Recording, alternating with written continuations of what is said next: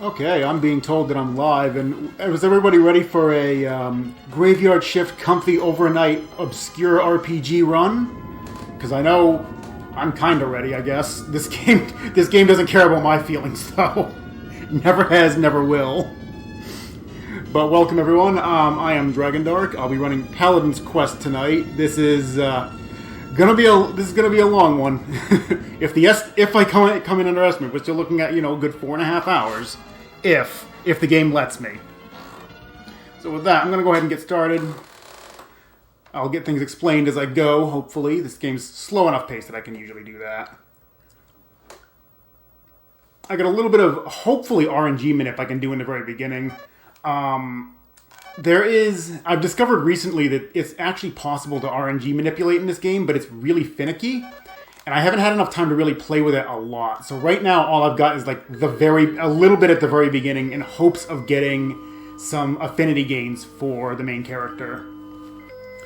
But don't worry, the text does not move this slow the entire game. I get to speed it up as soon as I actually have control. So don't worry about being stuck in cutscene hell.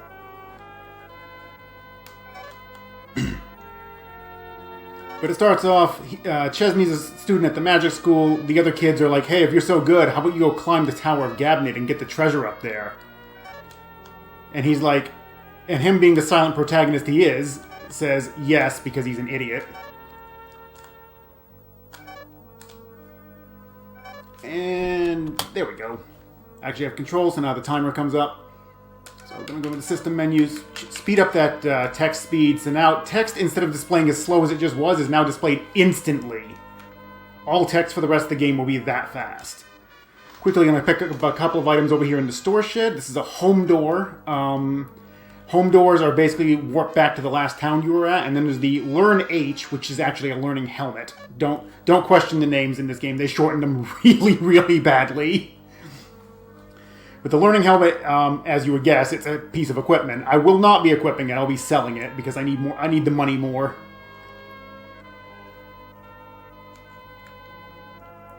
Like most of the items in this game were shortened in such a way that it's laughable at best sometimes and actually hilarious at other times because there's some really bad ones. Alright, so here's the Tower of Gabnet over here on the right. I gotta pick up Duke. He's gonna join our party.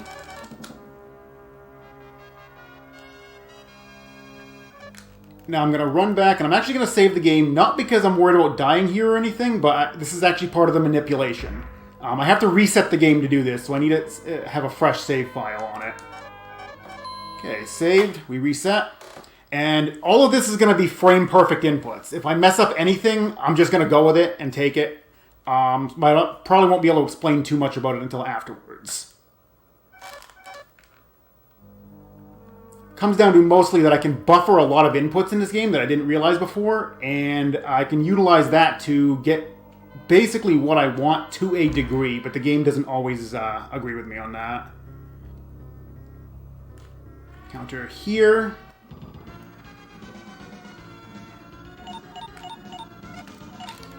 Okay, that should be right. I did 3 cancel buffers to get out of that, to get through that menu to get me in the right spot. Now we get to see if the game agrees with me.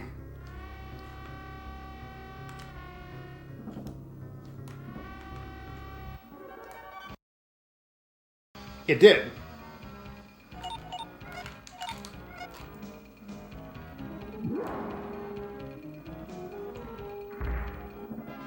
Okay, buffer the input to open this chest.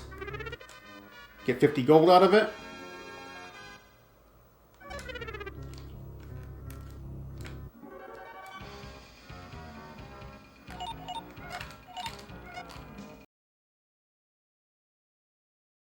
Unless they didn't capture it properly.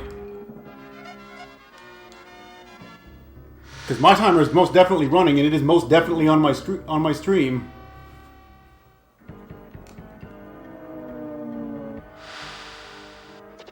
Okay, one more encounter right here.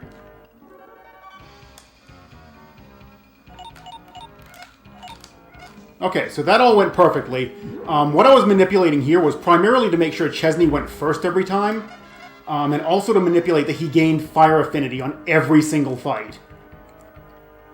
Fire affinity is really, really important for the beginning parts of the run, because there's two bosses where Chesney's going to be my main damage dealer with his Fire S spell, and I need his fire affinity to be as high as possible. So manipulating all 4 of those fights to get him fire affinity really, really helps in the long run.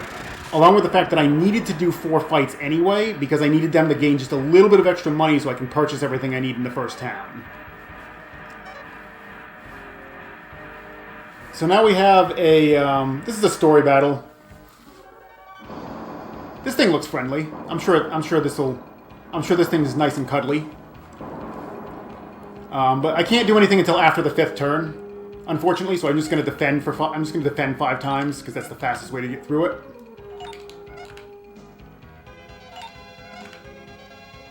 Alright, 5 turns down. And by do something, I mean Chesney's going to block a fireball with his face.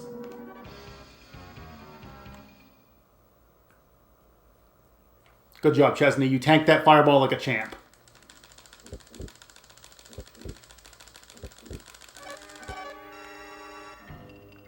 So as it turns out, he activated the ancient machine Dahlgren, which completely destroyed the magic school and killed all of his classmates. The only person surviving is the headmaster, and he's going to yell at us real quick and tell us to go fix the problem. Go out into the world and just be like, hey, you caused this problem, now just go out and fix it.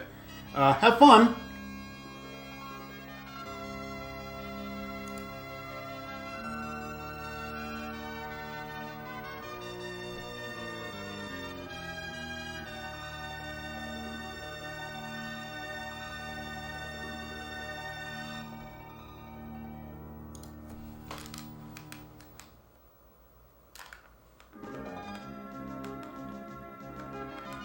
Fun fact, there is no mention of a Paladin in this game at all. Ever. Like, I don't know why they called it Paladin's Quest. They just kind of did. In Japan, this is called Lennis. Basically the name of the game world that we're in. And I don't know why they changed it here, really. Alright, so let's sell... We're going to sell Chesney's weapon. Not that. I don't want to sell that off. I want to sell that learning helmet. Now we're going to buy 2 wood shields. I'm going to equip them both to Chesney, because yes, you can dual wield shields, and it's best for his that's not the button I meant to hit. There we go. Also, you don't want to go into that equipment menu any more than you absolutely have to, because it takes forever and a day to get through it. Okay, also just bought Chesney a little bit more magic. Or rather, didn't buy him magic, I bought him a spirit. There are 8 spirits in this game, corresponding to the 8 elements, because there's totally 8 of them. Chesney starts with fire, and I just bought him the sphere element. Yeah, that's totally an element. Don't question it. We don't question a lot of things with this game. But I bought him the sphere element that's going to give him a new spell called Fire G, which hits a group of enemies instead of a single one. It just does a little bit less damage than his original fire spell. So now I'm going to save again, and this is the only other manipulation I've managed to get to work so far. I've tried a few others a little later on, but I have not gotten anything concrete, so I'm only going to try for this one. Hopefully it goes right.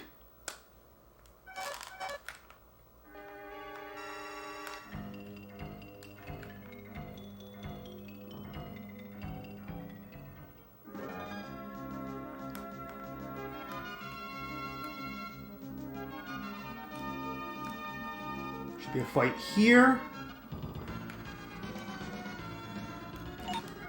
We're going to cast Fire G because the animation's a different length than Fire S, and that's going to put me in the right spot, hopefully, for the next encounter. But that did just give him Fire Affinity as well.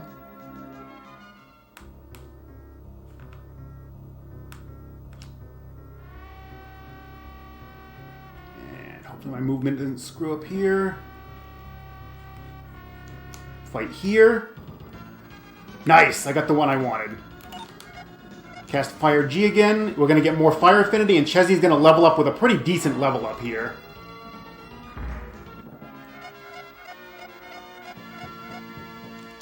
We're going to do one little loop here, and sometimes this will give me a single Heliopod, other times it will give me Oh, good. It gave me the Healy Pod. Good.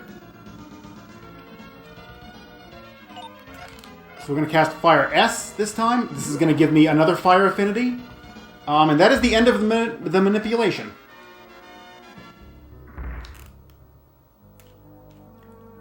Because basically at this point, I have to pick up items, and I cannot buffer inputs to actually like pick up items off shelves or talk to people or anything unless I'm coming out of a battle. So the manip would have stopped right there anyway.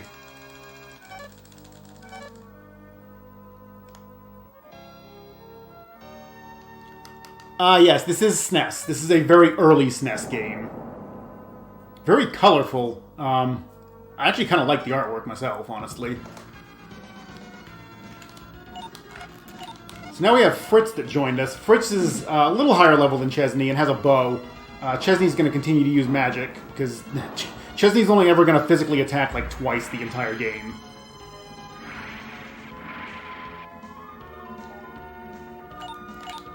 Not going to bother attacking with Fritz this round, because Chesney can finish this fight off by himself, and it's just less animations. So Chesney might have gotten an affinity gain there. Affinity gains are generally random. They are based on what elements you cast during each fight. Any of the 8 elements that you cast has a chance to be increased after the fight ends if you survive the fight. And by survive, I mean the character has to be alive at the end of the combat. So Chesney might have gained fire there. He might not have. He might have gained sphere, because that one was also cast. But there's no more manipulation at this point, so everything's going to be completely RNG dependent. We're going to hope this first boss just cooperates. Because sometimes he can just be a massive troll. At this point, I'm only going to take fights, though, that I can finish off in one round. Either through a combination of Fritz and Chesney attacking, or just one of them doing something. Primarily, not so much for the experience. The experience here is pretty terrible. But I'm doing it to get Chesney more fire affinity. Any chance I have to do that is worthwhile. Pick up our third home door. This one's actually just going to be sold for cash. I don't actually need 3 of them, but they sell for a reasonable amount. Okay, so now we're actually going to start running, and this is where the RNG really starts to ramp up. I got away that time, but running away in this game is not consistent at all. Like, literally not at all. There will be points where I might just end up taking a game over because I physically could not run from an encounter, and the game just, I don't know, it's just the game saying no.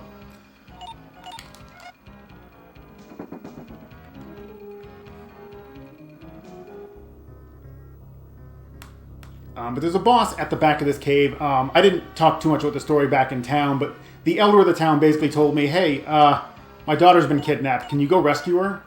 And Chesney, being the stalwart young paladin that we don't ever say by name, decided he's going to go rescue her, because why not?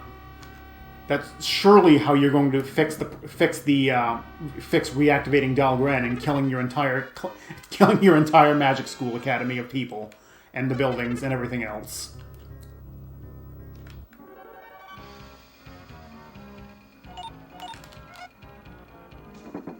Ooh, nope, didn't get away that time. So yeah, running away is not guaranteed in the slightest. It is based on your level, the character who's trying to run away's level versus the enemy's average level, from what I can tell. Chesney's level 2, Fritz is level 6. These enemies are on average about level 6 to 7. So you would think Fritz would have a reasonable chance of getting away, but no, he doesn't. Alright, there we go. We didn't die. That's a good start. Have to heal a lot earlier than I wanted to.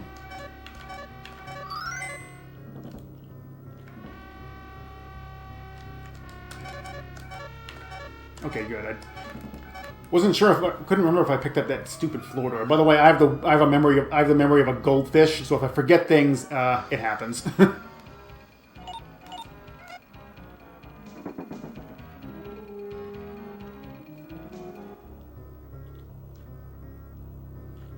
Alright, made it to the boss, only had to heal twice. That's not terrible.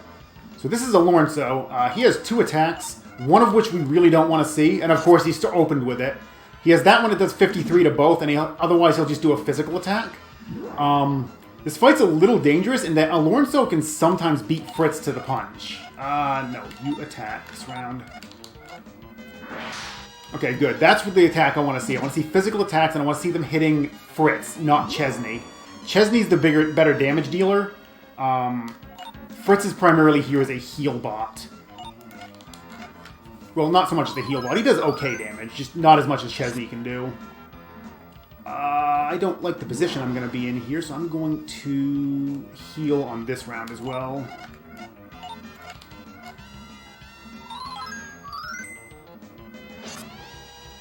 Yeah, I did not want to get into a situation... I didn't want to attack that round because I didn't want to wind up in a situation where I had to choose who I was going to heal. Oh! Really bad RNG. So, sometimes, like I said, sometimes he can beat Fritz to the punch, and that's a big problem. Because now I have to solo the rest of this fight with Chesney. This is going to be difficult.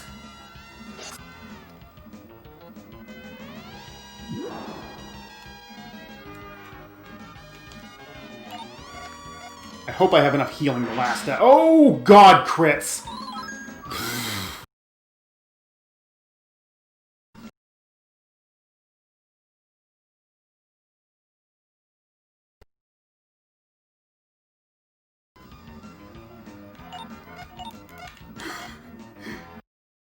Sometimes he can crit like that, and it's...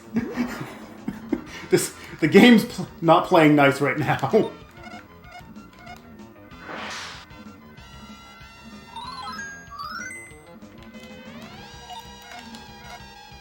I think I'll be okay. It's just going to be a really slow fight. Okay, we got through. On the plus side, Chesney got all the experience, so that's actually a good thing to come out of that. Fritz, please heal us.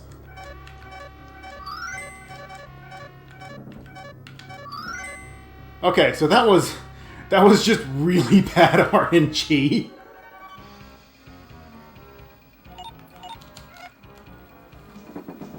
Like usually, because when you're using an item in the when you're using an item from in your belt slot, namely your bottles, normally you get a speed boost. The problem is sometimes Alonso is still just barely fast enough to beat Fritz to the punch, where he'll attack first, which is a gamble, but I mean it's survivable, thankfully. Also, I used that FL door, or floor door, to get me out of the cave really quickly, so I didn't have to walk all the way out. Either way, we survived, we rescued the Elder's daughter. Oh, nope. Nope, Boltess is over there. They auto-organize spells really funkily sometimes. I'm going to take any opportunities I can get to boost my fire affinity, as long as I can handle the fight. And all the fights around here are like super easy, so there's no reason for me to skip them. I could have used one of the home doors to get me back here a little bit faster, but the affinity is generally a little bit more worth it. Just going to quickly pick up the sphere element for Midia as well, because that gives her a very useful spell called Speed Up. Which will be used in a lot of boss fights.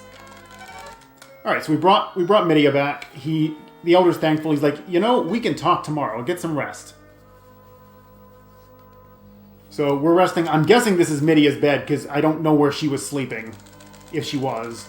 And she's like, you know, I think it's my destiny to go with you, so take me with you. And you get put into a but thou must situation. If you say no, she just literally won't let you go anywhere. And then the Elder's like, hey, I know you're leaving. I knew this day was coming. Here, have this crown that was, when you came to us, we had this already. Or rather, this came with you. Like, she was basically brought here as a child. And they found her and took her in, and for some reason she had that crown with her. And he gives it to her, and note, it's her best helmet in the game. You'll never give her another one.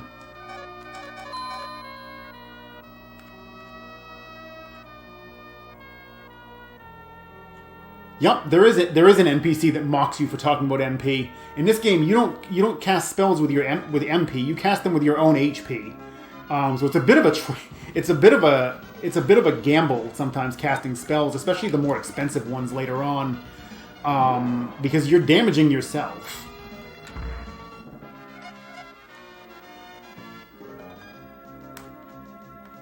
All right, I'm staying out of the. Did I stay out of it? Did I? I did. Good.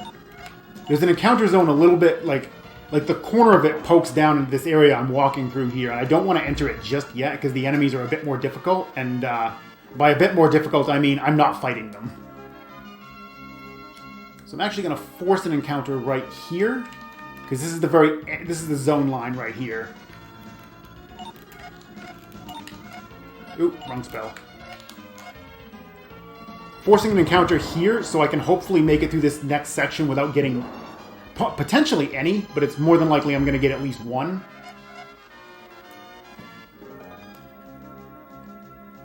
But I'm hoping to just not get that many in this section because the enemies here ramp up in difficulty by a lot. This game has some problems with enemy balance. Oh good, 3 Kongs. We are not fighting these. Good, we got away. These are actually pretty dangerous if I don't manage to get away from them, like, right away. Like, everything in this area is relatively dangerous. I think we're only going to get one. Good, we only got one. Perfect. Pick up a fire card. I'm going to use this on Chesney. He's going to gain some fire affinity. Anywhere between 3 and 5. He got 5. Perfect. Get out of the way, dude. I need the other thing on the shelf. Move. Beep, beep. There we go. Pro Ball. I'm not going to be using this. I'll be selling it. This sells for a lot, actually. Okay, so we're going to rest here.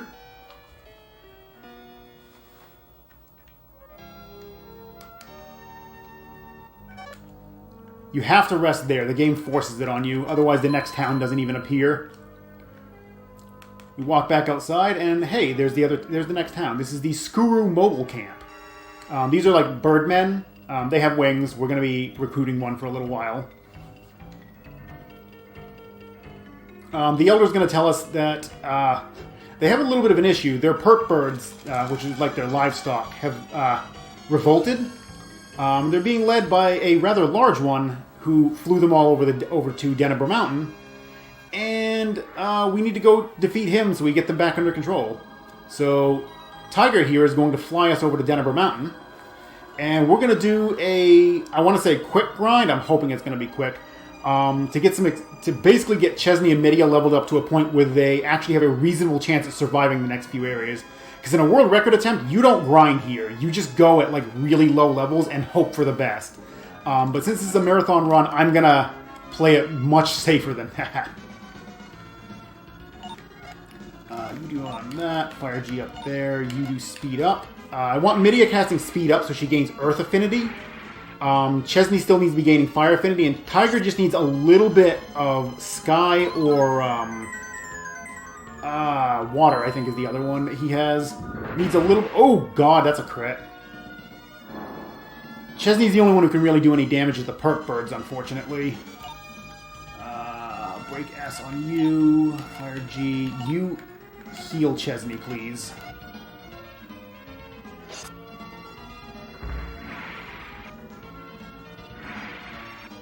Okay, they didn't kill anybody. Hopefully. Unfortunately, so this place has really, really good experience, just not this particular fight.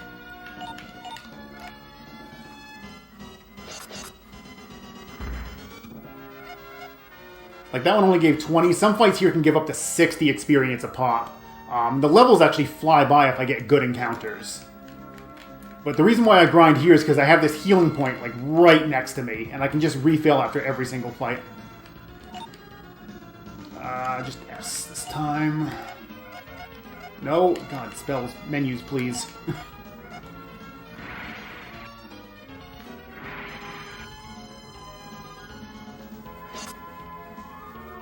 Oh, break S isn't enough. I thought it would actually be enough. Oh well. As long as they hit Tiger, it's not a big deal. Tiger can actually withstand some punishment right now.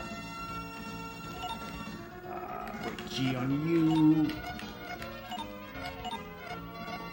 I don't want Midia casting Bolt S because then it lowers her chances of getting affinity in Earth by a little bit. And Earth's the big one I want. And that's going to come into play probably about 3 hours from now.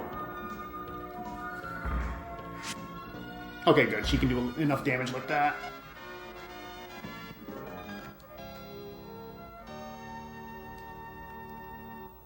I'm going to grind Chesney up, I should say, up to about level 8. That's a pretty safe point for the next few areas, because there's going to be a few points here where Chesney and Mitty are going to be by themselves, and there's a very high chance of them dying if, there's a very high chance of them dying in any of those areas, because the enemies are extremely dangerous.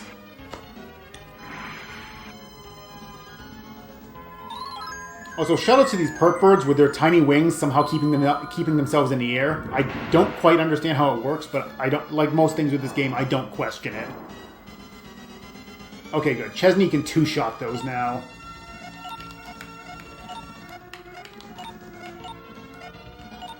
Oh my god, menus. You can control pretty much everything in this game with the D-pad, with the exception of like a few out-of-combat menus, but these ones can all be literally done with the D-pad.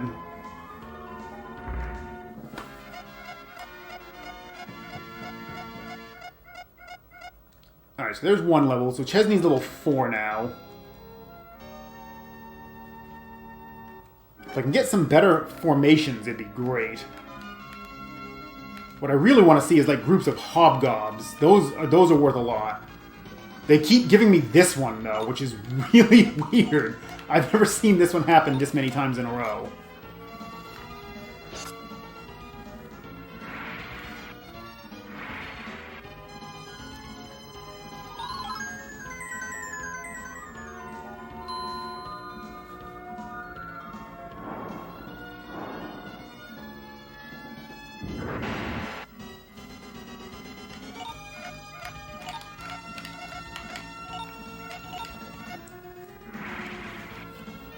If we can start getting some better fights, the levels will actually start flying by, because you don't... Like, in the beginning, you don't really need that much experience per level.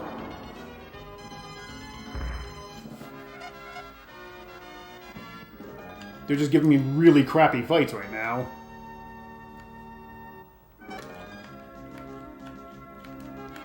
Hey, we got a raid coming in. Welcome in, raiders. Welcome to Paladin's Quest, the most comfy overnight, late-night, graveyard shift RPG. 3 perk birds. Could you give me better fights, please?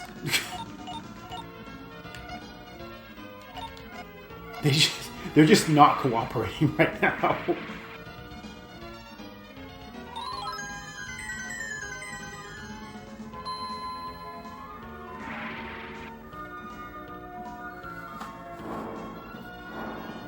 Thankfully, this is one... There's only like 3 points where I really need to grind experience at all. This is just the first one. The next 2 aren't until much, much later in the run. And thankfully, the second one's not terribly long either. Like, this one isn't even that long if I get good fights.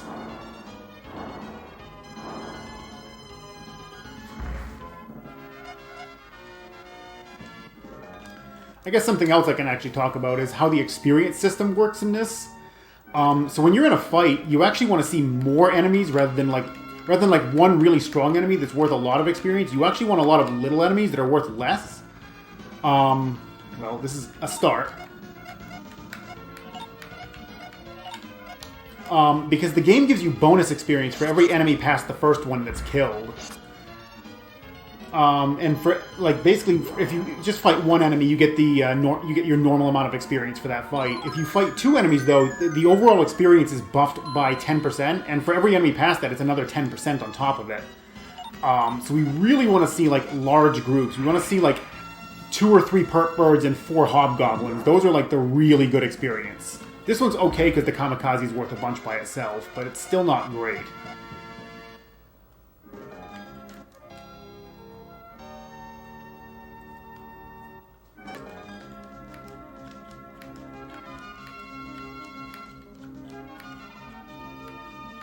Come on, give me something better than what you've been giving me.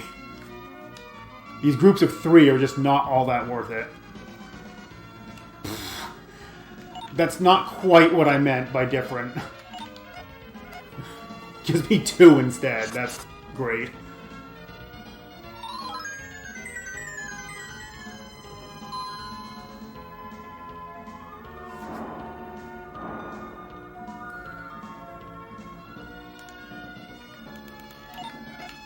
Tiger will be able to handle the rest of this one.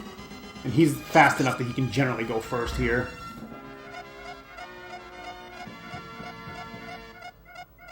Alright, there's level 5.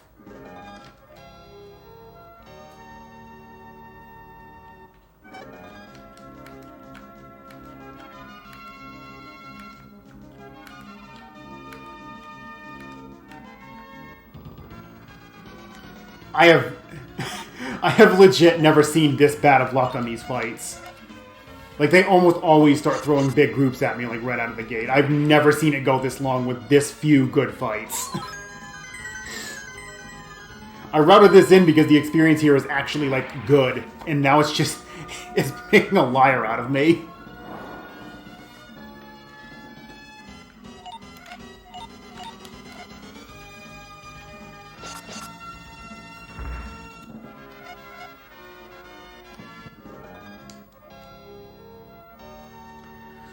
Whew.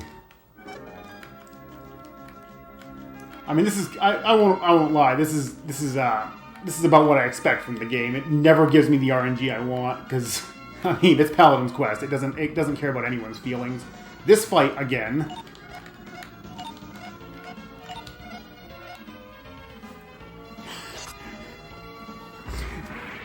Best of luck. Yes, I very much so need it right now.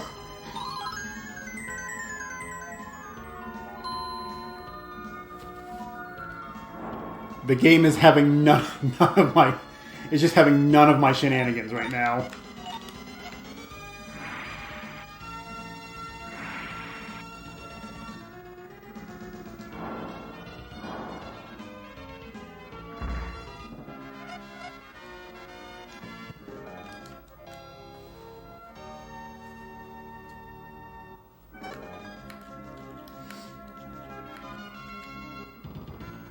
Okay, that's better game. This will be a decent amount. Not like some of the highest amounts, but it'll be at least relatively decent. The reason I really want to see Hobgobs, though, is because Tiger can just one-shot them with Break G. So those basically get taken out immediately and don't even get turns. And Chesney does decent enough against the Pert Birds. And this is all getting him a bunch of fire affinity to go with it.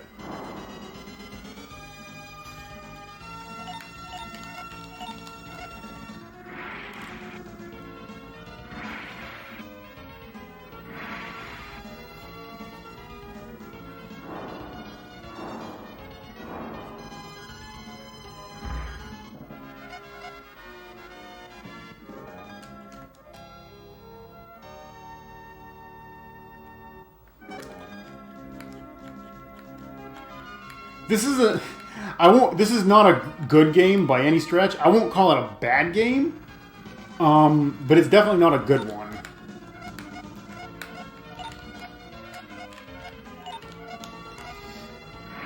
And this game has a lot of flaws. I like it anyway, but it does have a lot of issues. It does have quite a few issues.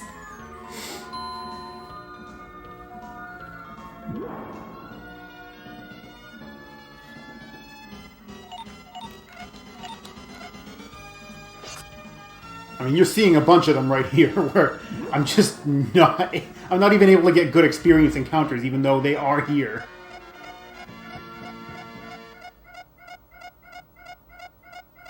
Okay, I think that was level 6. Okay, 2 more. If we can get some good encounters, this will go a lot quicker. You watch, though. We're not going to get good encounters grinding up to 8 here, but we're going to get all the good ones on the way up the mountain. Okay, that's a little better.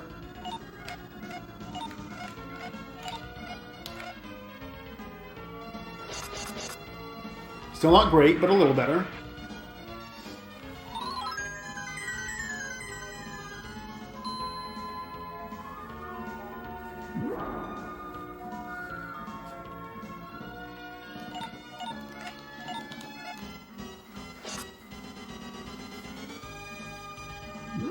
Oh, Lennis 2 is absolutely better. Like, there's no argument there. They massively improved on this game with Lennis 2. It's a shame it never came out in the US.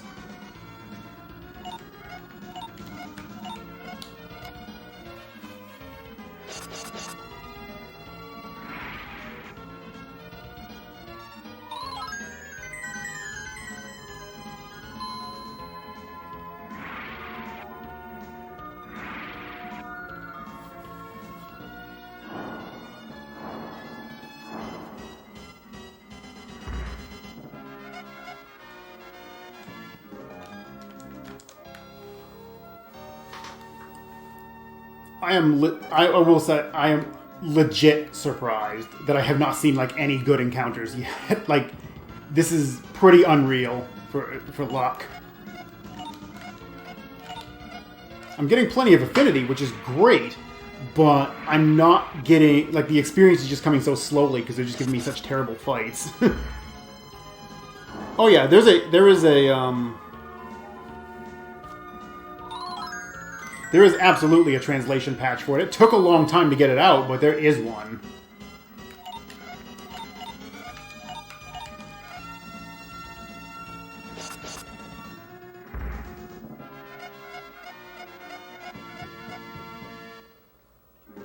Is that Chesney leveling up? Good, we're at 7 already.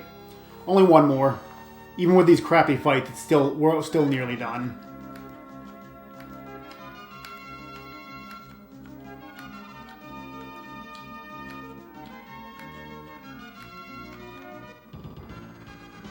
Okay, that's a bit better.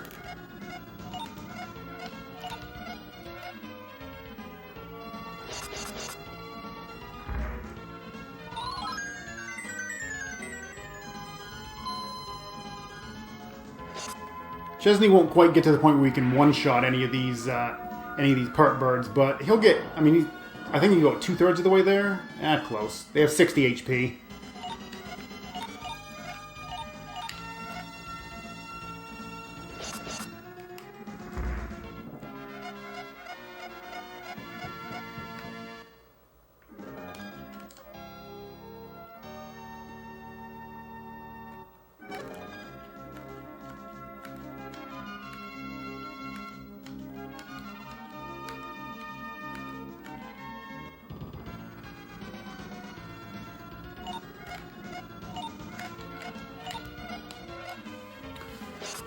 Ooh, 7th Saga 3D remake. I would be all over that.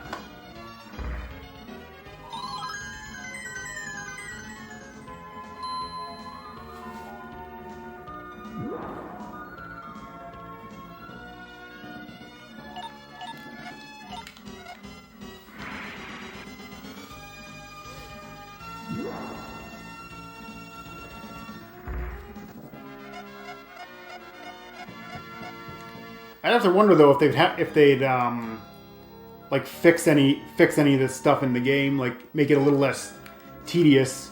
Because at the same time, I mean, if it's not tedious, it's not 7th Saga. So if they fixed things and made it made leveling a lot less of a pain, it might actually be like a rather accessible game, but it wouldn't be 7th Saga.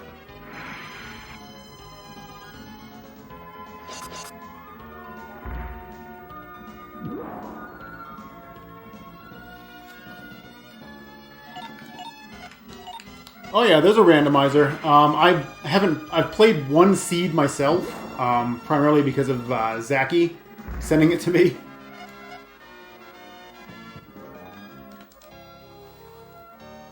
And I've seen Matt and Zaki play it a bunch.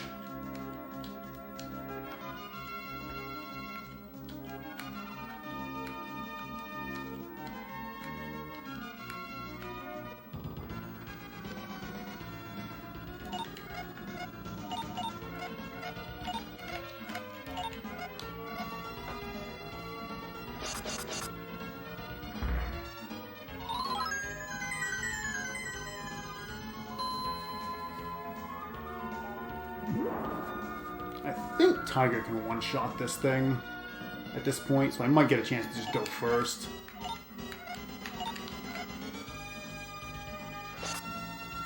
Oh, yeah. Perfect.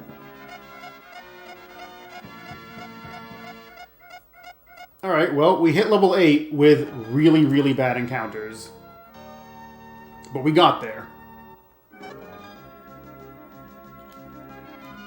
So I'm going to enter and exit the mountain. This is going to cause Tiger to take me back to base camp. We're going to go save so I don't run the risk of losing that. Because this boss fight can... This next boss fight can still go sideways if RNG is not on my side. Thankfully, the RNG is very heavily mitigated now.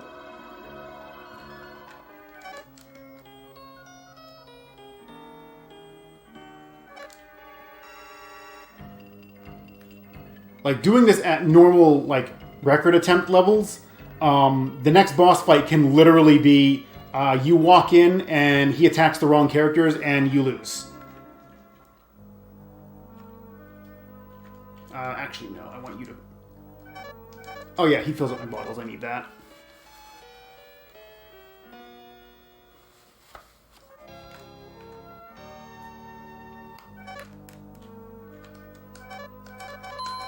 Alright, grinding done. Next grind isn't for like a couple of hours. Thankfully, this game does not actually require a lot of grinding to run. That's because of the mercenary system, where they allow you to recruit mercenaries that all come at fixed levels with generally pretty decent equipment. Which we'll be taking very heavy advantage of throughout the course of the run, once we get to the point where we can actually recruit them. Right now, we're kind of stuck in a position where we can't do that. There were a couple of mercenaries back in the first town, actually, but if you try to recruit them, they just yell at you and say they don't want to be recruited by a kid. So, you can't do anything about that. That'd be great if we could find some way to sequence break those two into our party, because the two mercenaries at that point, you can recruit much later, and they're extremely good. But they lock you out of getting them that early, because obviously that would kind of break things.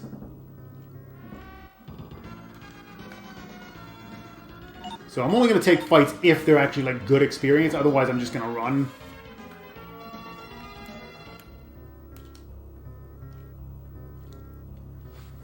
Also, the encounter rate on this mountain is actually the lowest possible.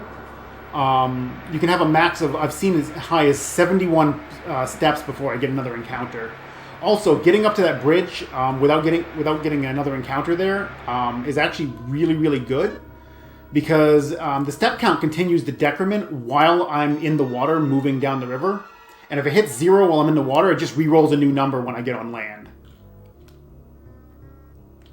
I might get lucky. Oh good, I got lucky. So in this situation, same deal. The computer's controlling me, so if the step count hits 0 while it's controlling me, it just re-rolls the number when I gain control again. Encounters in this game are based on a step count that isn't fixed. It is RNG after every single battle. But you cannot, like, just wait like a frame or something and dodge an encounter that way. You have to take encounters whenever that step count hits 0. And in this area, you can just get really lucky with where the encounters fall if they happen to happen, like, while you're in the river, while you're running away from that rock. And the really hot and the really low encounter rate here actually kind of works in our favor, because it makes it really easy to skip a few encounters that way. Well, this is actually pretty decent. I'll take it.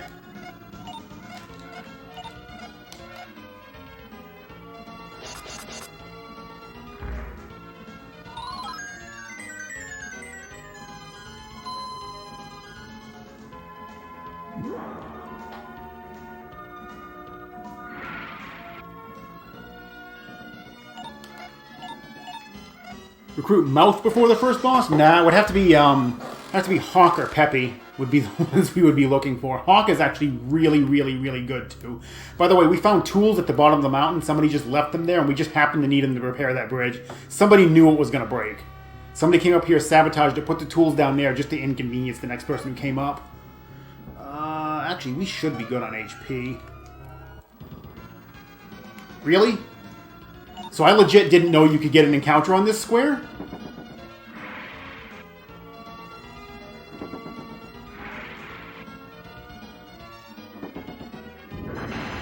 And now I'm not going to get to heal up before the boss because of that. If it'll let me run away. There we go. Just go straight into the boss fight because I didn't have a choice. Never knew you could get an encounter on that square. I always thought that was a free one.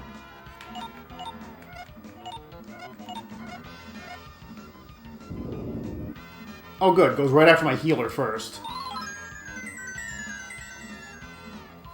So, he hits like a truck. Tiger has a defense up ability I could use, but it's actually worthless because it only increases your defense by like your base stats. Which are all relatively low right now, so there's no point in casting it. But he hits really hard, and normally I come into this fight with a max HP of like around 200.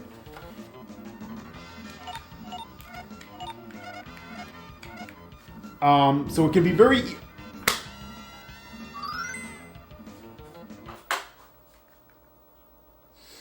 Even with the levels, he just literally screwed me. I can't win that fight now.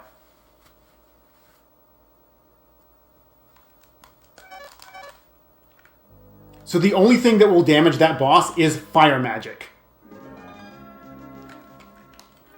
And Chesney's the only one with fire magic.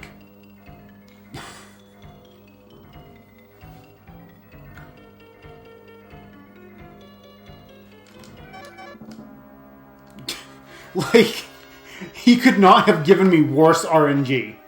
And the extra levels were supposed to prevent that, and they just didn't.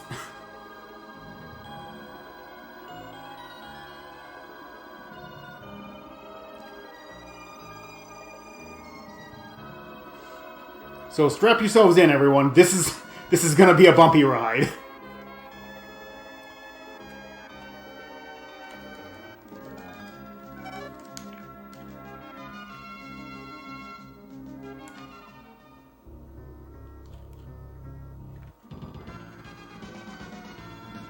Well, there's one of the good fights.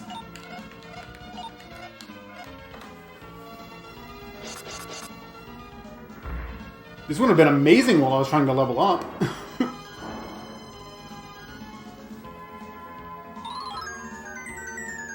Like, getting that encounter on the last possible square was just...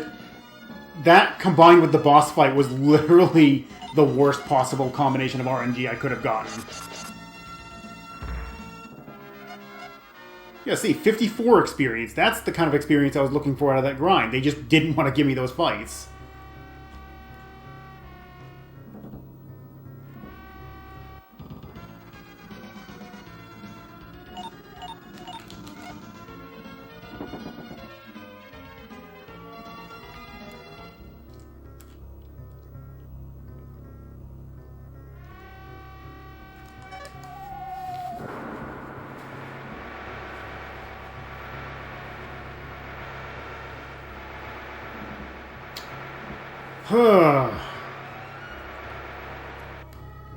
I should have absolutely expected this kind of RNG, though. I should have just literally been expecting it.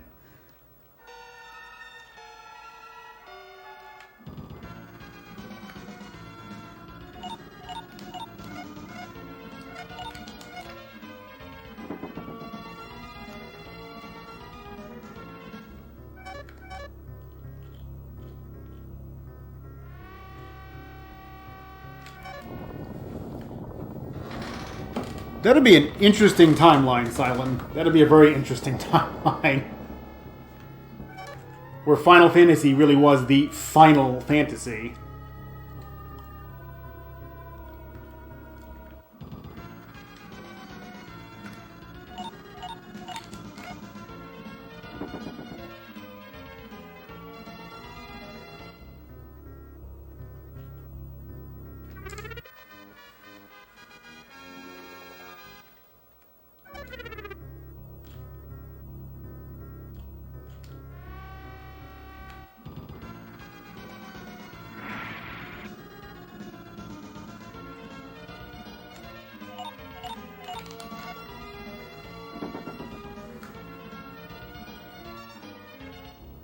Oh, so I'd like to give shoutouts to the farty trombone you can hear here.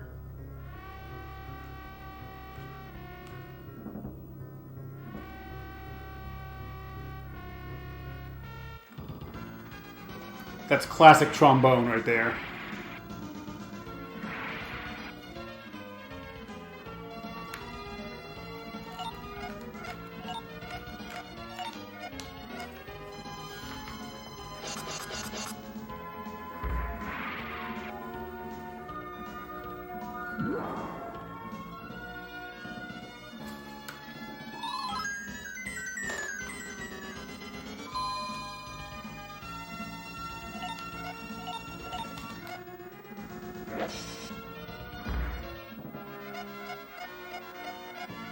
Extra level on... Oh, hey, cool. Extra level on Chesney. That'll help. A little bit.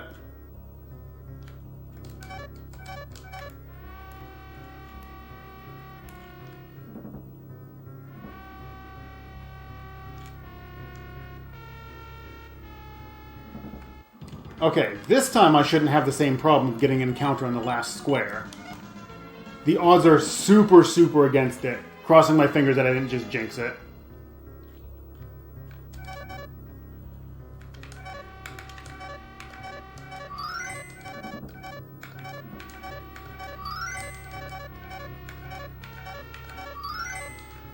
Okay, we're going to be going with full health this time.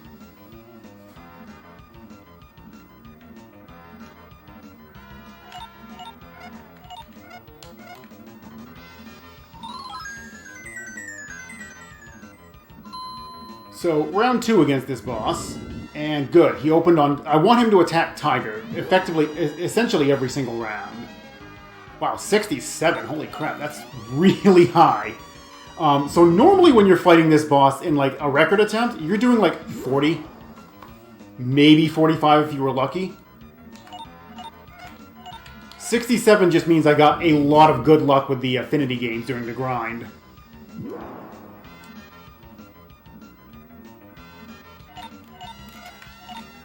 Yep, double shields. Chesney doesn't really physically attack all that often, so there's not really any reason to give him actual weapons.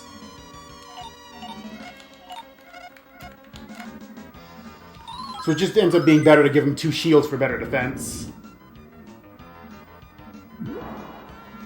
Though versus this boss, it doesn't really mean all that much. Because he hits... Could you please stop attacking Chesney?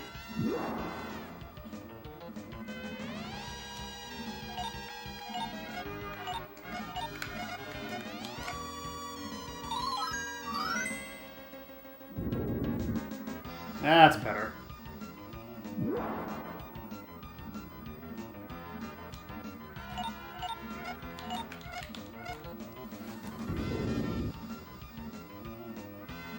Also, a hidden property of the Sophie's Crown that Midia had... Well, I can get to do it this fight. Hidden property of Sophie's Crown is that it actually heals her for 800... It heals the user, so it can only affect Midia for 800 HP. So she has essentially unlimited healing for herself only. Oh yeah, you can still... You can attack with anything, really. The head slot and the body slot both have reduced attack power, though. Whereas the foot slot actually has boosted attack power. That comes into play a little bit later, but it is, in some cases, actually better to kick an enemy than it is to hit him with a weapon.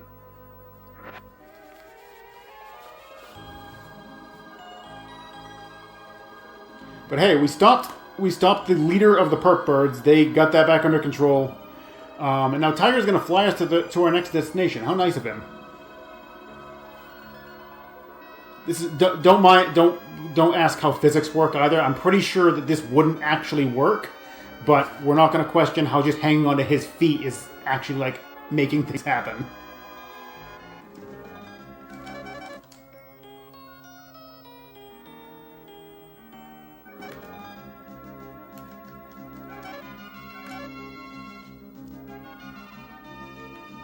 Alright, good. No encounters.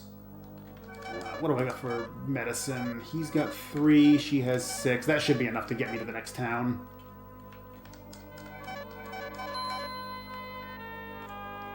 So this is the section that I kind of leveled up for. Not so much, it wasn't as much for that boss. It was mostly for this walk right here. There's going to be a bunch of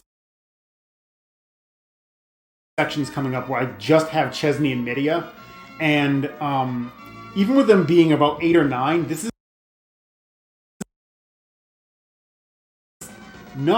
is probably slightly under what they're expecting you to be. But it's better than walking in here at like 6 or 5 like I usually do. Because the enemies in here, they hurt. They hurt a lot. Especially these smushes.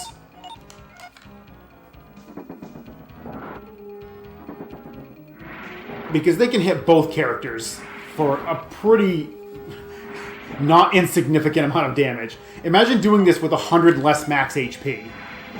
That's record attempts. Midia, can you take a turn? Okay.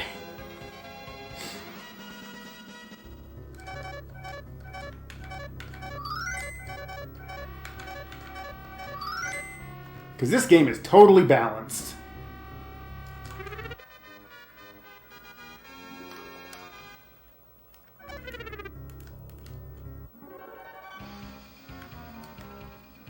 So we're not going to be fighting anything in here at all.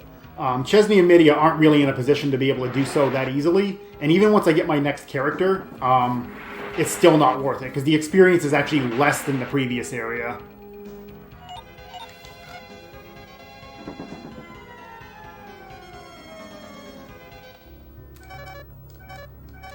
Not even going to take chances. Want to make sure we're healed up every single time. Because the encounter rates here is actually the highest possible. And the last thing I want to see is an encounter that just won't let me get away, and me dying to it.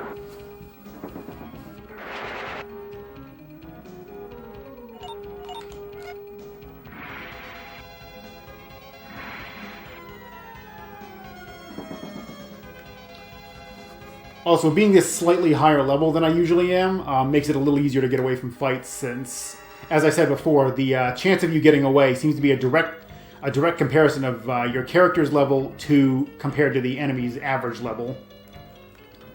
But now we've arrived in the town of Hagudo, which you can kind of see a problem here. The lava is rising. It's already taken out the bottom part of town. This item shop, however, is having a going on business sale, and we're going to take full advantage of that. We're going to sell one of these home doors, that dagger, the pro ball, that feather helmet that I got, the bow. We'll be making a few more sales later. We're going to buy medicine for everyone. Fill it right up. 2 floor doors, and I think I healed everybody. No, I didn't. Okay. I should probably do that.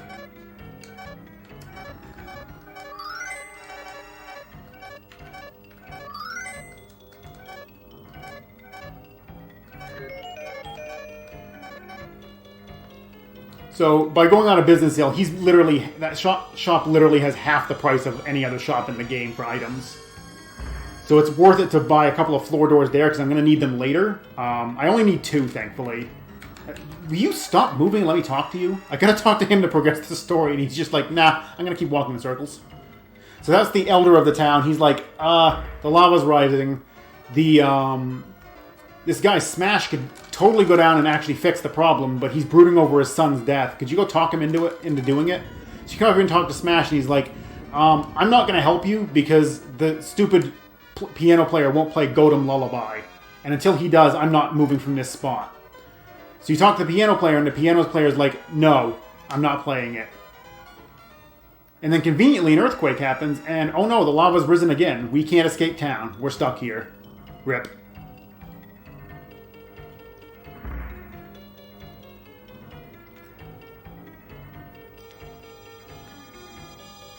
So we can only go to the inn or the pub or the mayor's house now. And conveniently, there's a couple of dancers here from the next town over, and they're like, we could help you convince the piano player to play that song for you, but my sister here is sick. You need to go get us the glowing scales out of the well. And that'll cure her, and then we can go convince the piano player to do what we want. So we're going to venture down into this well right next to hot lava, because that's what everybody does. I mean, I don't know about you, but lava baths are really, really good for your complexion. Sometimes.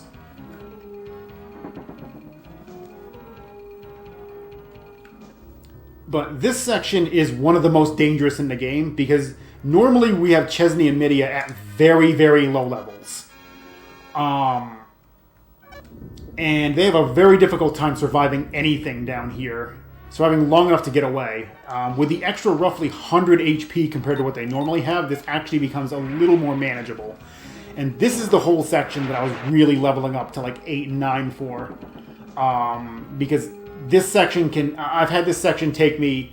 Just getting down to these scales, I've had this take me like 15 minutes. Because I just could not get to it without getting killed.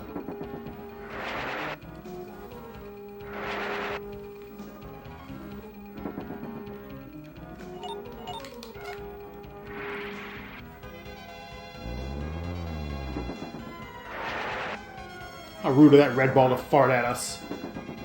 Oh boy. This is getting a little dicey. Ow. This is... Oh. Even with the levels. Right there.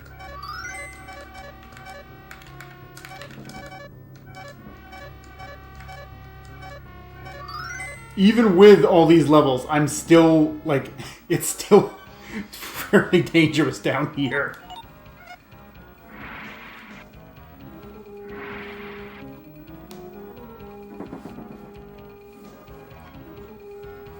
Like I said, normally I'm doing this with about 100 less max HP. That last fight would have been a game over. Or that one that the one that was threatening to kill me would have literally been a game over.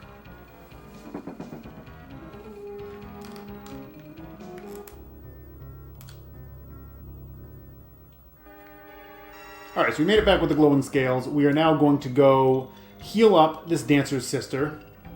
And they're going to join me, though not as actual party members. They're just going to like tag along behind us and make us do all the fighting. Please use the item.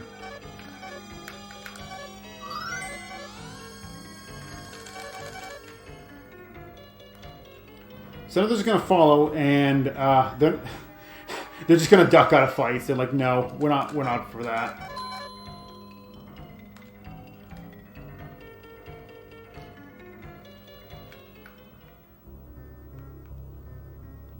So we gotta traipse back through the well now, because the lava rose some more, and when I picked up the scales conveniently. And I can't just walk over to the pub. I gotta go through this well and come up the back side of the pub, and the owner apparently has no problems with that. He'll tell you that as soon as you get over there.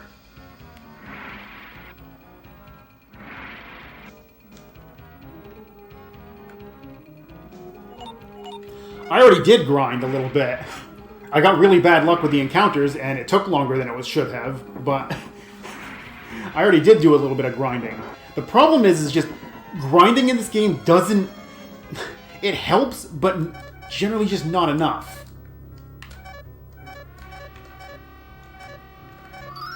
Like, for most of the game, Chesney and Midia are going to be very, very underleveled, while the mercenaries that I can hire will be taking care of things. It's just this section that's a problem because you don't have that option yet.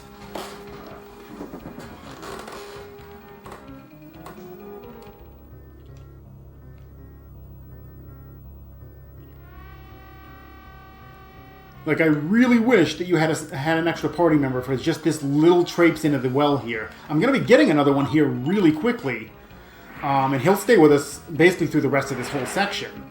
But I don't have that option yet. And it really kind of sucks. Like, the game really does expect you to grind, like, a lot. But that's not fast. We've already done as much grinding as I'm going to do for the next little while. Once we reach the next town, it's not quite as bad. Outside, like, the next boss is probably the second hardest boss in the game. And is really RNG, but I'll actually have characters that can kind of handle things. So it won't be quite... Get out of the way. Alright, so we got the piano player to play Godam Lullaby. So now Smash is like, okay, I'll save the town. We're absolutely putting him in front so he tanks all the hits.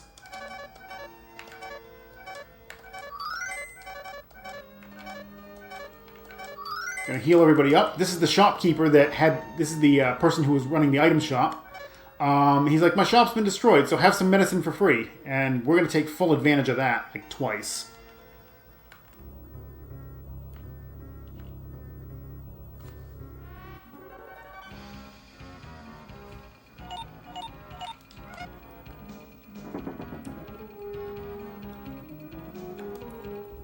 But, like, the fights in here are just really bad on experience by comparison to, like, the previous area. The previous area actually had really good experience. Here is just really lackluster. And you can tell that I'm not really, like, that under-leveled or anything. I mean, Smash is level 14, and we're only 9 and 10, so we're not that far behind. So it's not like I'm super under-leveled like I would be in a record attempt or something. It's just this area is a little bit overtuned for what it's supposed to be.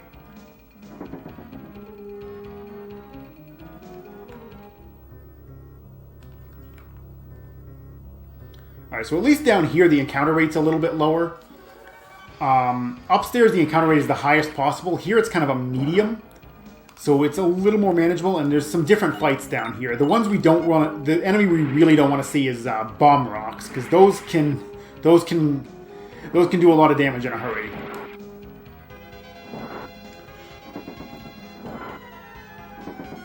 I have played Lennis 2, though I have not actually finished it. It was a long time ago, probably like 15 years or something, or whenever that translation patch came out. Because I was actually keeping track. I was actually keeping up on that when it was in progress. I forget exactly when it happened. I just know it was a while ago.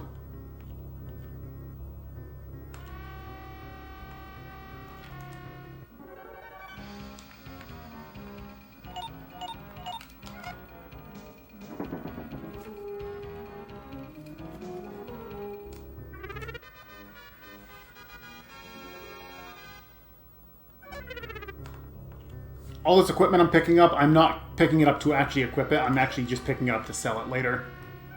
Money is more important. Alright, so Smash has bombed the rock, and the lava flow somehow reversed. You saw the animation, it was totally going backwards. The lava flow reversed, so now it's not going to be flooding the town. It's going to be draining from the town, I guess? Uh-oh, bomb rocks. This is probably one of the most dangerous encounters in the entire area, because everything can hit the entire party. If the bomb rocks explode, they do a lot of damage, too.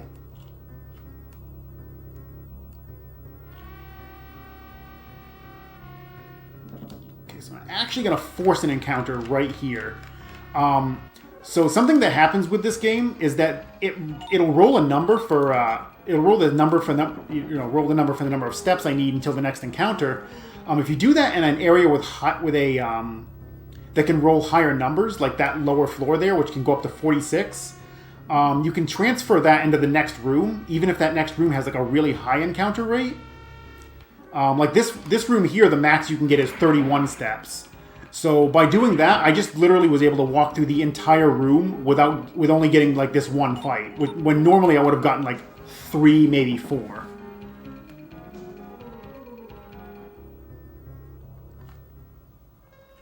So that's a pretty huge time save if you get good RNG on the if you get good RNG on your step amounts.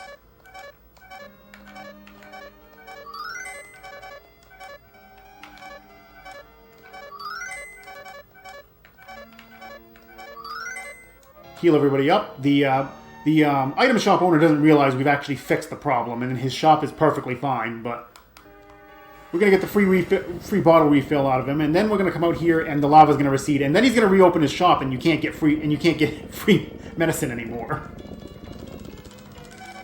But hey, Smash fixed the problem, so he's going to leave and go reopen the mines, and we're never going to see him again. I don't know where he goes, but Godspeed. Gonna quickly pawn off those couple of items I picked up.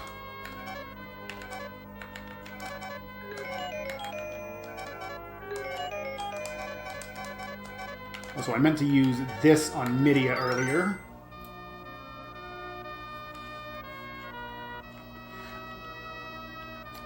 I know my luck. I know what this game's gonna do. I know what this game's capable of. I'm not gonna chance it. I almost just tried to walk to the next town without saving. And I know what this game's gonna do, so we're not gonna chance it.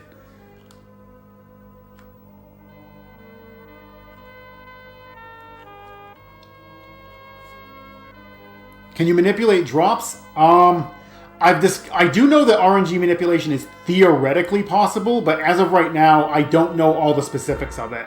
And I haven't quite managed to make it work outside of some very minor stuff at the beginning of the run. Oh, so we're going to hire Gorf here, or as I like to call him, Backwards Frog. You will now never unsee that. Gorf is basically a beefed-up Smash. He's just going to walk with us to the next town, and then we're going to promptly send him back home.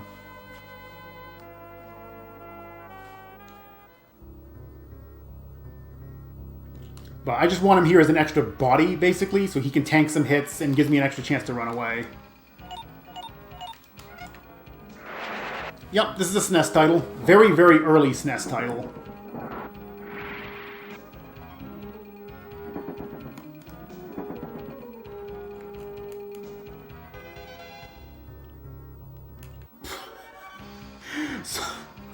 If you get an encounter exactly 2 steps after your last encounter, that means you rolled a 0 for the step count. So good job, game. I knew this kind of thing was going to happen.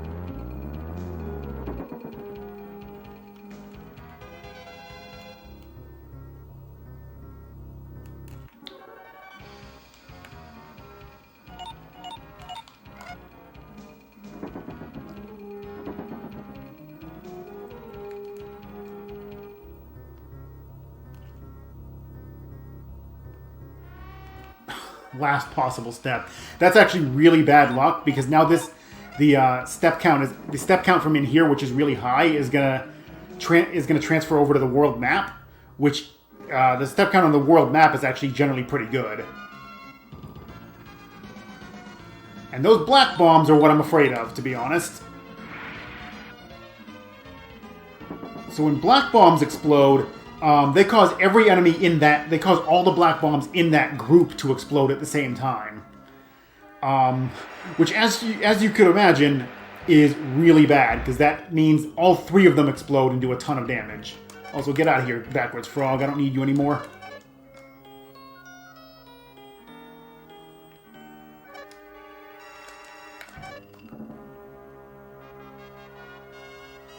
Need to make sure I have at least 800 gold when I reach this point, because I need to recruit Dan and Zoran here.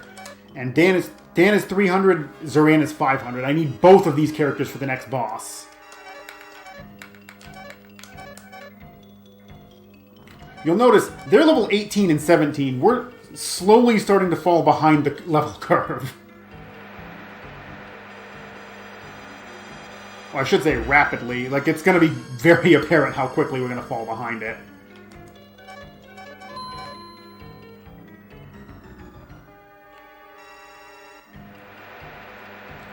So this is the town of Jurain. This is kind of the capital of the northern continent.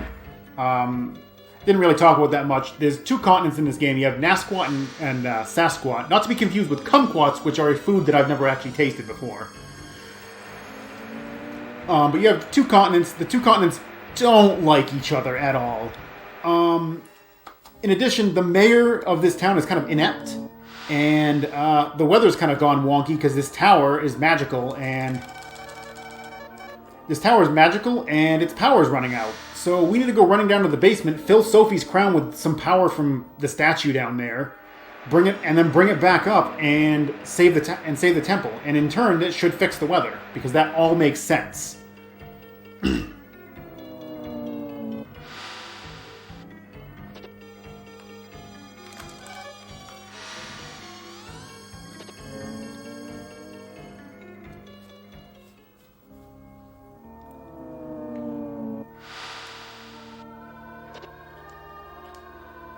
Fortunately, the encounter rate down here is really low. I've actually gotten all the way through this with only 1 encounter, though that's very, very uncommon. 2 is more likely, although a strike first I will absolutely take.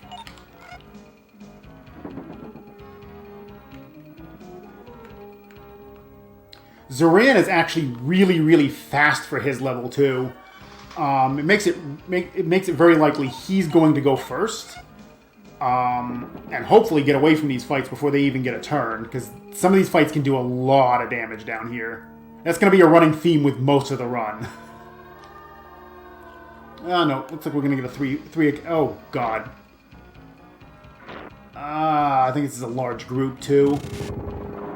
I know what this is. Yup. Okay, good. We got away. That one there is really dangerous because everything can do an AoE attack.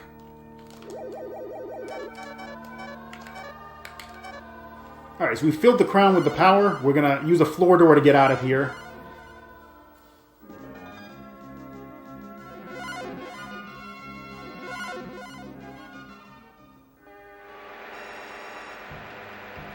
We are absolutely going to save the game again. Because now we get to climb the tower. And climbing the tower, there's different enemies. Some are worse, some are better. But the encounter rate up here is extremely high. And this next boss is easily the second hardest boss in the game. Like, it's not even close. This boss hits for more damage than the boss that comes maybe another, like, 30 minutes later.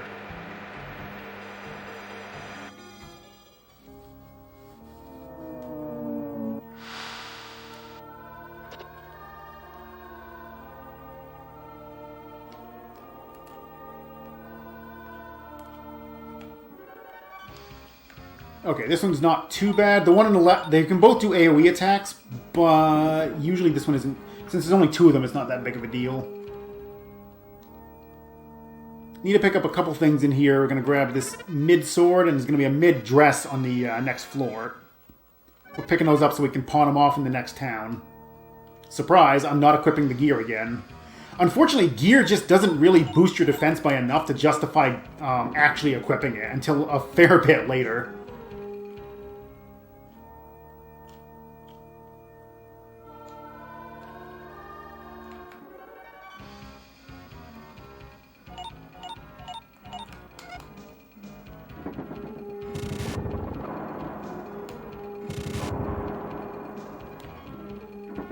Alright, Dan got us out of there that time. Midia's hurting a little bit. I should definitely heal them up.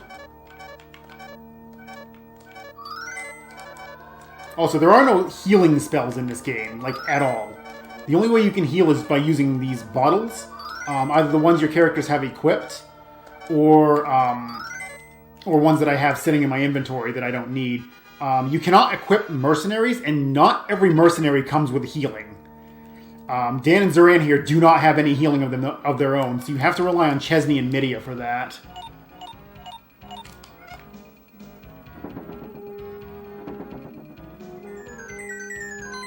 Oh, lovely. Chesney's confused.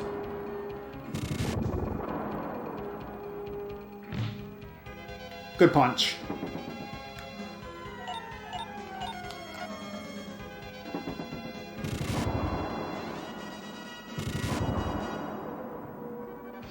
Would you like to run? Oh, good. Dan's confused. That's actually dangerous.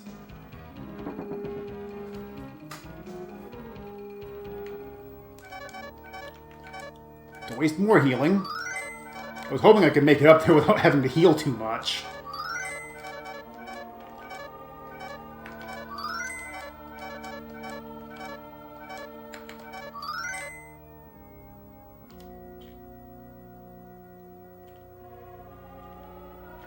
Alright, made it to the boss. Here we go. This can go sideways really quick.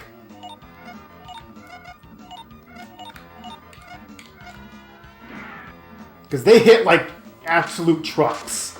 And I really need Zoran and Dan both attacking. Dan does a lot of single target damage. Zoran can hit both of them for about 30 to 40. So I really want both of them going, but I sometimes just have to defend with Zoran instead. Dan I want attacking every single round.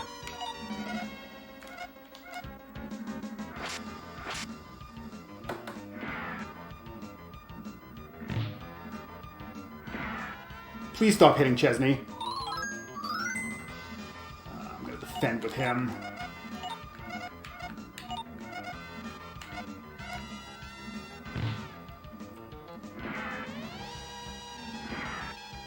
They are not really playing nice right now.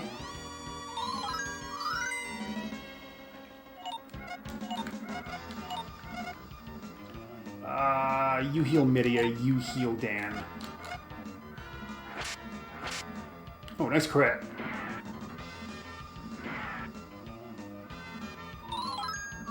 This fight wouldn't be so bad if there was only one of them, but the two of them together are just really, really hard to deal with.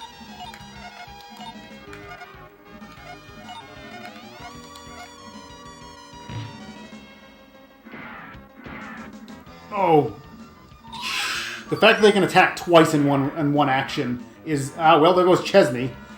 That's bad.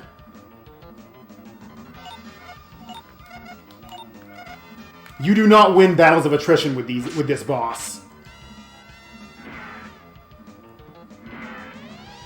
Oh, you've got to be kidding me. That just barely killed him.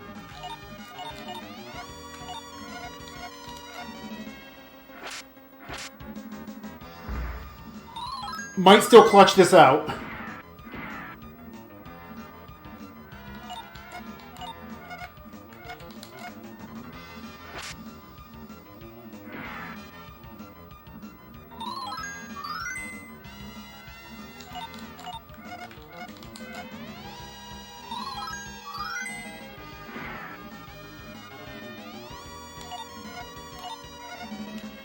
That's her last bit of healing. You're gonna have to Sophie's Crown this round instead.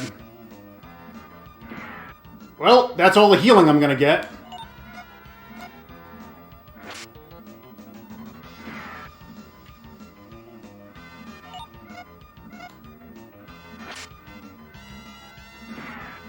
Oh my god, please die. Oh my god!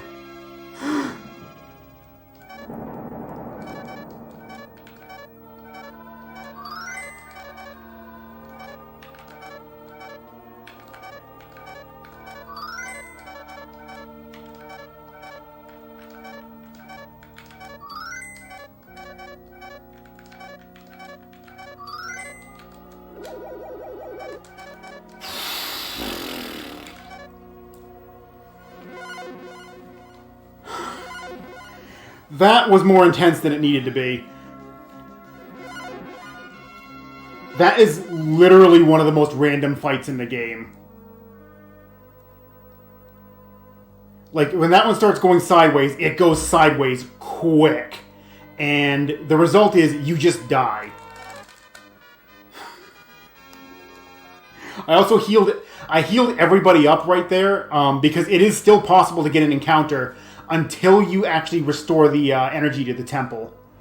So I didn't want to risk getting an encounter on the next step and potentially dying. Okay, how much do I actually have left of healing now? 5 shots on him, none on her, none in the bag.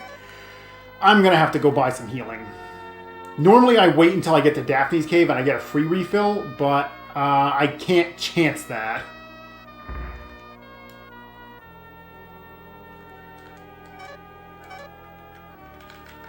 Just fill yours up. That should be enough to get me there.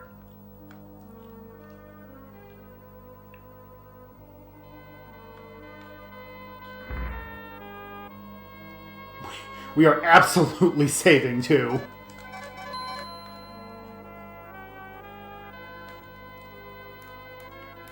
Like, we had maybe one more turn to kill it if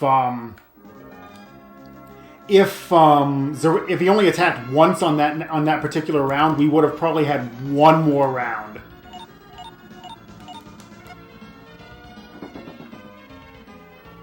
But we restored the energy to the temple. It fixed the weather somehow. The temple's not going to fall. The mayor was grateful. He gave us this item called the Navdex, which is basically just a pass. It lets me go through here. That's the only purpose of it. And now we can move on to, we can actually go over and visit the sage Daphne. Or, sorry, the great spiritualist Daphne. Who is going to point us in the direction of the Cormu equipment, which is something we need to destroy Dalgren. Maybe. They haven't really told us that yet, but we're gonna hope that it works.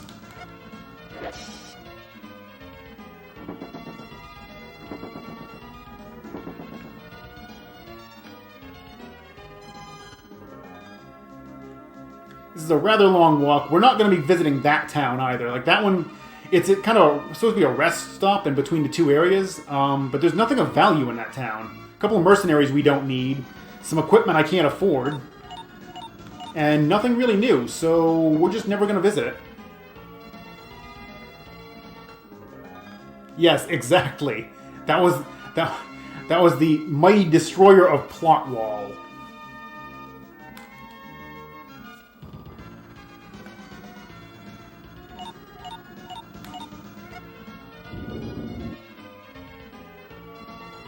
Rude. That elephant just sneezed on Chesney and paralyzed him.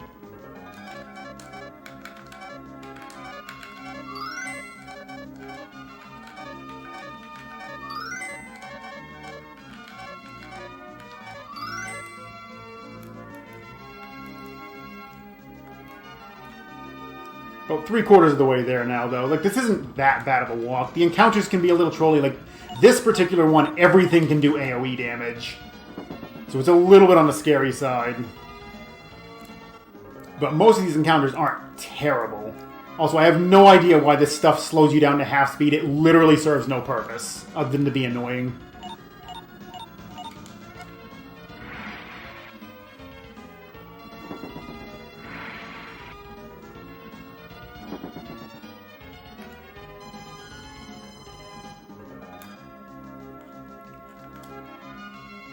Like, I legit don't know why they put it there. It doesn't increase the encounter rate. It doesn't do anything except slow your walking speed. 2 steps.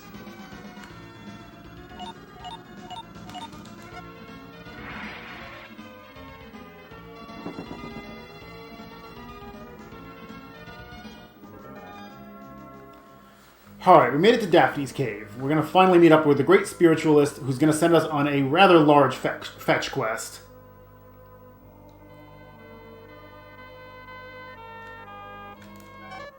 On the plus side, this guy fills up my bottles for free, and the guy over on the right heals me for free. So we're going to take full advantage of that.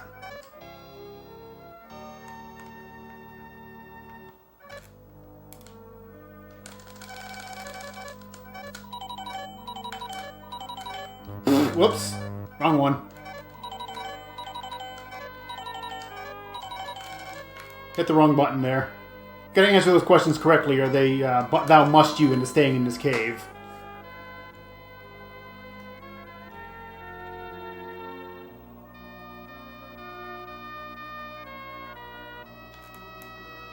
So she opens up, so this guard gets out of the way, so we can take this teleporter. This is going to take us to the very northern part of the continent on its own little island here. And this is probably the most overtuned area in the game. The encounters here are awful. They're worth okay experience, but not great. But these are literally some of the most dangerous encounters in the game. And I want nothing to do with any of them.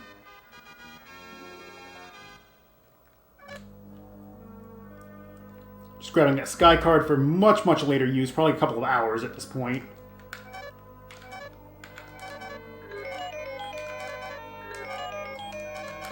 Gonna sell off those 2 pieces of equipment that I picked up.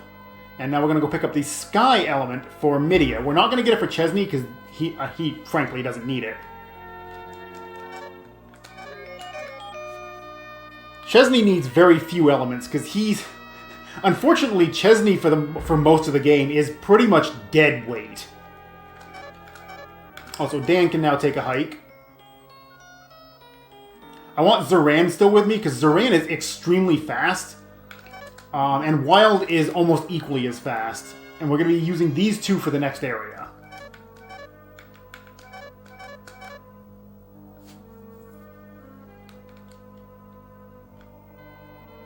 Yes, entirely.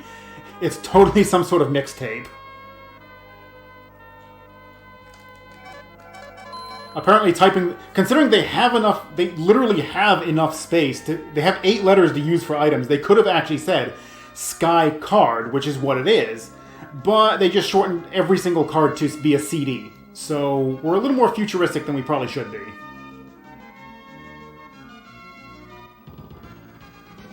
Okay, this fight, thankfully, isn't too bad, because the balloons take 3 turns to actually do an attack.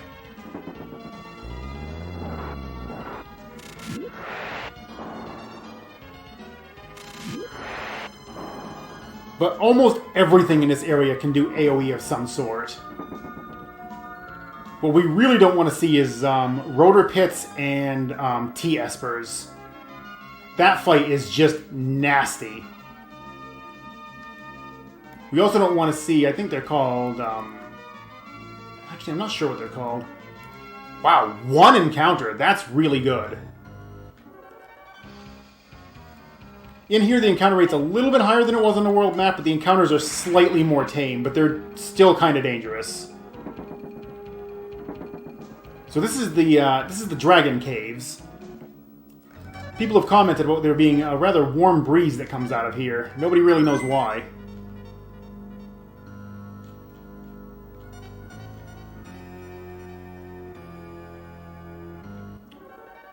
Also, I want to point out this cave actually has a unique music track to it. You don't hear this anywhere else in the game.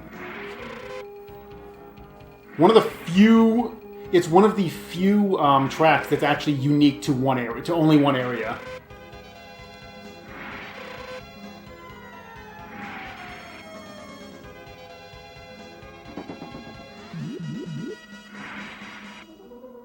Somebody please run.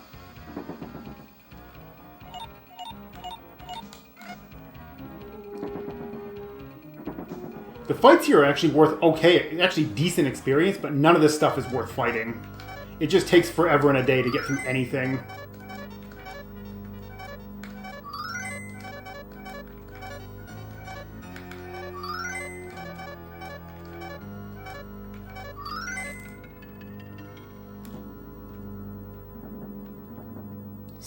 Oh boy, the secrets of the universe. I don't think we want to let Chesney have access to those. We saw what he did with the 10,000-year-old machine. He just stuck his hand in a groove and killed off an entire population.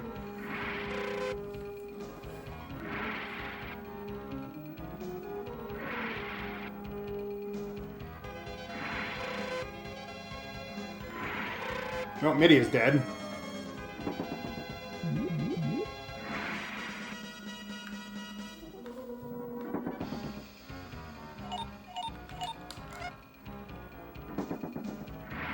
Would somebody like to run, please? Oh, Chesney's dead, too.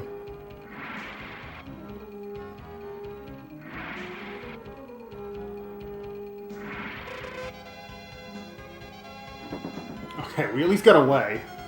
Gonna spend an age healing now, but I got away from it.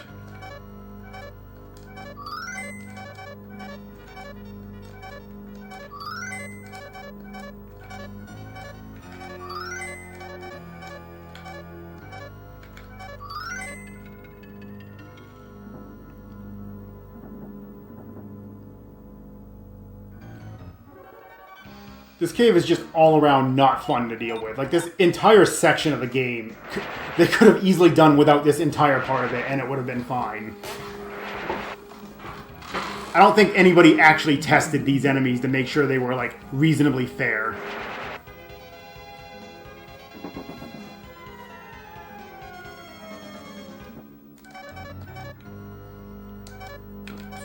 Miles Bottle's next.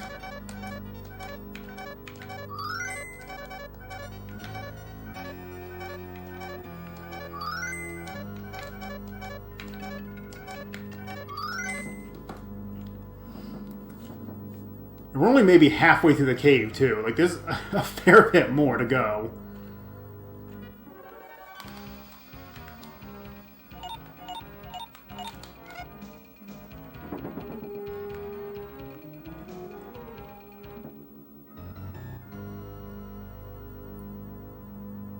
Oh my god.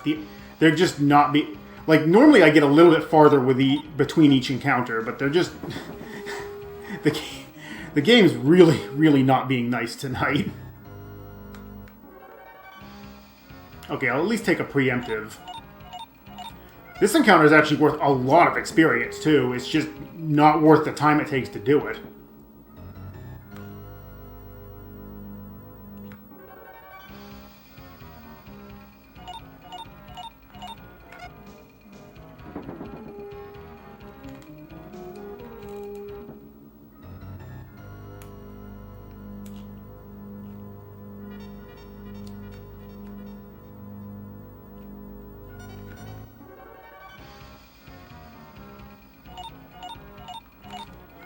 1, maybe 2 more encounters after this. Hopefully hopefully 1.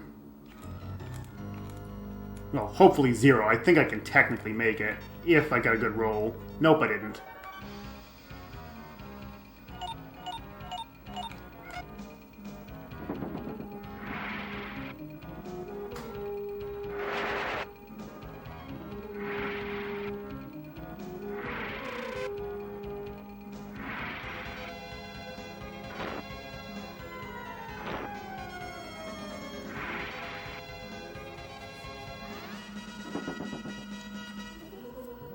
Alright, that should be the last one.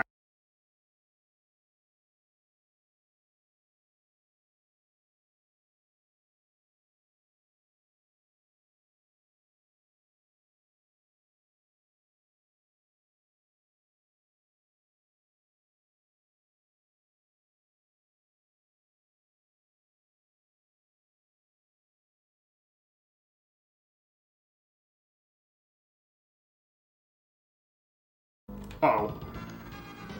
Oh boy. These worms are extra dangerous.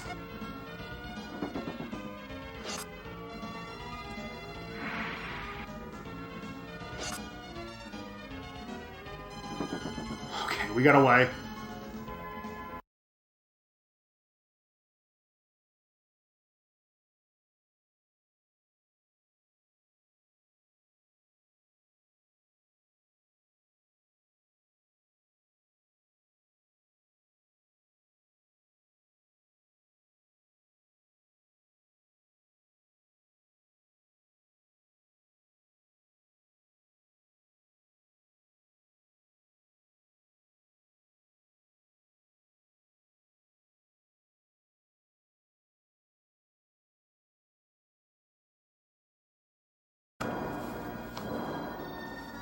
We pulled the sword out of the dragon's back, and now he's going to give us a ride to Sasquatch, where we can pick up our second piece of Cormu equipment. We got the Cormu sword, we still need the helmet and the armor. Also, we got a free refill because he turns into a puddle of water.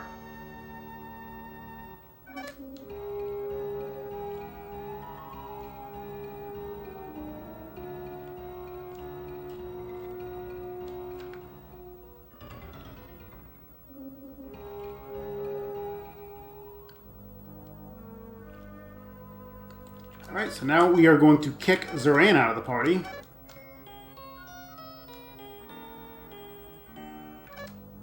We're going to recruit this guy. This is Fast Joe. I don't know what that's short for, but he's Fast Joe. We know that much. And Fast Joe is actually quite strong. Wow, he has fairly high attack power, and he has a weapon that hits an entire group, which is going to be very, very essential for the next boss.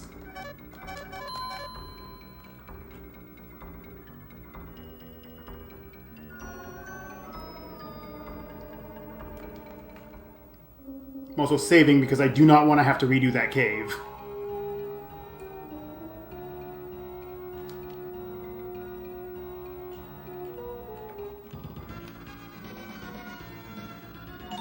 Okay, I will take it. I will absolutely take a.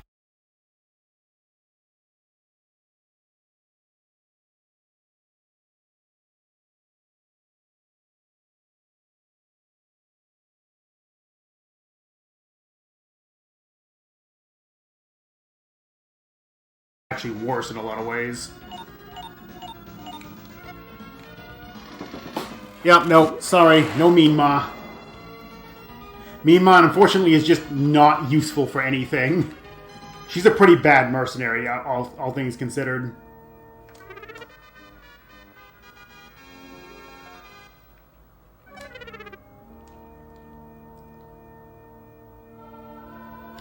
Doesn't really have any good AoE, doesn't really... Like, she just doesn't have any good anything, for that matter.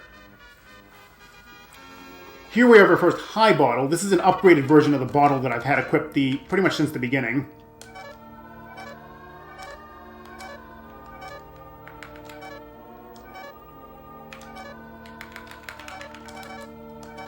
Heals for 800 instead of 300, which is going to start becoming more and more relevant as we go on.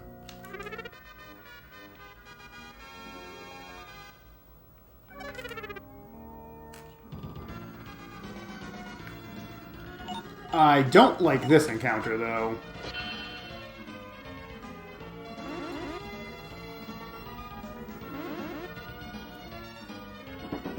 Alright, we got away. That's good.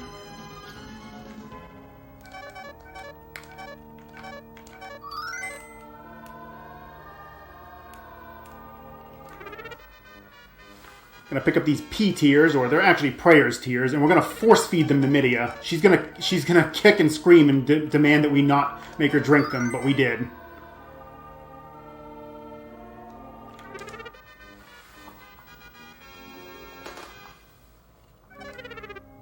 I'm sure they taste like salt. Maybe. We'll go with that.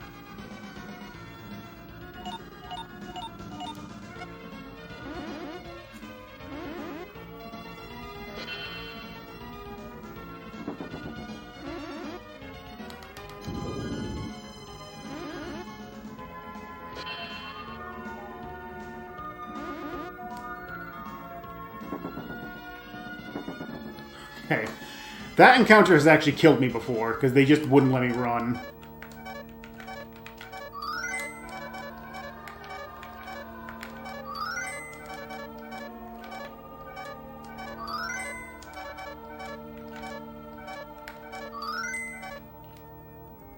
Alright, so here is our next boss. This boss actually hits not as hard as the last one. But there's a very specific way I need to deal with him. I need to rearrange your spells. So this boss can do one of two things. He can either physically attack, or he can clone himself. And the clones always have full HP. So the way we deal with this fight is we're going to wait for him to clone himself twice, and then just do nothing but AoE so they all die at the same time.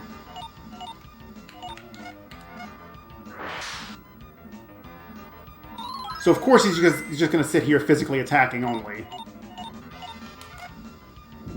Okay, there's one. There's the other.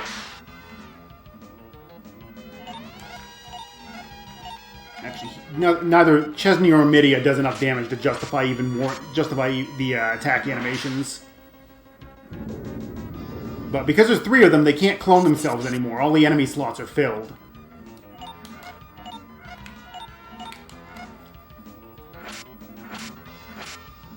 So now, as long as Fast Joe doesn't miss any attacks, they should all die at the same time, and this fight will be mostly a piece of cake. If you try to do this fight by just, going ham right at the beginning and trying to burn him down before he clones, he'll usually just clone on the first turn, and you'll be in for a very long fight.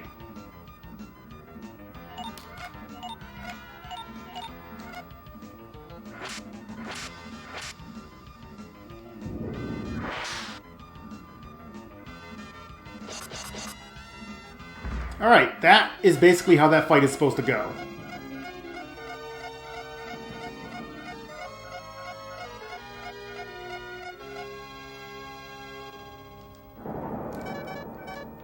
And he explodes out of existence.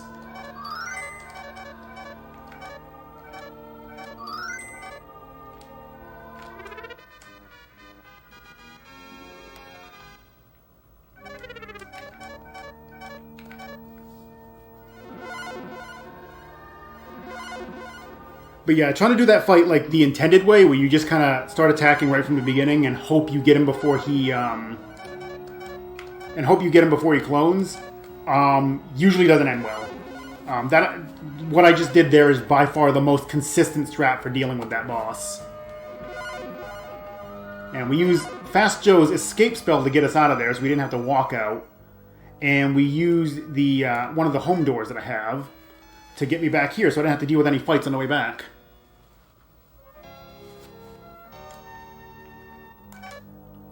And I need to sell a couple things off here. This is the easiest place to do it.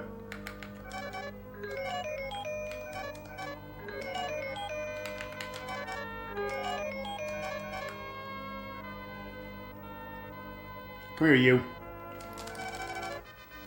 So if you talk to her before heading over to the Helmet Temple, she actually tells you where it is. That there's a temple to the east with the Helmet of Cormu. And she's like, I'll trade you actor's clothes if you show it to me once. So she does. So we go and get the helmet. She gives us the actor's clothes. And now we all look like Fast Joe. The rope network guy would not let us onto the rope network because he knew we were from Nasquat. And Sasquatch people hate Nasquat people.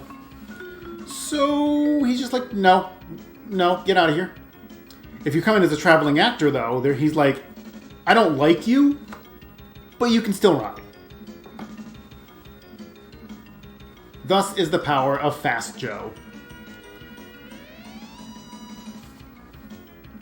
So we get a little bit of a break here while we wait for the rope network to get us all the way up there, aka the cable car.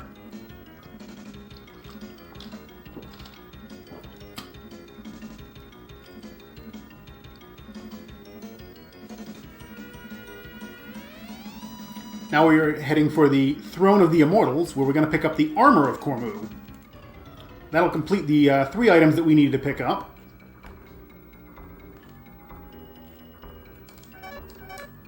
And from there, then we can go back and deliver them to Daphne.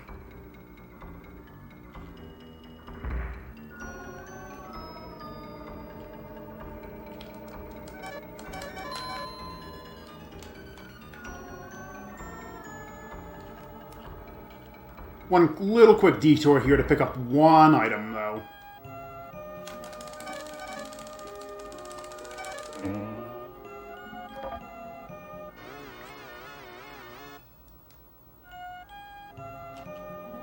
It's hidden in this wall. Because you would totally think to look in this wall to find that. Yeah, we don't question how that water works. It just does. Alright, so now we're actually climbing the Throne of the Immortals. We're going to go meet up with the Pilgrim Joanne, who's at the top of the mountain. Oh god, I encountered this quick. The encounters here are actually really dangerous. This one not so much because there's only 2 enemies, but there's some encounters that have like 11 enemies in them, and they can just ruin your day. So the save here is pretty much mandatory. Like this one.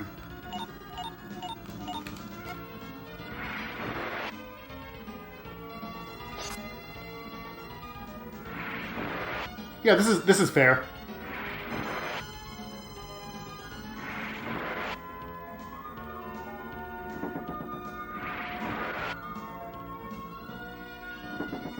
Alright, at least one of them got away.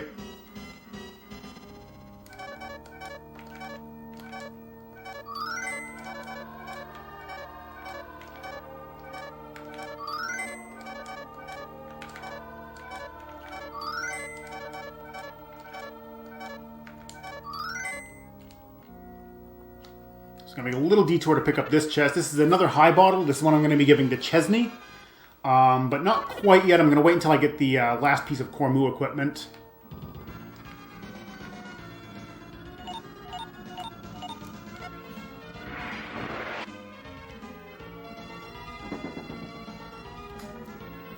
Yeah, the enemies in this game are no joke. Like, most random encounters have a better chance of killing you than most boss fights. Especially these ones.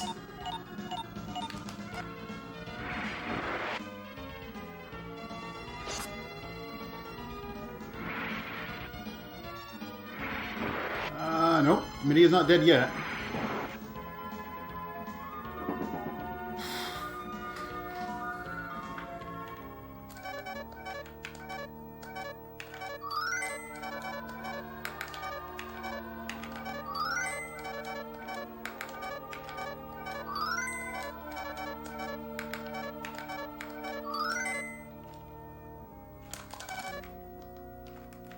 Alright, now I have the Armor of Cormu.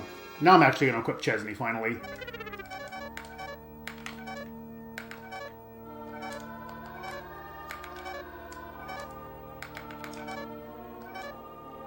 Boosts his defense by a little bit.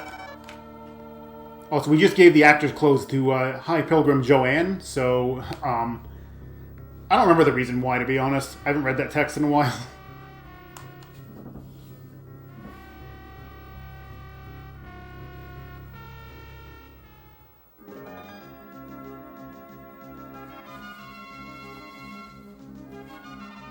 But now we're going to commandeer this boat. We're going to ride it all the way back. It's just convenient that it takes us right back to Daphne's cave. And, well, see you later, boat. It's going to end up out in the ocean somewhere.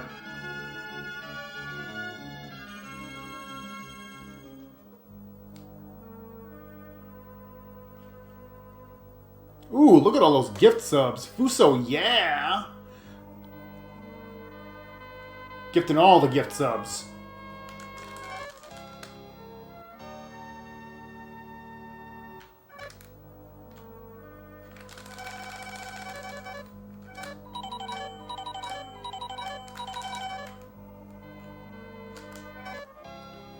Alright, so Daphne's going to send us on another quest. Now we actually have to go stop Zagos. So Zagos is like the big bad evil dude of Sasquatch who's united all the tribes against the entire continent of Nasquat. And this is really the first time you're kind of hearing about him. But he's a pretty powerful guy. And now we're being sent to go stop him because he's been building a new death machine, like the one we activated. We activated Dalgren at the beginning of the game. He's building Neugren. So we need to stop him from building it. So obviously the correct answer to the correct reply is to head down there and hit the machine until it breaks.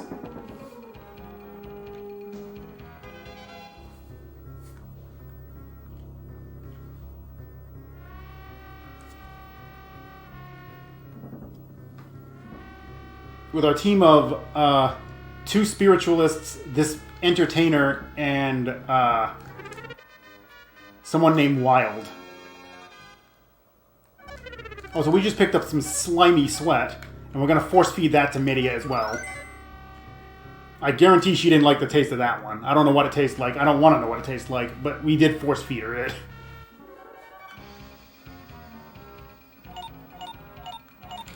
That's true. He does appear in the demo reel that I didn't show. I always forget about that, because I, well, never watched the demo reel.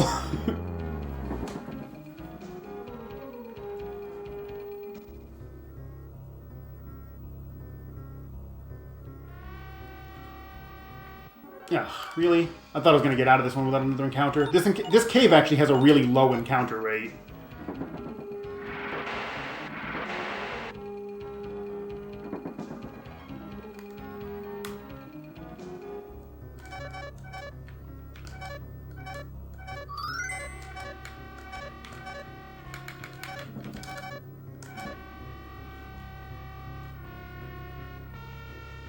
Alright, through the cave. Very short cave. So now we're back in Sasquatch. I'm going to make my way to the nearest town. We're just going to set it as a warp point. I'm not actually going to do anything in the town yet. You don't have to. You're supposed to gather like a little bit of information, and someone will tell you to go... the owner of this bakery will tell you, that in order to get rid of the stench of Nasquat, you need to eat some bread made of the Kiowa grain.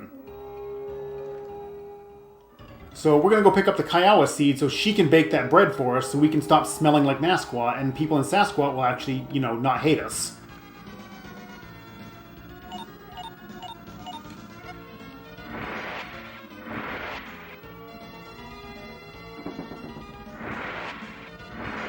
Yep, these enemies are also fair. 2 AoE attacks per round.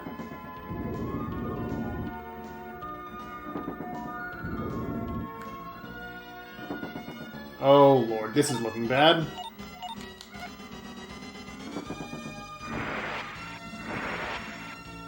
You can do it, Fast Joe? Nope, you can't do it. Chesney's dead. Fast Joe's dead. Oh, no he's not. Now he is.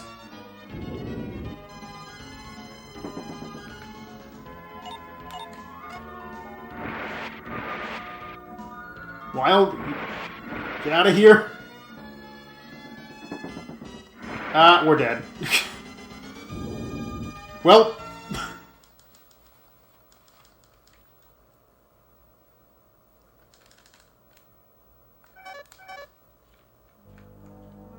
That is unfortunately how this game goes.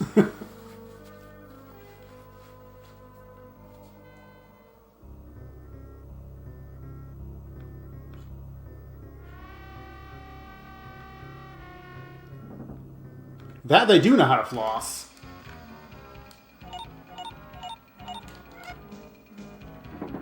Those T-Rexes have one of the best grins in Sasquatch.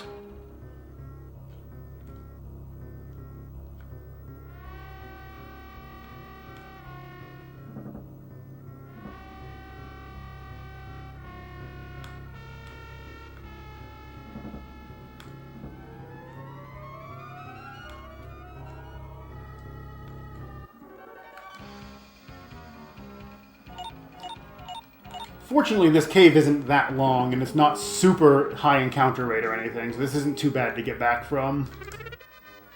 That was not, however, the place I was planning on, that I was expecting to die.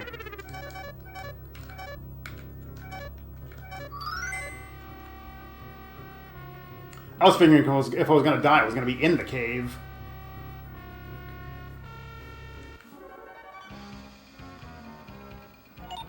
We're not in this cave, but the next cave.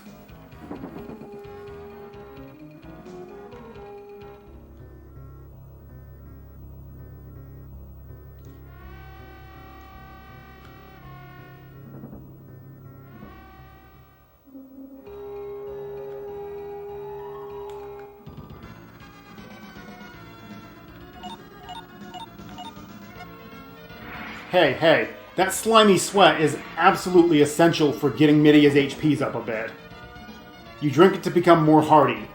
The taste is awful, we just kind of deal with that.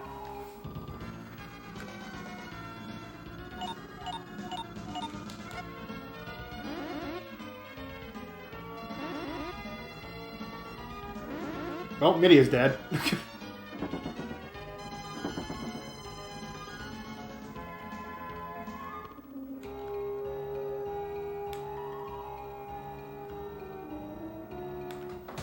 Really? Oh, these things. These are actually worth a lot of experience if you can kill them. The problem is they have ultra high defense and really high magic defense, and the odds of you being able to do any damage are like nil at this point.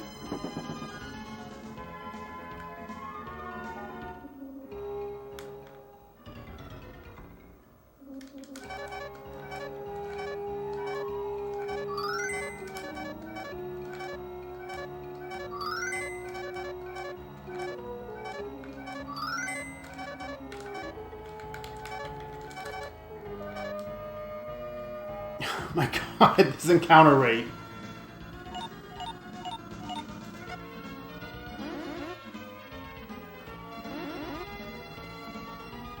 Well, Midia's dead again.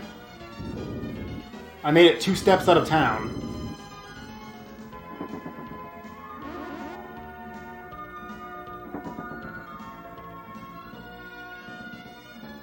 Okay, new plan of attack. We're gonna make a save here, because the game just apparently doesn't want me to get past this point. Normally, I don't have to make a save here. This normally isn't that dangerous of an area, but the game is really proving me wrong right now.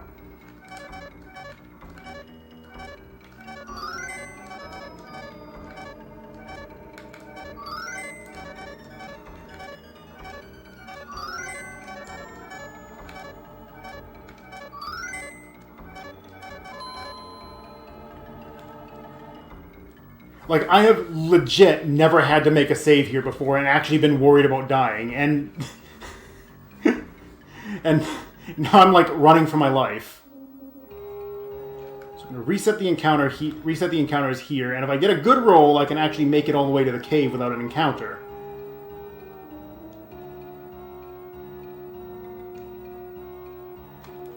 See? That's all I needed. They couldn't give that to me last time, though.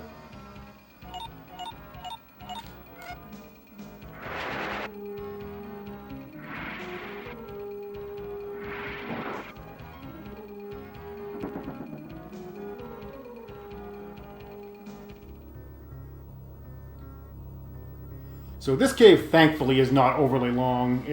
I gotta make one little detour here to pick up one extra item. That's gonna boost Midia's speed by a little bit, but that's about all I'm picking up in here outside of the main quest item. Unfortunately, those gust stools at the bottom don't actually do as much damage as, like, some of the enemies outside. Like, the enemy difficulty balance is just all over the place.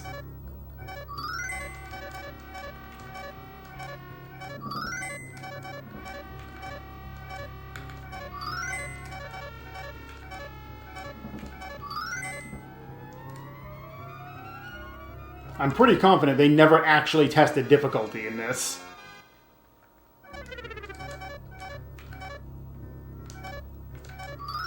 Oh, good. We got a 5 out of it. I want Midia's speed when I reach the end game to be as high as possible. She's going to be my main healer on the final boss. And I need her. I need to make sure she's going first, like every time.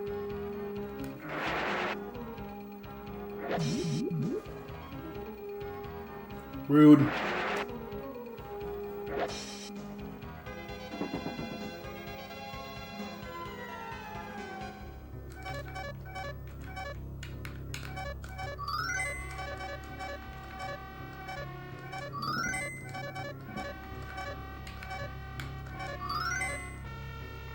Being a little overly cautious with the healing, just because these fights, if they don't let me run like right off the bat, I can take a lot of damage in a hurry and can easily end up game overing. Okay, we made it through the cave at least. We got the Kiowa grain. So we're gonna have Fast Joe use escape, and then we're gonna use that other home door I've had sitting in my inventory since the beginning of the game to get back to town, so I don't have to walk it.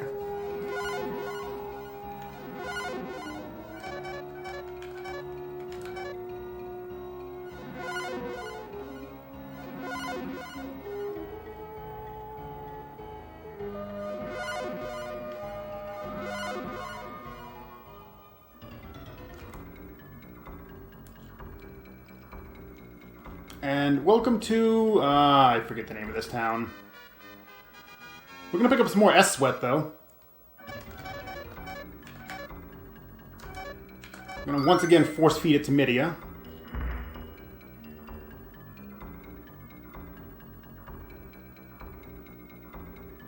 We're going to quickly stop in here to teach Midia a new element. We're going to give her the element of air this time. We actually need to give it to Chesney as well. But that won't come into play until much later.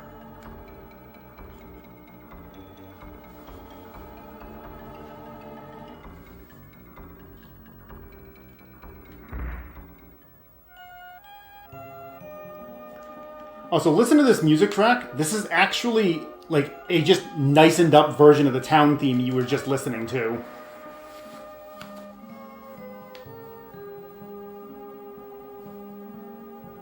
I didn't realize that until somewhat more recently.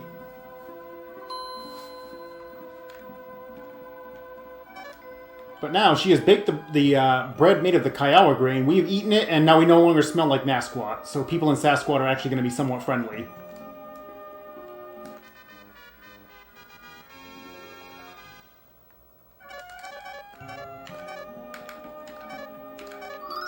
I'm going to start boosting Midia's air affinity now that she has that element. That's going to be very important for later on.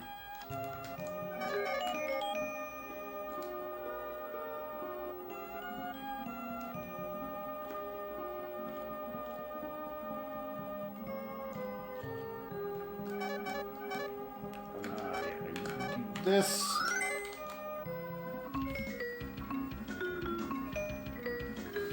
I mean, it sounds like a happier theme. That's what I'm getting at. I'm not necessarily saying that the music track is better. I'm just saying that it's a like more happy theme, happy version of the same song we've been listening to.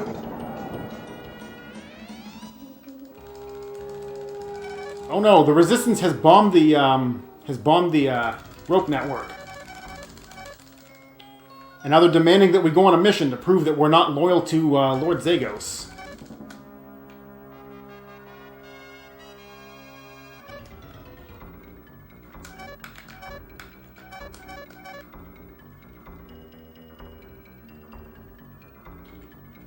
I know you fill up bottles.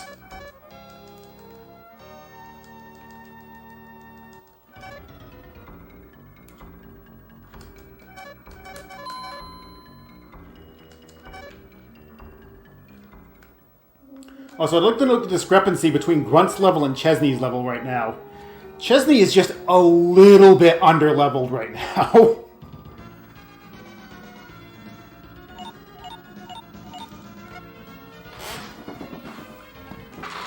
Like, they're really expecting you to have grinded Chesney and Midia up to, like, at least low to mid-30s by this point. And for the speed run, we leave them at, like, 10, 11. Because, unfortunately, they're just not really useful for much outside of heal botting. And the mercenaries can handle everything else.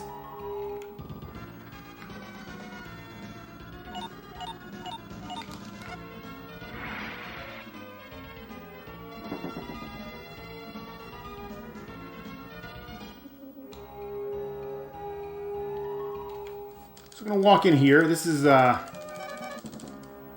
town of Consciuto. Chill forces her way into the party right here at the start. Whatever mercenary is farthest back in the party lineup gets forced out. So we lost Wild, but that's fine. I didn't want Wild anymore anyway. I still want Fast Joe. Fast Joe is going to be extremely useful in the not too distant future. Because Fast Joe has a spell that I haven't really talked about yet, because it hasn't really been necessary yet. Because the last boss I didn't want to use it for, because it didn't really help, because I needed to make sure I was damaging all of them evenly. But the next boss, I don't have to worry about that. So Fast Joe is going to be like MVP against the next boss.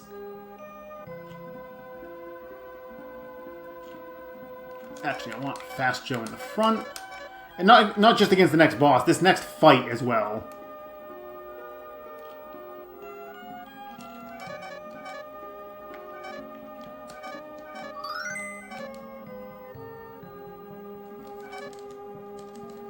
So Grunt here is going to free the other member of the Resistance. Chill's going to realize that we're members of the Resistance, and she's going to fight us. Chesney is going to stand there and look pretty.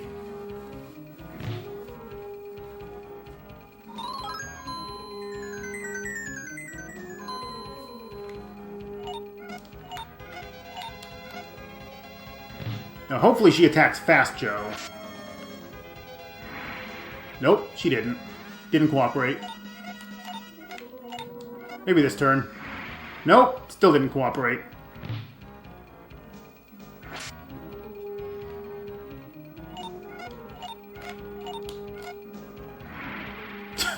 She attacked everybody but Fast Joe.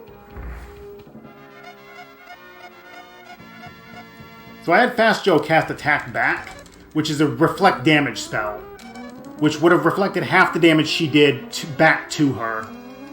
Against the next boss, this is an amazing spell. Also, get used to this sound. We're going to be hearing it for a little bit. Who likes sirens? Because I know I sure... no, I don't.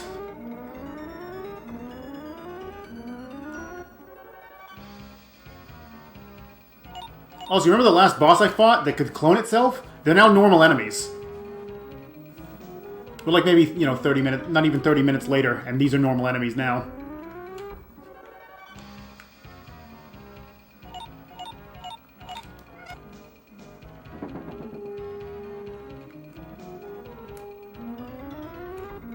Get out of the way. Beep beep. Also say hi to the Priest. Totally not a mistranslation or anything, or misspelling.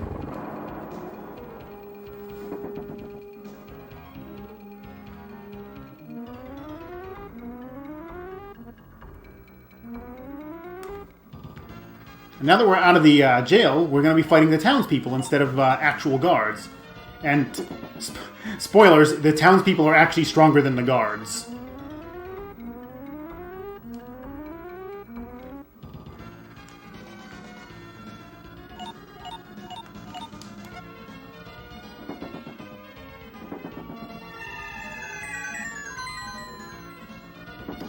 Somehow that girl crying confused Chesney really, really badly.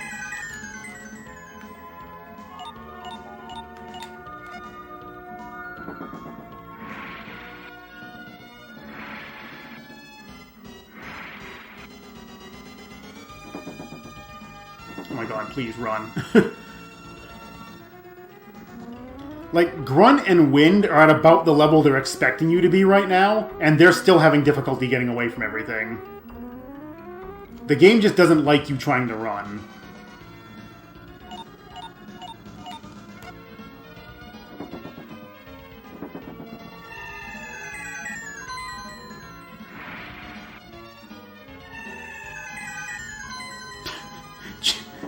I'm pretty sure that attack is like a level-based attack, because Chesney's the only one who ever gets hit by it.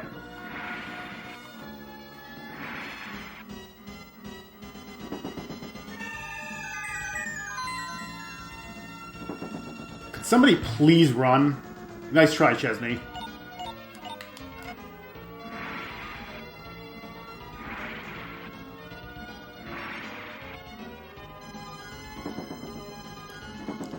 Oh my god, can somebody please run?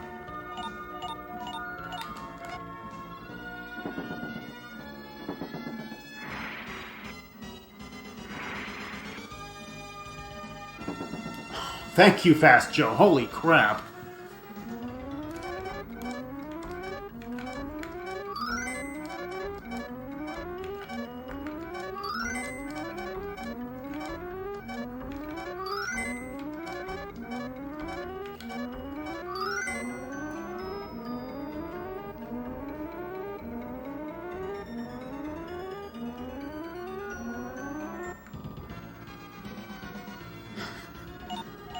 So the first fight we saw butchers and widows, and all we've seen since then is just girls. There's two other enemies you can see here. We might see them on the way out, we might not. Get out of the way.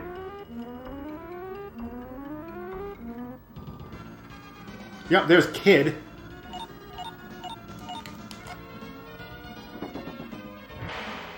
Kid just explodes spikes at us. I don't know where he got them, but he does. He can also cry and call a widow.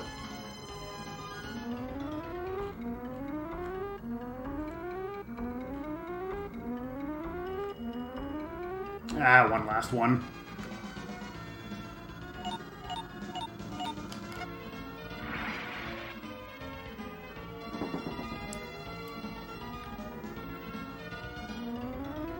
We didn't see the one other enemy that was in there that's just called Boy.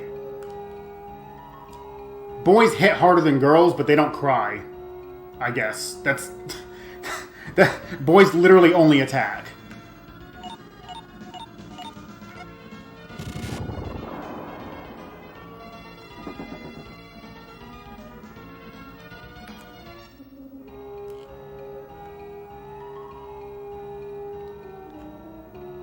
Oh yeah, you can absolutely kill Kid. The Kid's trying to kill us.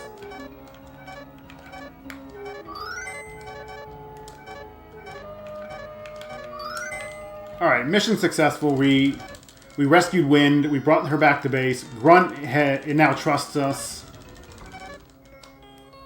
They're both going to leave the party. We're going to get Midia back. I healed with Grunt's bottles because he's leaving the party for good.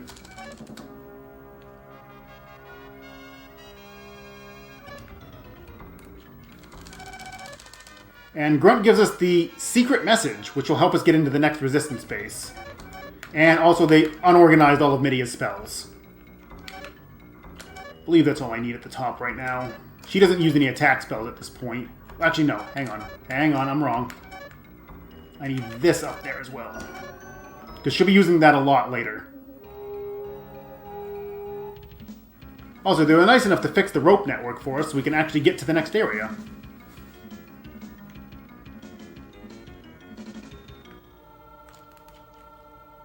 So now we're going to be visiting the town of Karen.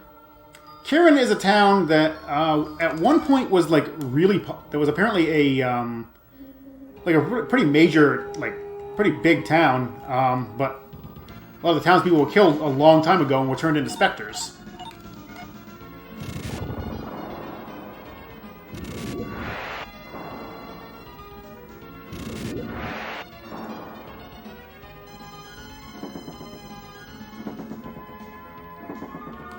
I also might regret not saving back in that cave, because usually I don't get an encounter here.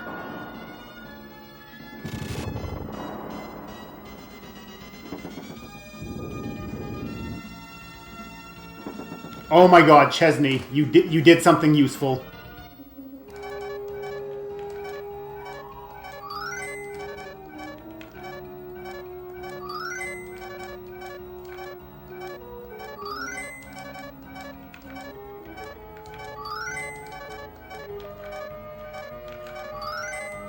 Please make it to town. Okay, so yeah, those these like black and white statue things. We're gonna walk. You're gonna see one here in the upper left-hand corner. These are specters. They're basically vengeful spirits from a long time ago that are really mad at humanity. Except this guy, he joins us. He has no magic, but he is a really, really good tank. So we're gonna just let him soak some damage for a little while.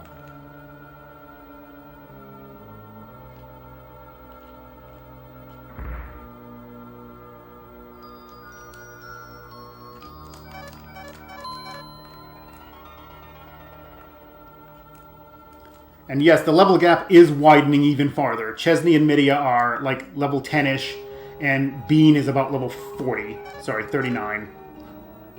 They're really expecting you to have leveled a little bit by this point, but we don't need to.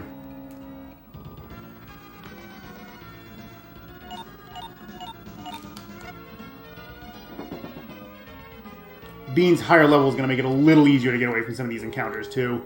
I would have actually ditched Fast Joe already, too, if it weren't for the fact that he's just so useful for the next boss. But I pick up that, not because I want to equip it. As usual, I'm just going to sell that thing off. That thing's actually worth a lot of money. Also, that enemy at the bottom of the screen there, you see, it's called a Sleeper. They can run away from encounters, and there's a unique property in this tower that when one of those runs away, it'll start following you. If you get 6 of them following you, you fight an unrunnable enemy called a Big Boss. The Big Boss can drop a weapon called the Gomatai, which is the most powerful weapon in the game. We don't go for it because, 1, it's not needed, and 2, the Big Boss takes a long time to kill and actually does a lot of AoE damage per turn.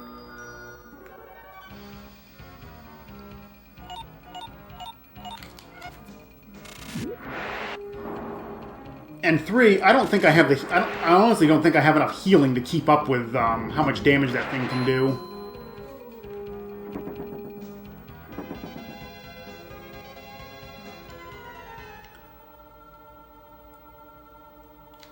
But now we're climbing this tower because there's the glowing seeds up here. I don't know why they're in this tower, but they are. But we gotta go pick up the glowing seeds because we were told, well, we weren't told because I didn't talk to him, but we were told by the innkeeper that who happens to be the resistance leader in this town.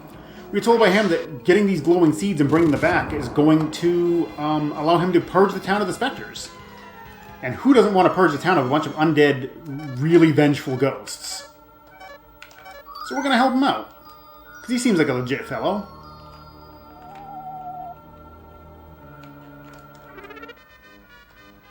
Picking this up for later use, maybe about another 30 minutes. Not even that, if everything goes well. Okay, skip that chest.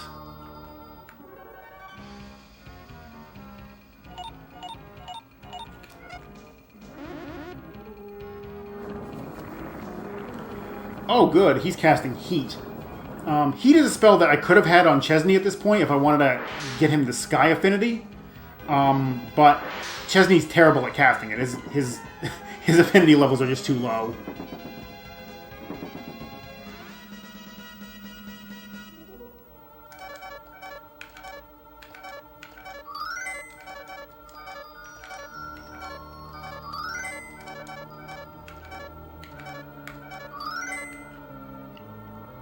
Okay, I do want to pick up this chest.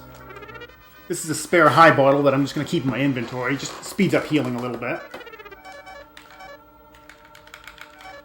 Move it to the top of the inventory so it's a little easier to access. I'm going to drop down this hole, and here are our glowing seeds.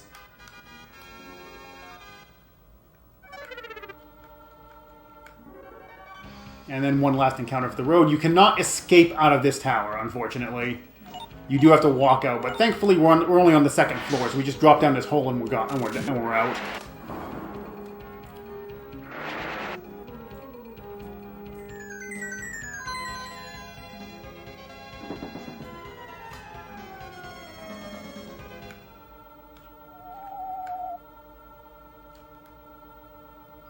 And good, no more encounters.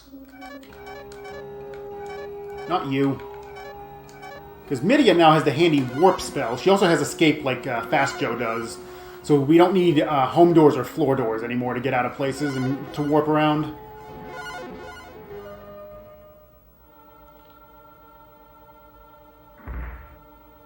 Alright, so now we're going to talk to the innkeeper. We're going to give him the glowing seeds.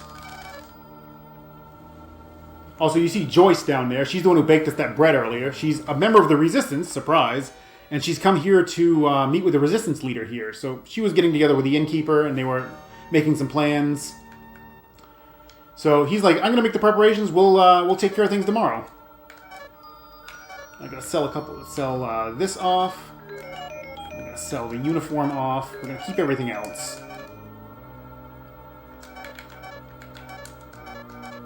Fast Joe is going to take point.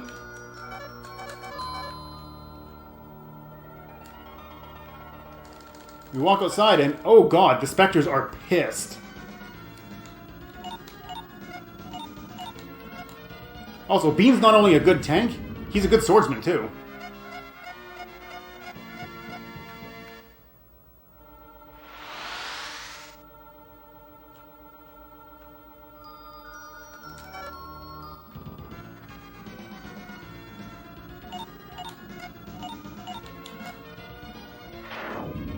Just gonna let him take care of these hoods. Oh, you would do AoE.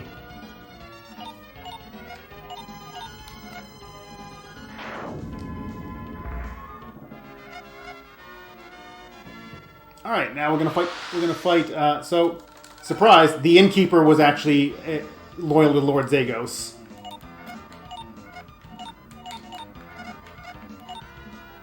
Strength up on Bean.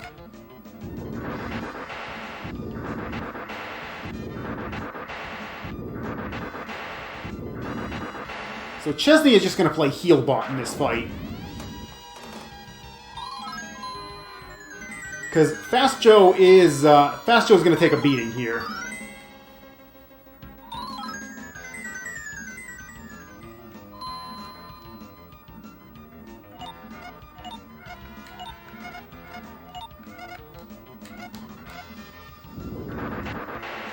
And by hitting Fast Joe, he's hitting that attack back spell, and he's going to reflect all this damage back at him.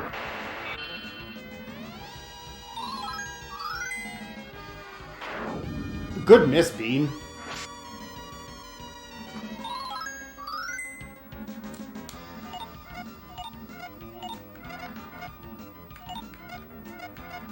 Nope, cast that.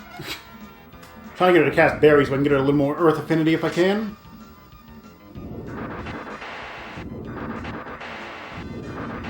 Oh, so this is the master of Rocket Punch.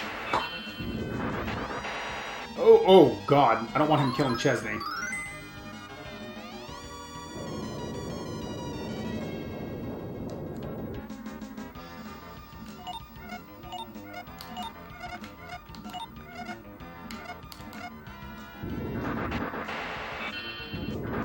Well, Chesney's dead.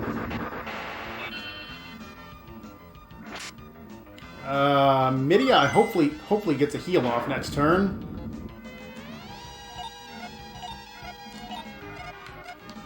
Just gonna switch Midia to being healer.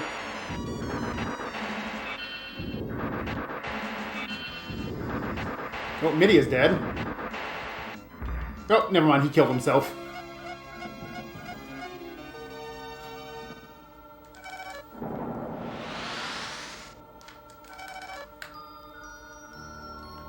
And that is the power of attack back.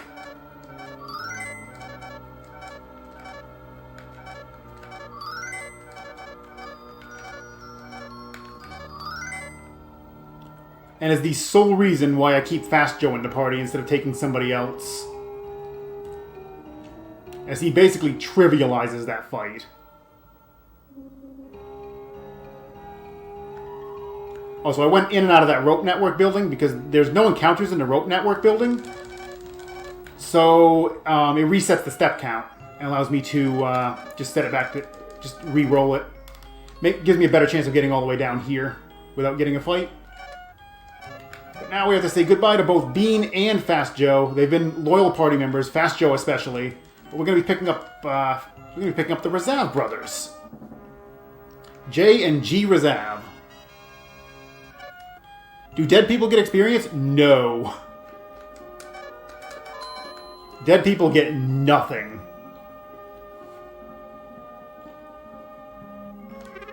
Gonna quickly pick up this combat spike. You would think sock, but you'd be wrong.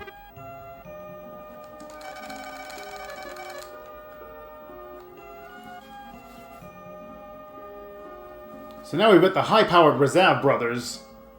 We're gonna use them for the next little bit. Also, we ditched another boat. It's gone.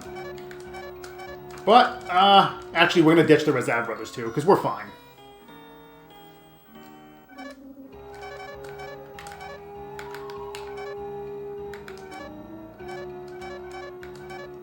Now we're going to rehire them. Because this makes total sense. But G left us at level 20 and came back at level 55.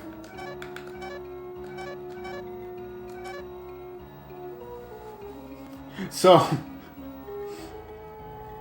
the game kind of expects you to take them from the hideout and use them to the next area, with G being massively weak. And then if you re-recruit them much, much later, because they're forced out of your party in the not-too-distant future, the game expects you to wait until after that point to re-recruit them, but if you just ditch them immediately and then use an S-Tavern to get them back, it thinks that you've done all that, and it just gives you the superpowered G. And he is one of the best mercenaries in the game.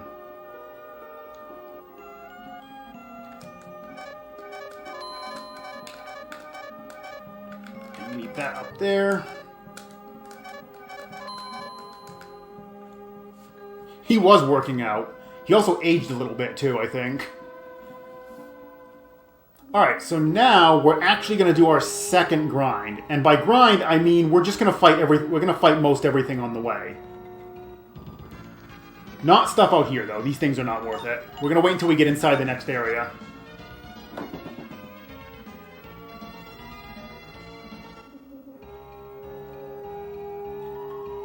Because for the next, not for the next boss, but for the boss after it, Chesney and Midia both need to be in like their low to mid 20s to have any chance at surviving it.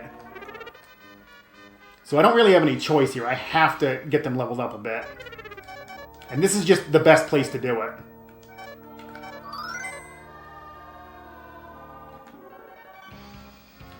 These fights, however, are not the best place to friggin' do it, because these can do a lot of damage in a hurry.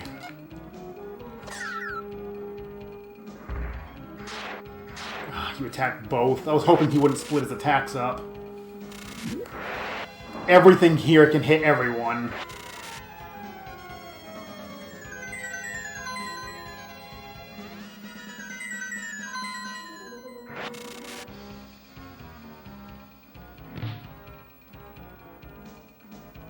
I'm just going to run from this one. Chesney and Midia are not going to survive it. There's no way. They're going to die on that turn because everything's just going to do too much damage.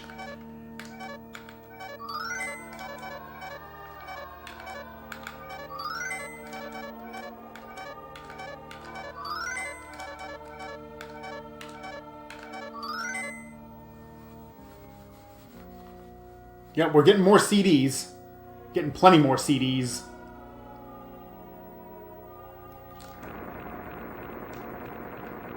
The encounter rate in here is also really low, which is both good and bad, because I actually kind of do want fights. Okay, this is a good fight.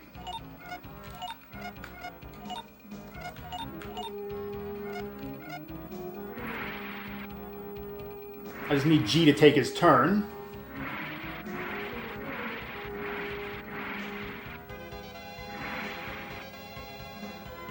No, G is level 55. The enemies, you are not expected to be level 55 at this point. And yet he's still not going first.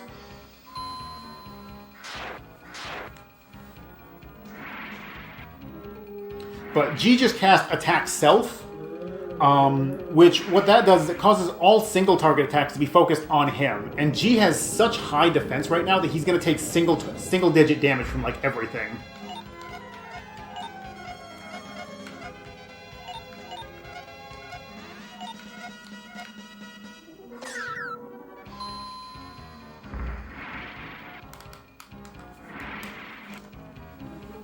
Oh yeah, Chesney right now is complete and utter dead weight.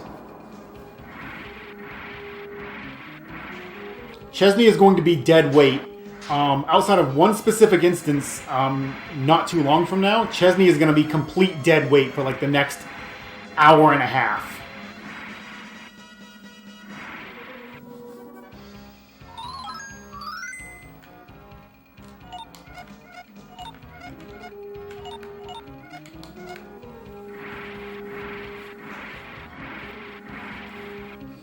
But a lot of these fights are actually really easy once I get Attack Self running, because nothing can do any damage to G. It's only AoE stuff that ends up being a problem.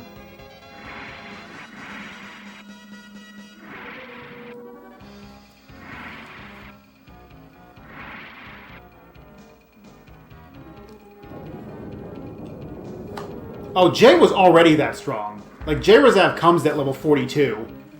Like, he's always that strong. G, on the other hand, starts at level 20 when you first recruit them, but if you dismiss them and re-recruit them, he comes back at level 55. And he's, like, a force to be reckoned with. It's not intended behavior. Well, it is intended behavior. They just intend for you to do it much later.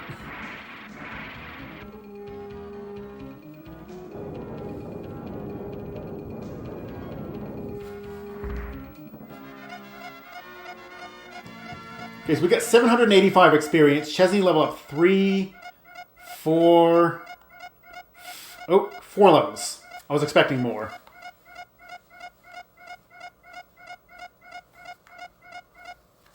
So I just caught them up a little bit.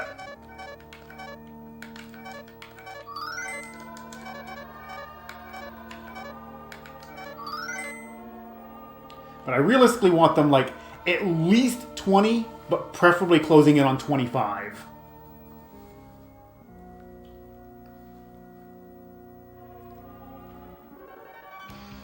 This fight again. I'm gonna try and get one berry off. I might be able to two-shot those things at the bottom with it.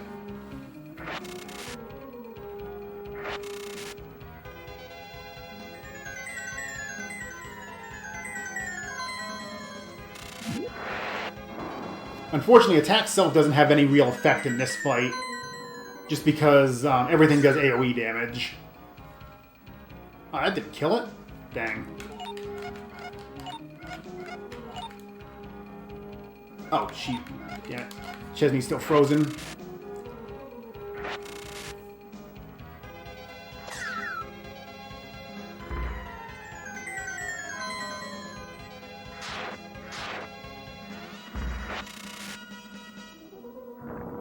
Oh, that's not what I wanted to see. This is going to hurt Midia a lot, because she has, like, no fire resistance.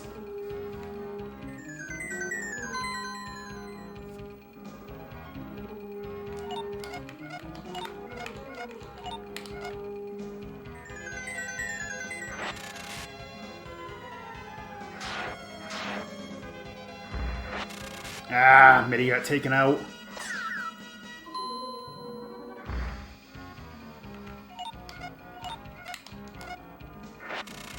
This fight's just a little difficult to deal with sometimes. I was hoping you hit that second one, because that one hadn't attacked yet.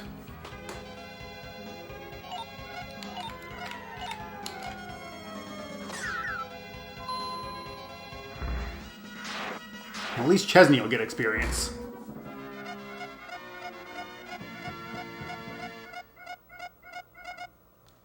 What did I get? Not used to getting drops here. I got another water CD. Nice.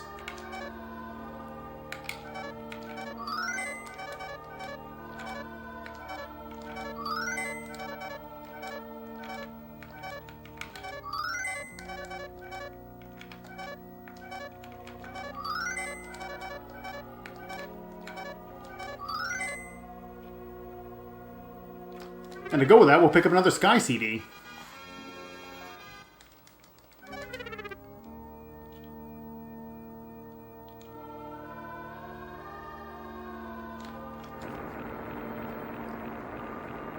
So I've been having kind of good and bad luck with the encounters right now, because I really want to see encounters. Okay, strike first is good.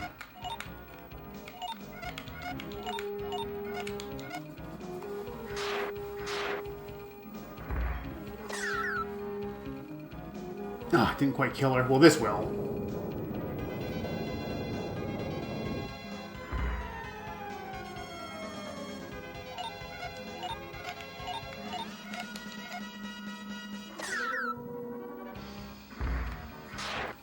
Oh yeah, we've been multiple leveling up like almost every fight.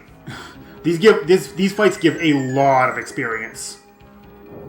This is like the first really good grind point, primarily because you have the Rezav brothers and they're so powerful right now.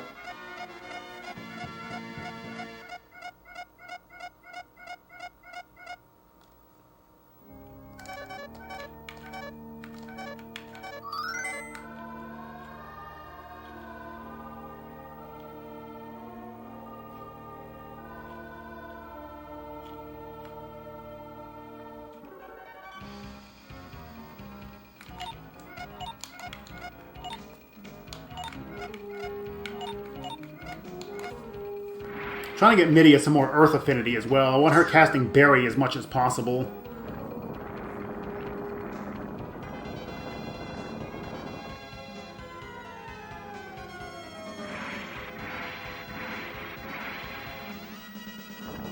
Oh, I really wish they wouldn't cast that. That's like the worst thing they can do right now.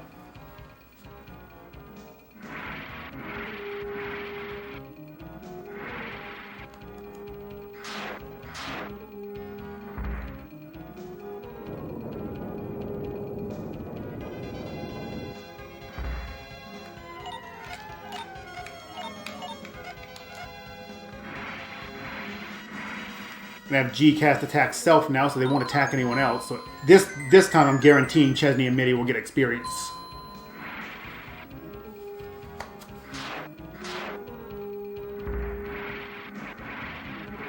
I'm gonna have Midia use Sophie's Crown to just get her HP back, so I don't have to do it after the fight.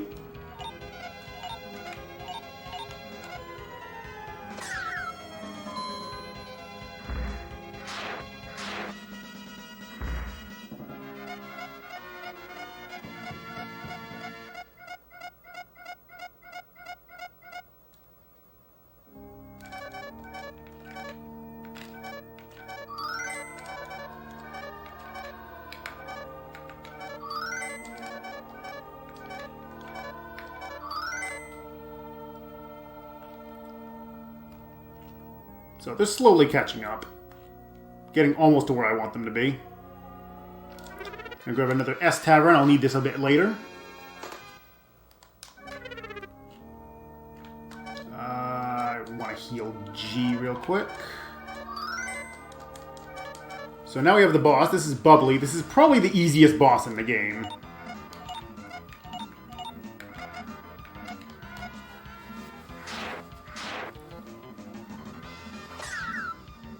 Especially when G does that. His sword can randomly stop enemies, and it works on this boss.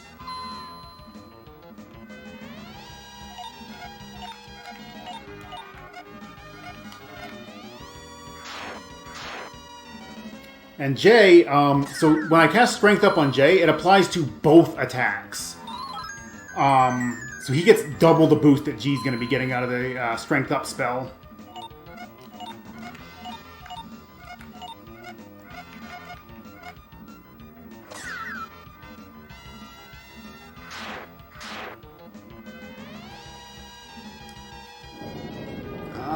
No, that doesn't hit here. I forgot. That doesn't quite have the animation to hit it right.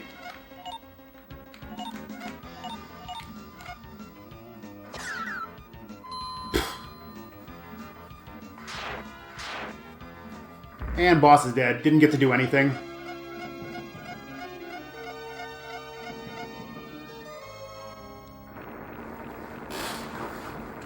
That's a great boss when it works like that.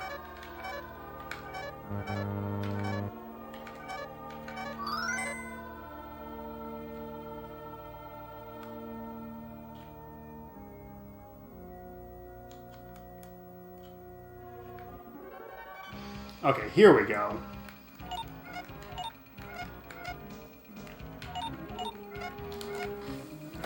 This is the fight that gives the most experience.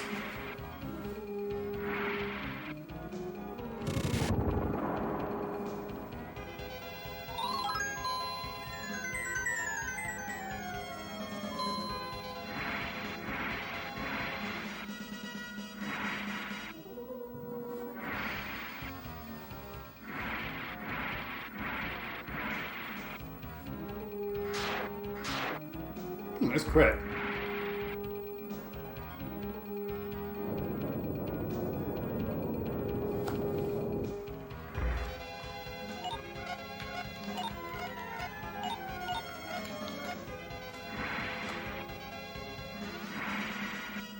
So long as those guys at the bottom don't do too much AoE, this fight's actually free because they only have single target attacks outside of the fish at the bottom.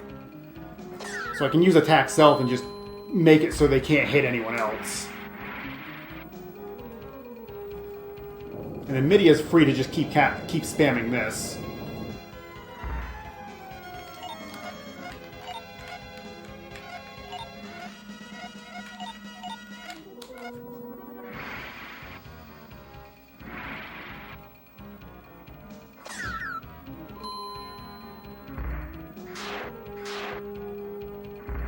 Midia's attack should be enough to finish this.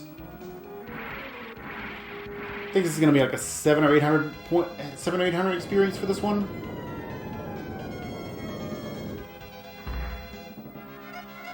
Oh, 585. That was lower than I was expecting.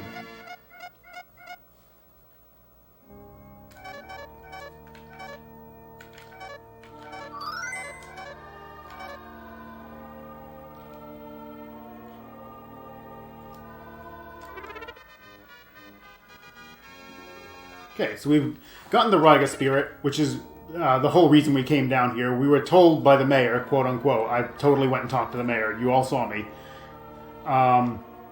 He told us to come and get the Spirit of Ryga because they're holding a celebration for Lord Zagos, and they wanted the Spirit to be present at the.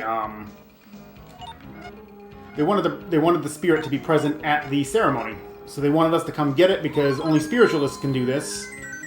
And he noticed that we were spiritualists. So he's like, hey, could you go do this? And we said yes, because we're idiots.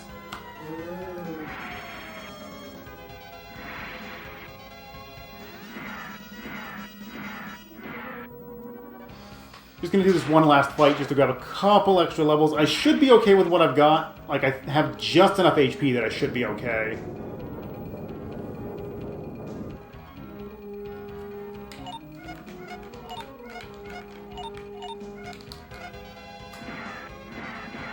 This should net me one extra level for both of them, which will put me in mostly comfortable range.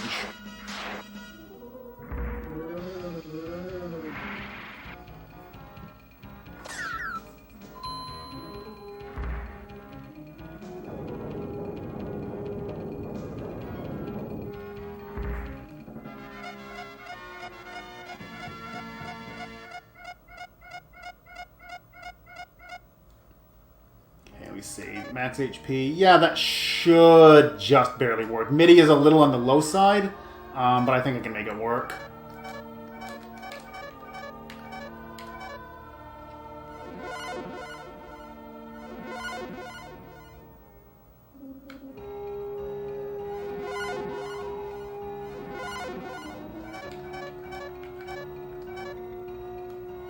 It's gonna warp back to town, so I have to fight anything else.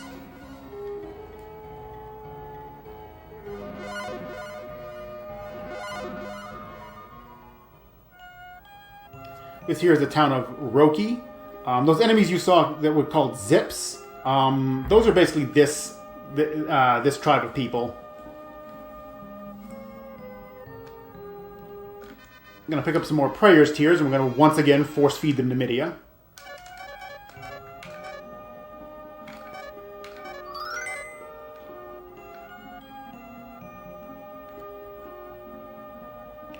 I know, right? That would actually be useful. But unfortunately, there is not. Gonna pick ourselves up yet another water CD. We're saving these for later, for somebody else. And we're also going to quickly pick up this battle cutter. This is also going to be sold. Probably won't need the money from it. Like, the way I've got this set up for marathon routes, I usually don't end up needing to sell it, but better to have it than to not have it.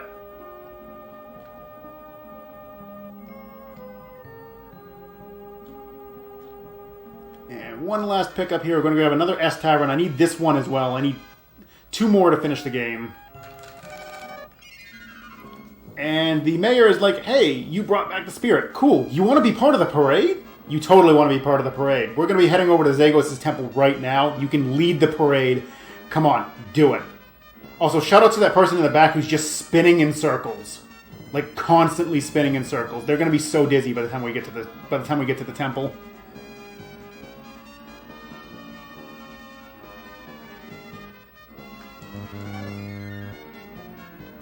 So here is Lord Zagos standing up here at the top of the fairgrounds here. And, well, he saw through our ruse. He knew we were coming, and he had a trap planned. Dropped us down a pit. We fell unconscious for some amount of time. He took all the Cormu equipment that Chesney had equipped and drained all of our bottles. So we can't heal. And our mercenaries, I don't know where the heck they went. They just kind of pieced out. So here's Lokiarn.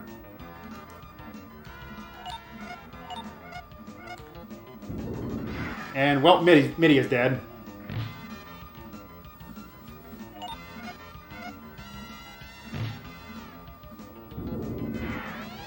Oh, good. He two-shotted us.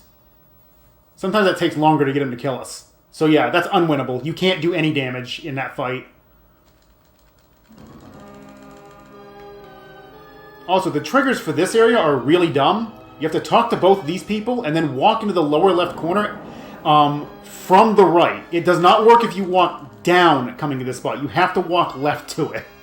That's the only way it works. And now we're going to recruit this guy as well. Fiery joined us. She's a member of the Resistance. And then Chen is going to join us. He's a karate master. He is going to be useful. Not like right off, but he's going to be useful nonetheless. Also, this guy is also a member of the Resistance. He's going to fill up our bottles.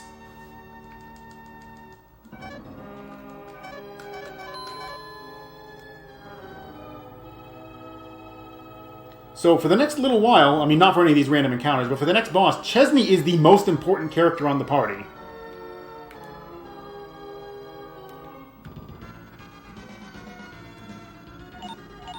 Because he's the only one who can actually do damage to this next boss.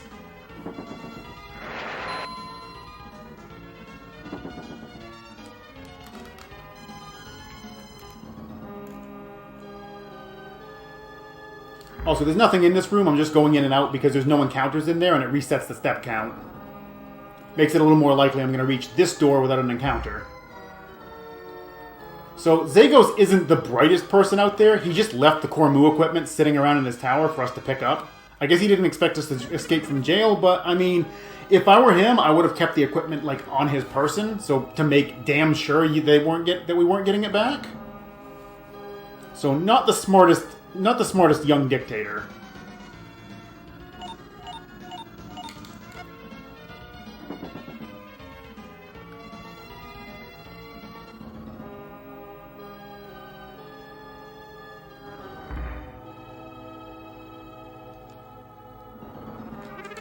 Second piece. We need all 3 pieces, and then we actually have to equip everything on Chesney. Like, he is going to be physically attacking for the first time ever. Outside of trying to punch Lokiarn, but we don't count that because he couldn't do any damage.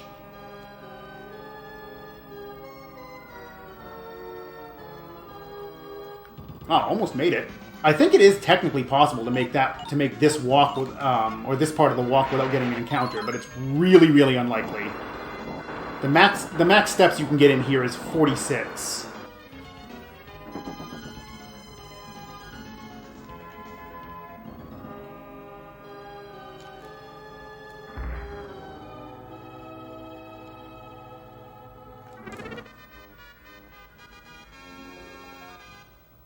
Alright, we've reobtained all of Cormu's equipment, so now we're actually going to equip it. You know, I'm going to equip that combat spike I picked up earlier. Now, for this next boss, only Chesney can do damage to it. And in order to do damage, you have to have all 3 pieces of Cormu equipment equipped. Not in your inventory, literally equipped. If you don't, you do 0 damage.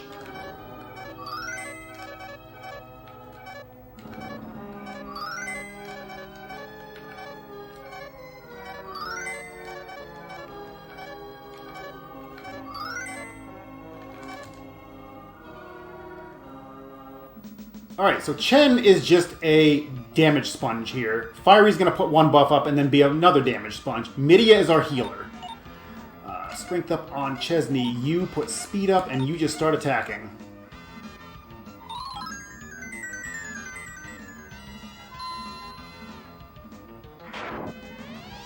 So it'd be like, I believe, 6 rounds to kill it at that damage. Lokiarn thankfully isn't terribly fast, so Midia will usually get healing off before he goes.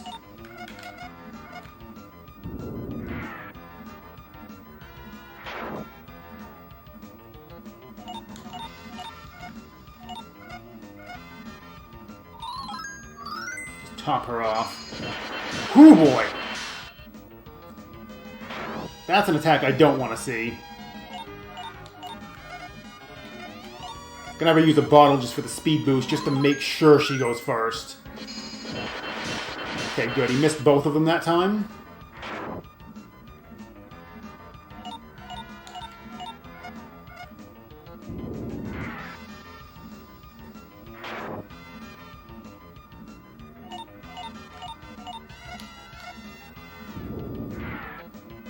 Ooh, Chen bought farm there. Well, that was still a clean fight. And Chen dying gave Midia and Chesney more experience.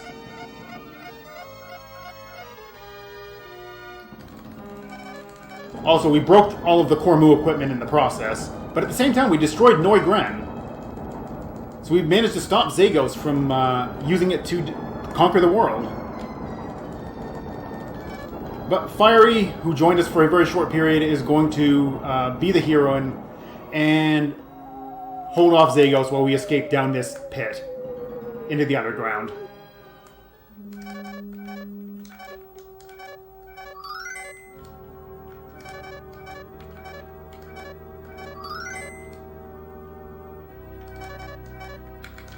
Oop, nope, not her. Also, the Sophie crown that we've had the entire game that Midia came to us with, basically, is the key to opening that door.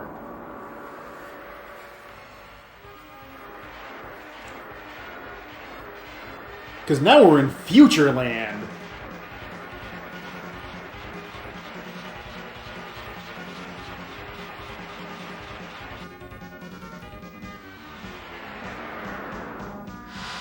Where everything is high-tech and there's machines, and this is totally an ancient civilization because nobody from the future actually has stuff like this. It's all in the past.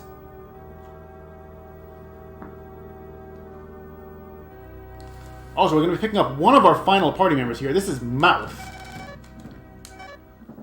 He is going to be with us the rest of the game. He's an extremely good mercenary. He also joins for free, which is great. And we're going to burn those water CDs on him.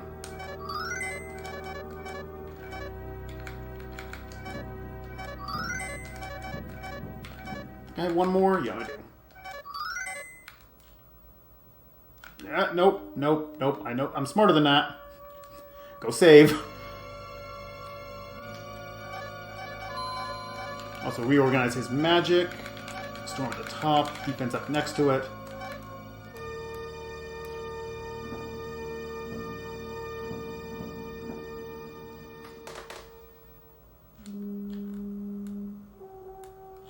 Yes, totally from the Goonies. So his actual name in the Japanese version was Richter, which makes a little more sense. But we're guessing when they translated it to English, they translated it as Liquor, and we're like, no, we're not naming him that. How about Mouth?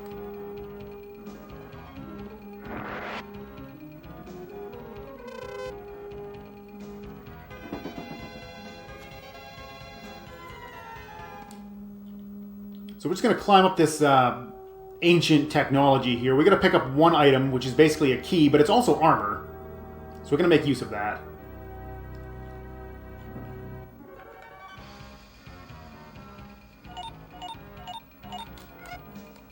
Well, I mean, to be honest, that being flat would make sense if it was actually cut in half by a couple of swords.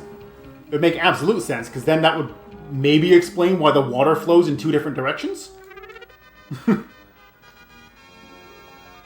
So here's Sophie's gown. We're going to actually equip this on Midia. This is the first piece of armor she's actually going to equip since the beginning of the game.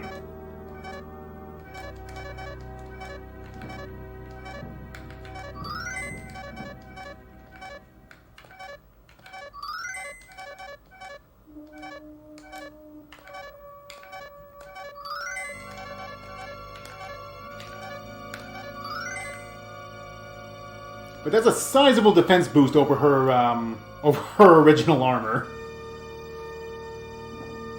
She's going to be using this for a little while, but not for the rest of the game. There's actually a piece that's actually better than it.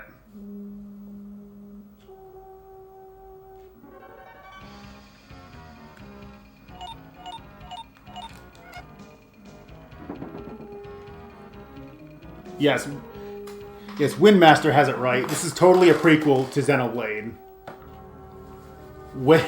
A massive prequel made by a completely different company, but we don't talk about that.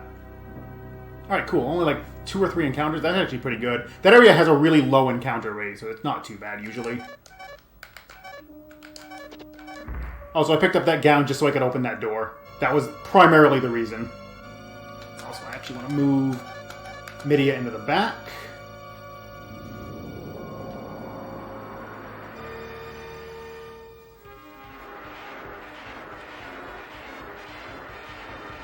We're going to take another, I don't know what to call these ships. Like, they're not rocket ships. Not sure, I'm really not sure what to call them. They're just like ancient travel transport ships, maybe? I'm not sure.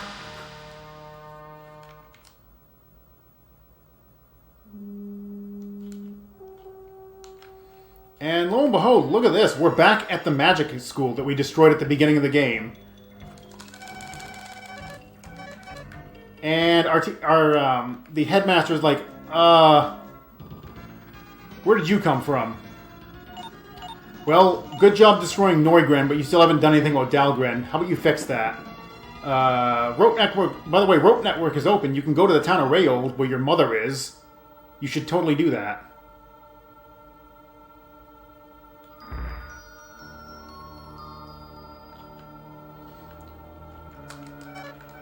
Alright, Chen, you are going to take a hike temporarily. We're going to bring him back. He's actually going to rejoin us here relatively soon. But one of the mercenaries that told me off at the beginning of the game, because I was just a kid, will now actually join me. Hawk is going to be my other final party member. He is single-handedly the best spellcaster mercenary in the game. He's going to be helping very, very heavily with the grind and with the final boss. Also, this town that we're in now, everybody's dead. When we reactivated Dahlgren, it literally just ended up killing it. Slowly drove everybody mad and killed them.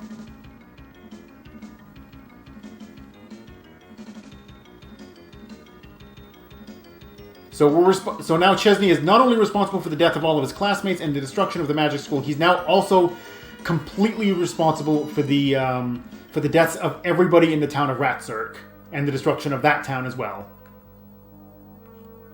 All of this at age 13.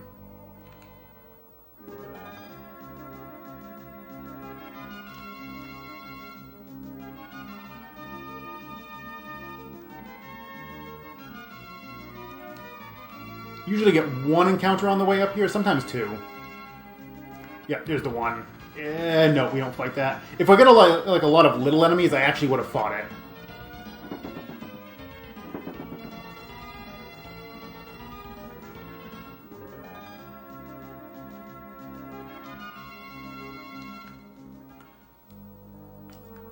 Alright, so here is the town of Rayold. This is Chesney's original birth town. His mom is in this house here. She's going to be so excited to see him because she has not seen him since he took off for the magic school. They're now reunited. She's really happy. We spent the night here, so we get a free refill.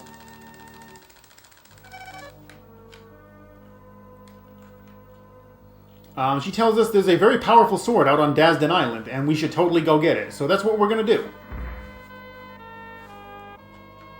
Gotta get permission to use the Boat. We're going to pick up some more slimy sweat and force feed it to Midia.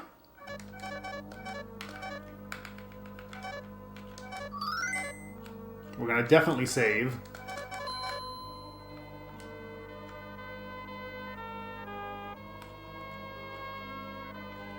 And we're going to borrow this boat. We actually have control over this one. Alright, so hardest dungeon in the game coming up right here. I'm going to walk in. Oh, wow, I actually got an encounter in here. Well, spoilers, this isn't the hardest dungeon in the game. This is a joke.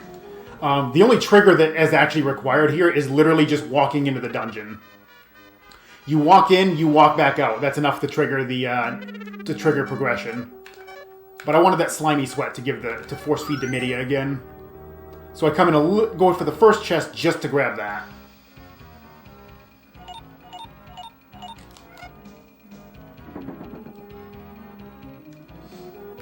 Usually I don't end up getting an encounter in here because the ocean encounter rate is really, really, really high.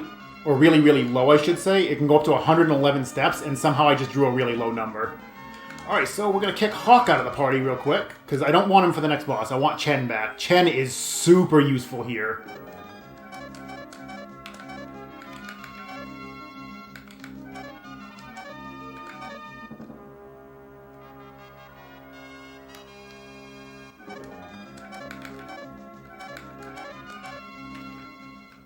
And oh no, the town is on fire. Zagos has raided the town for the second time in like the last 100 years. This guy, you can see this charred corpse here, unmoving, dead. Like not even subtle about it, just like dead. No, no, go left. Stay there, stay, good. Alright, now boss time. Okay, this guy's kind of a joke. Also, we're going to use the power of foot here.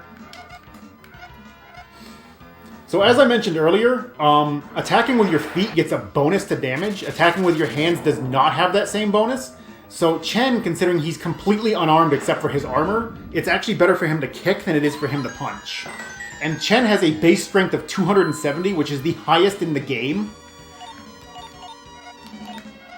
So we're just going to be doing a crap load of damage with him because the Strength Up spell boosts your attack power by 1/4 of your base strength value. So he gets a large boost from that.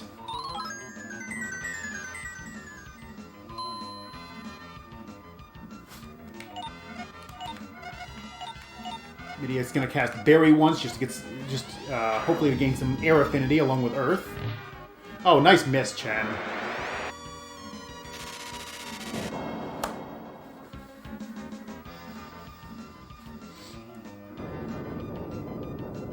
Doesn't do a lot of damage, I just wanted to cast it once for the affinity boost.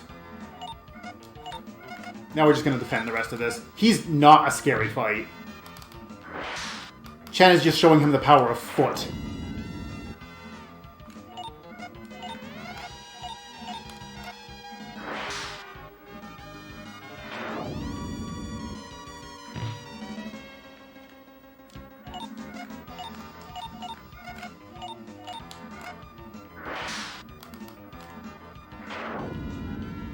And he's dead.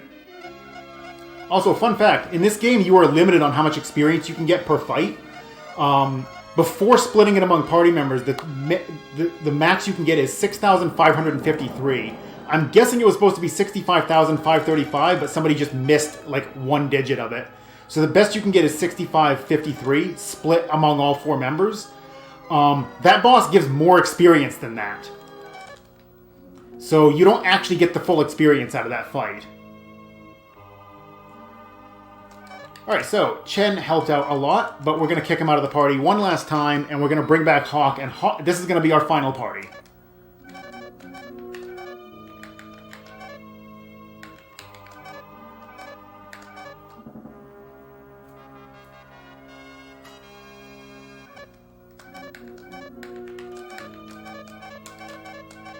I do definitely need to heal up a little bit here. So this is the grind. This is where normally I just stop when I hit a certain amount of money, or about when I hit level 42 or so.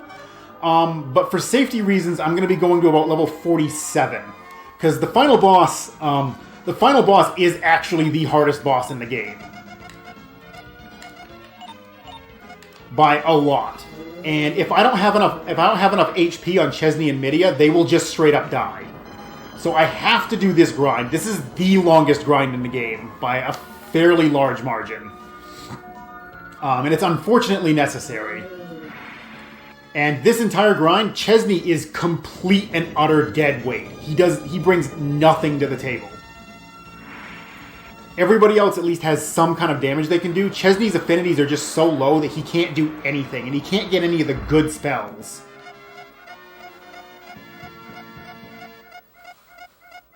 But we're going to level up relatively quick for a little bit anyway.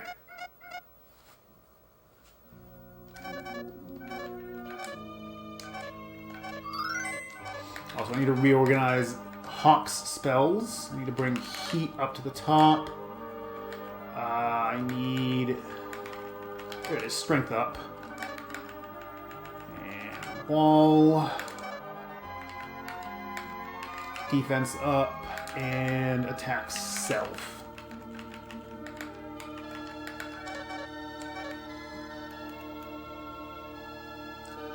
So, we're going to go kind of around the world. The grinding spot is right here on the ocean. These are some of the best experience per second encounters in the game.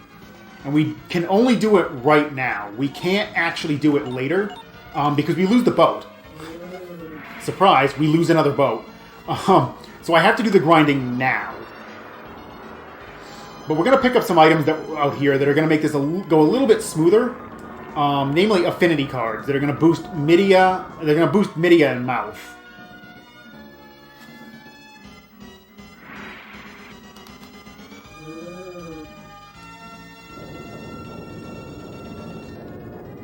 Yes, there is a Chesney solo boss. That is coming up in a little while.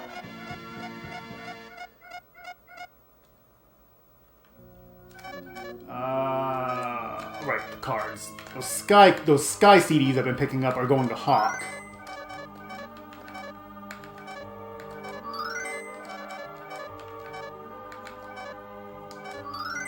Wow, we got 5... what was that? 545? That's pretty damn good. Also, we're going to pick up this Giga Bottle. We're skipping over the Mega Bottles. Both Mouth and Hawk have one equipped. And we don't really need them for Chesney or Midia. But the Giga Bottle heals everybody to full. And those are going to be immensely useful. Eventually I'm going to actually equip them, but not quite yet.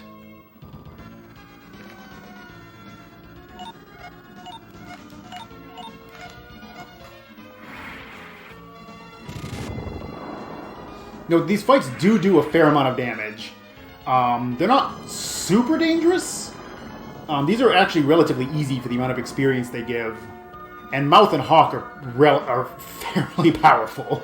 So, they usually aren't that bad. It's mostly just a matter of, at the beginning of the grind, whether or not Chesney and Midia survive the fights.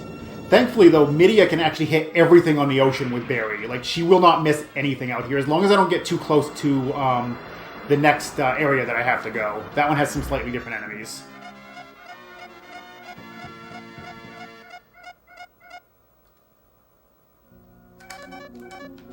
That Giga Bottle is going to speed up my healing time, because now I can just use one of those and everybody gets healed.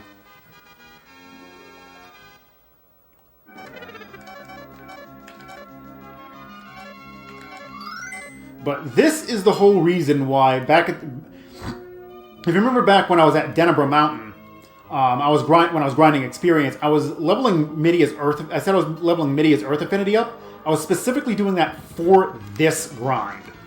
Because the more earth affinity she has, the better the damage on Berry. Because that uses earth and air as its elements. And I needed earth, and she starts with a lot of earth affinity, but the more she has, the better it is starting out. And I mean, realistically, I only need Mouth, Hawk, and Midia to be doing damage here. Between the three of them, they can take out anything. And eventually, when Midia... Wow. Nice freeze there. Eventually, Mouth and Midia will actually be enough to handle almost every encounter out here.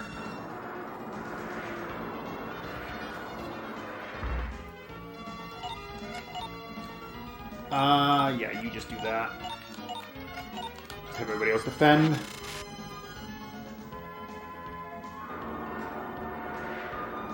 But I'm looking for Chesney and Midia closing in on roughly 1,300 HP. They don't need to hit 1,300, but they need to be at least close to it. And even then, like, the game kind of expects you to be, like... The game expects you to be, like, in your mid to upper 50s by the end of the game. That's kind of what they're looking at, and we're not going to be that. We're going to be upper 40s on Chesney and Midia. And we're just going to kind of make it work.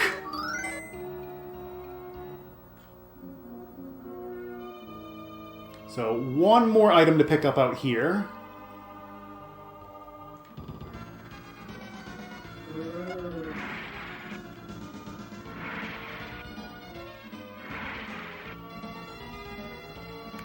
Ooh, nice big pack. I think this is going to max the experience out.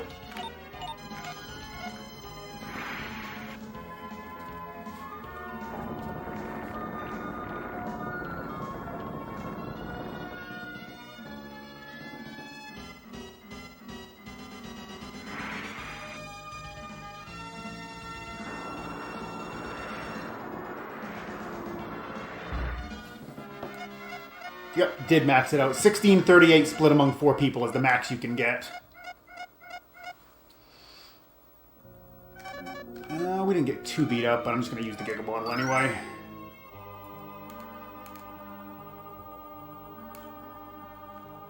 I think this is the right one.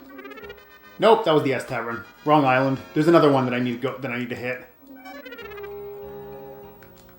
Down here. I always get these two islands mixed up. It's this one.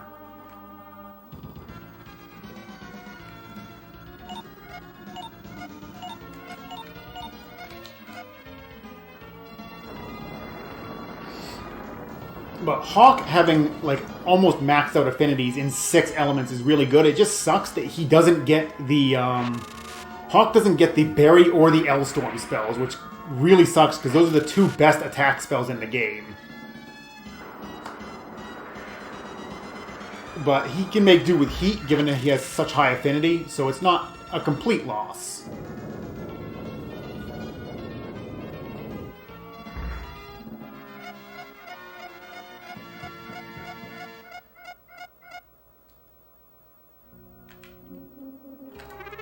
Pick up one more Earth card. We're going to give this to Midia, just to boost that up a little bit more.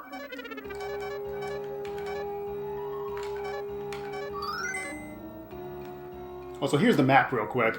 We're that tiny square where the dot's kind of flashing.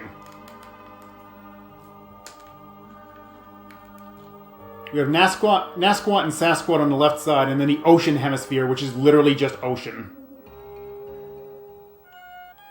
I'll pop in here real quick. Gonna rest up, he's gonna fill up our bottles, and then we're gonna continue the grind.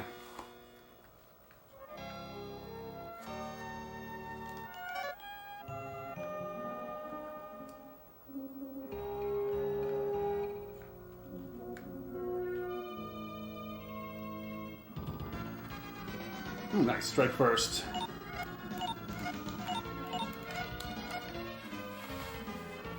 Those crabs are probably the toughest enemies out here. They actually have the highest defense.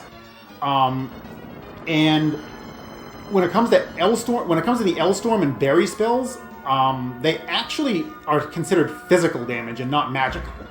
Most spells compare against the enemy's elemental resistances. These 2 spells do not. They actually compare against their physical defense instead. Which is why they have much higher base damage than all the other spells.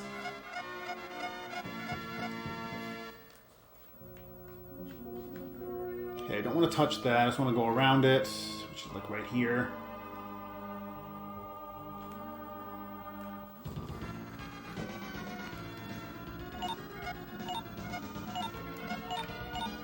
Keep trying to cast things with Chesney because I'm used to just holding left on this. I tested out actually getting Chesney the Sky Affinity and having him cast Heat during this grind, and it doesn't help. He's so far behind in affinities right now that he just doesn't... Like, by the time the grind's over, he's still not even doing, like, moderate damage. He is literal dead weight right now.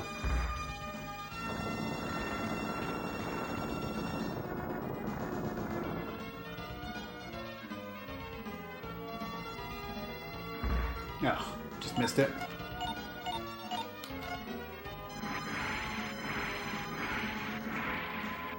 Actually should be kicking him with Hawk. Nice miss. Fine. Hawk, you can finish it. Finish it with a boot.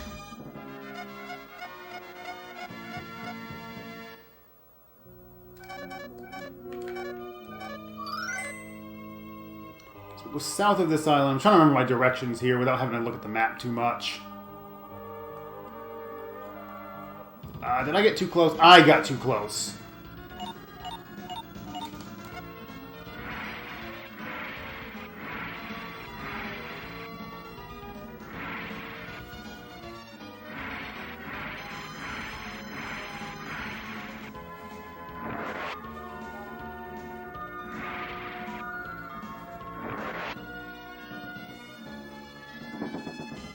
This is a fight that I want no part of.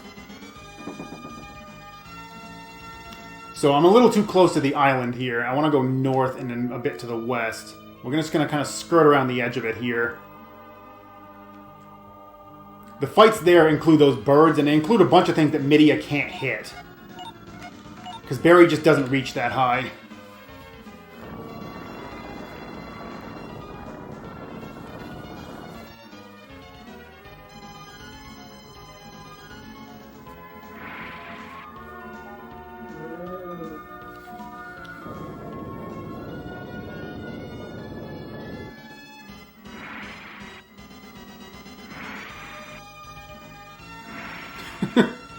I mean, you're not wrong. That was totally Steven Seagal.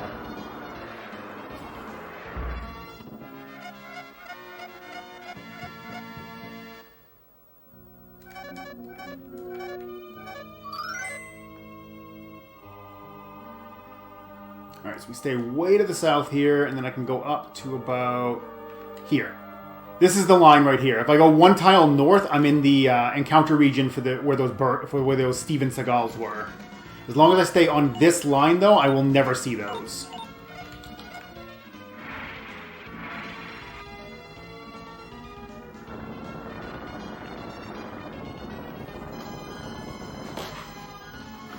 So get comfy, because this grind's going to go on for a little while. Like I said, Chesney and Midia, I'm looking to be level 47 for safety reasons. Normally we'd be doing it like 42, which is about the minimum you can get away with on the final boss, and still, like, survive things. 47 is just a bit safer. The extra 100 or so HP means a lot.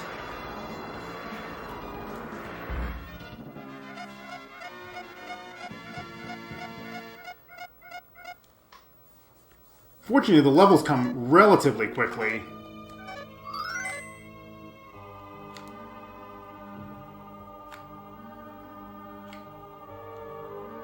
We're just going to stay right along this line here, because once I'm done with the grind, I just go immediately to the island.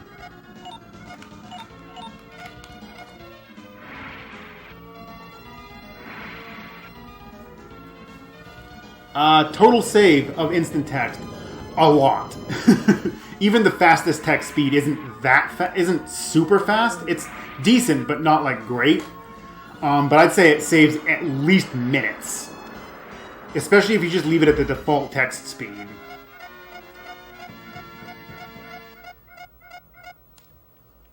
Like, the default would be... I mean, you'd probably... The default text probably saves at least a minute by the end of the first town. If I had to guess.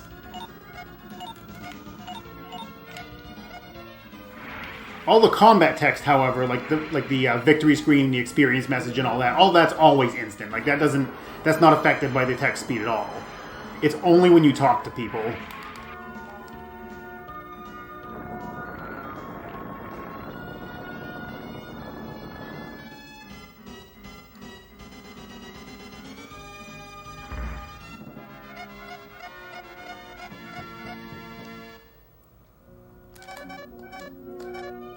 Mouth use a bottle on himself, so I don't burn the. I don't want to burn through the Giga bottle too quickly because this kind of has to last me the entire grind. I mean, my bottles are all full, so I'm not super worried about healing. I just don't want to spend more time healing than I. Oh, surprise attack. I don't know which group this is. Oh, good. This is like probably the best group. It's the easiest enemies that go down. I mean, these enemies go down the quickest, and usually you can get pretty large packs of them.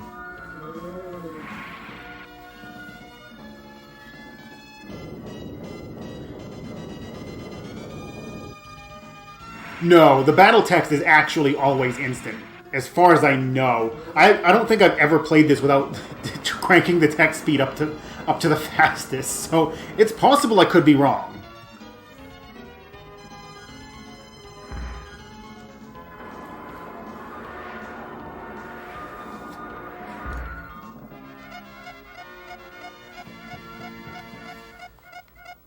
Even if he was casting spells in like every fight that I was like finishing, he still wouldn't be that good right now. Like the problem is that the only options he would have are Heat and Elstorm.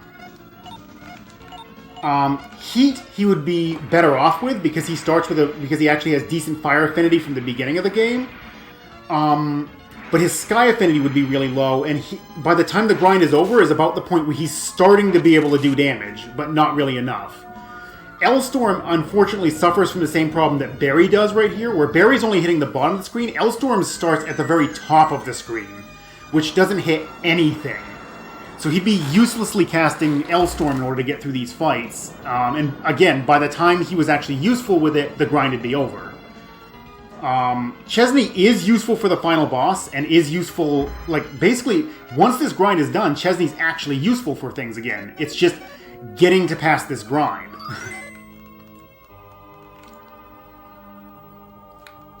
It's just, Chesney is just kind of lacking options, really. He doesn't really get a lot of good stuff. I mean, you're intended to build him up in all the affinities and everything. He can be a really good spellcaster.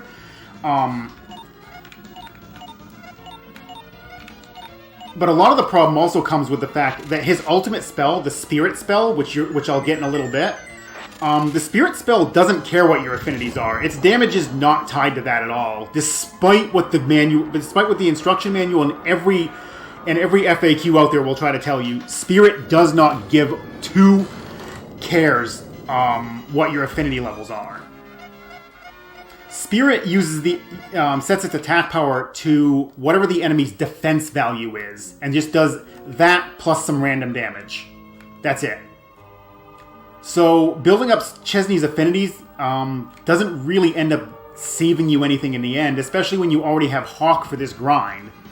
Mouth, Hawk, and Midia can handle everything here without any problems. So building up Chesney just wouldn't do anything. It'd be extra spell animations, basically.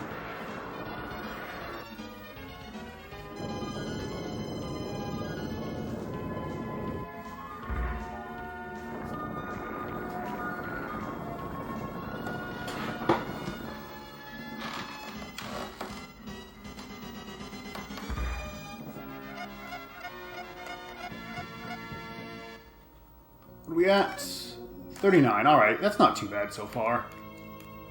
Granted, it takes more and more experience to level, obviously, and once you get past like 43, it starts taking a little bit of time.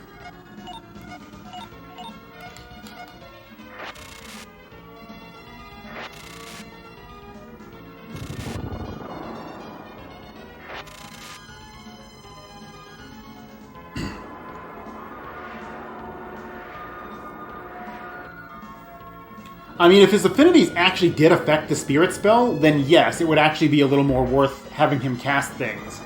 It's just, unfortunately, after all the testing I've done, it shows that it literally doesn't.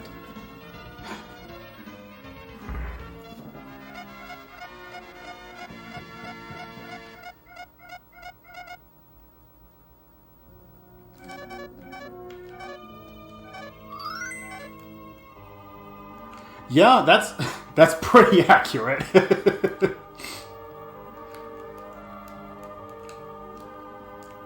I like envision him when they send you on that when the Resistance sends you on that mission to rescue their comrade, and they take Midia away from you, and you still have Chesney. I feel like Chesney's going into that fight with Chill and just being like, "I'm helping," with that big old grin on his face, trying to act like a hero, and grunts. And you have the other party members just like, "Chesney, come on, adults are talking here.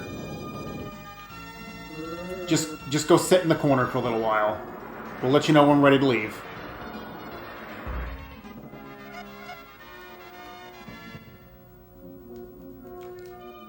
Fortunately now, with these extra levels, Midia is actually fast enough to get off before a lot of these enemies are. And Hawk's the fastest member of the party right now and will stay the fastest member of the party. Mouth isn't too bad, but also not super quick. But Midia actually will start getting off before the enemies a lot more often, because her speed growth is actually higher than Chesney's.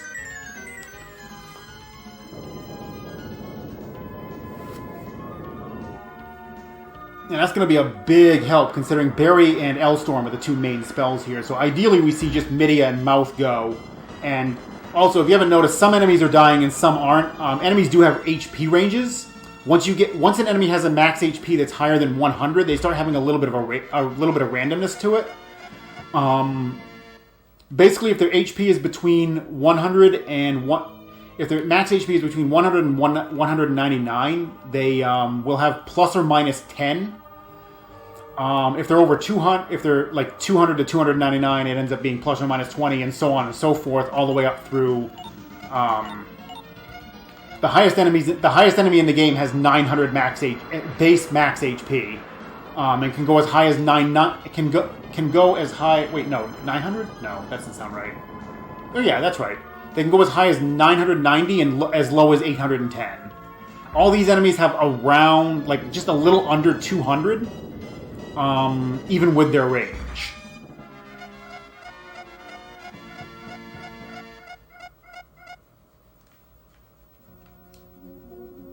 It's like a really weird quirk of how they handled the HP. I don't think a lot of people really... I think most people will have noticed that sometimes enemies don't die despite there being the same enemy and you doing identical damage, because there's no variance in the spell damage except the Spirit spell. Every other spell in the game has fixed damage, so you'll never see any like random variance to it. And it just seems weird sometimes when some enemies die and some don't, despite the fact you did the same damage to every enemy.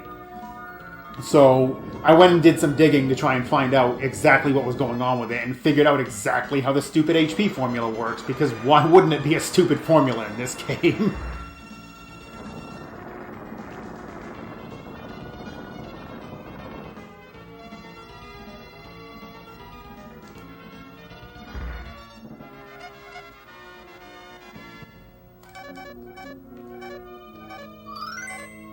Do I have a card down there?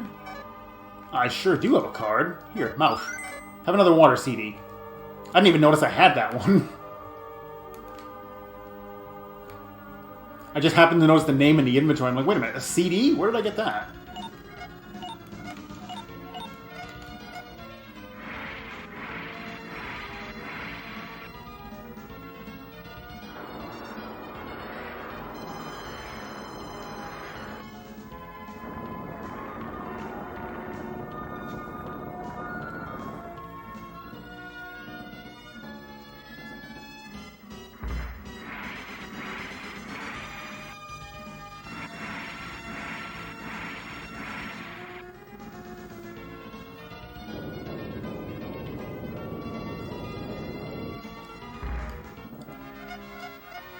The HP thing, yeah, that drove me nuts until I actually figured out how it works.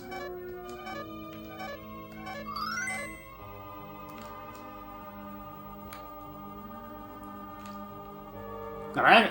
Now, the funny thing is, though, that only applies to random encounters. It does not apply to bosses. Bosses do have fixed HP. Even bosses that eventually become normal enemies.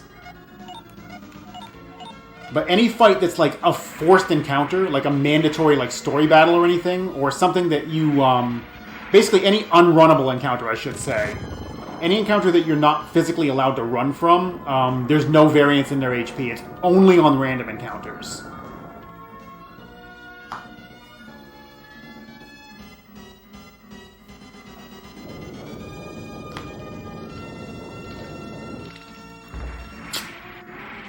Which I'm quite thankful that bosses do not have that, because that would be annoying, especially with the final boss.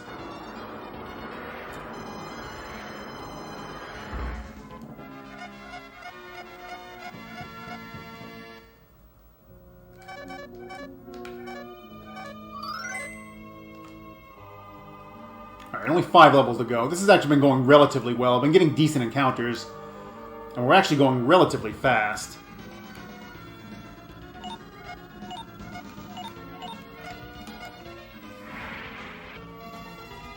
And by going fast, I mean we're getting our turns before the enemies are, instead of it being they're all getting their attacks off, and then we're sitting through a ton of animations and everything. Except this fight. This fight's just making a liar out of me.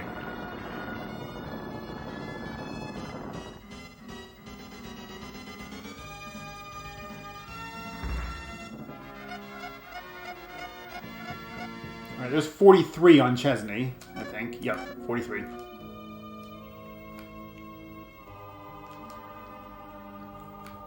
It's not just enough to have Chesney at 47, I want both Chesney and Midia there. Midia is actually at more risk of dying in the final boss than Chesney is. And for the final boss, everybody is important. There's not a single person on this team that is not going to contribute in that fight.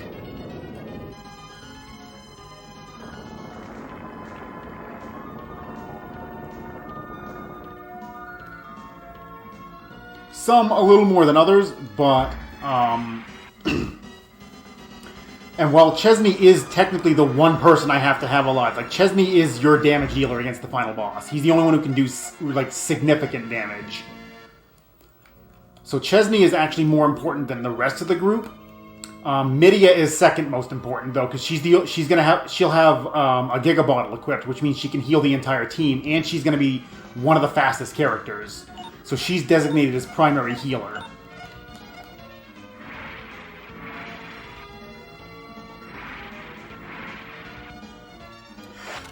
No. Enemies can have a random number based on the formation. Like this formation here can be... I don't think I've ever seen only one Bowstang in it. Those are the like starfish enemies at the top. I don't think I've ever seen one, but I know it can go down. It can be as low as 2, and then the Soa fish at the bottom can be anywhere from, I've seen as low as 2, and you can go up to 4. I'm guessing it's probably 1 to 3 and 1 to 4 technically, but I don't think I've ever seen that combination.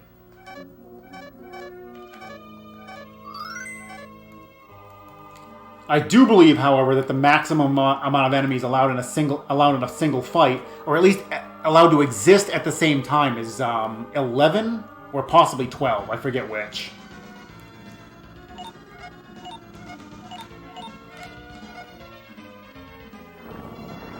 But there definitely is some variance to that.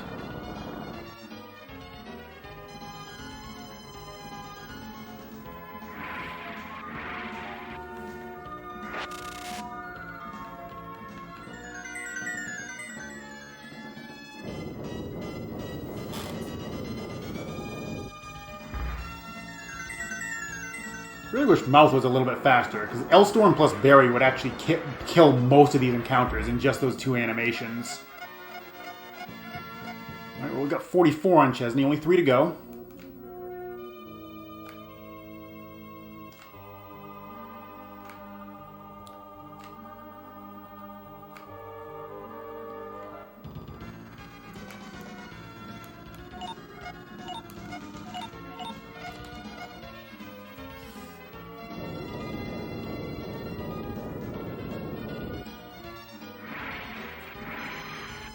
Come on, Mouth. Beat Hawk to the punch. Save me an animation. Good. Good guy.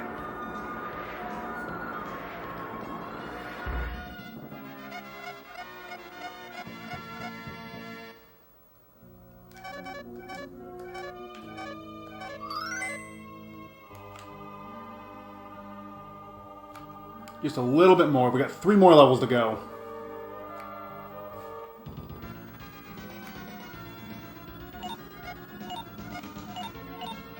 Would really prefer to see the pit fish and Ibream battle, because that one's actually worth more experience, because they fit more Ibreams into the fight, so the bonus ends up being bigger. As I mentioned before, the higher the number of enemies in the fight, the more of a bonus experience you get.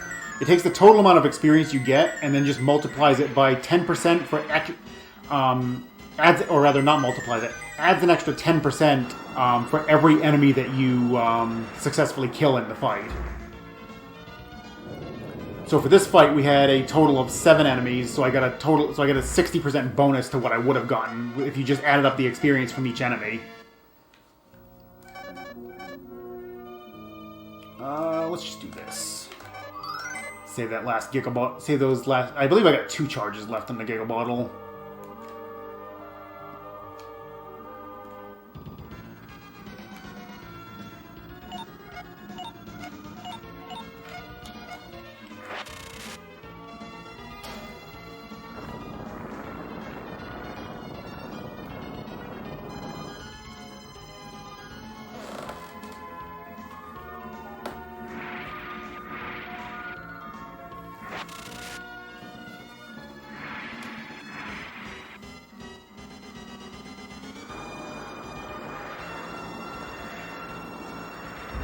Oh. I like how heat is almost enough to do it, but it's just not quite enough.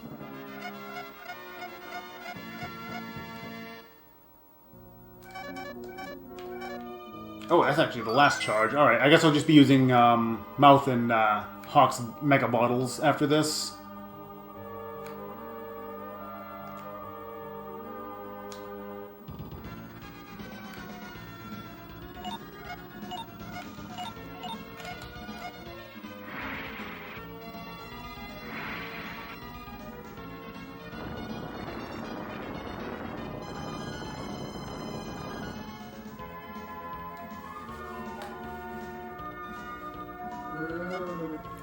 You would spawn one right after I hit you.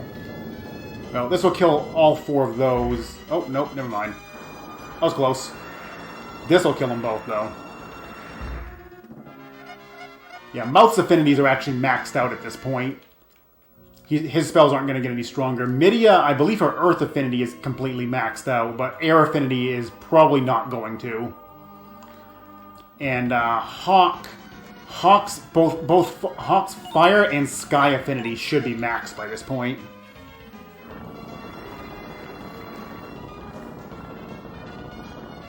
Hawk starts with 100 in both fire and sky, and the max is 127.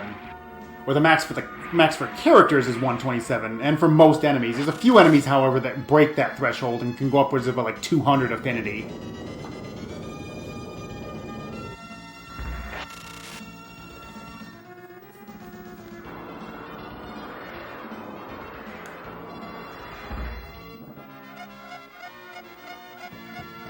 I think that was 45? That was. Good. 2 more levels.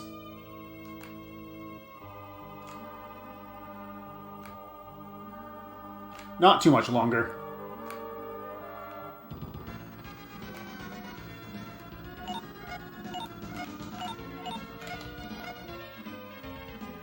I haven't seen a pit fish in quite a while, though. I think I ran the ocean out of them. Hunted them to extinction.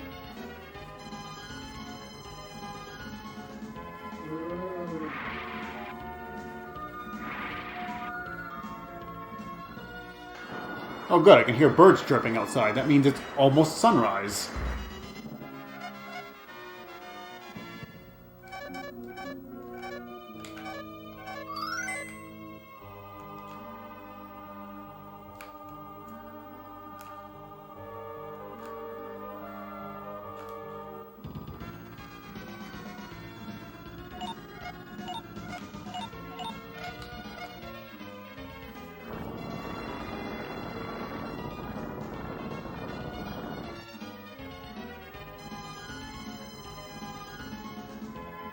Wish there was a little more to talk about this, but literally it's just the grind. It's just going to be going on for a little while longer.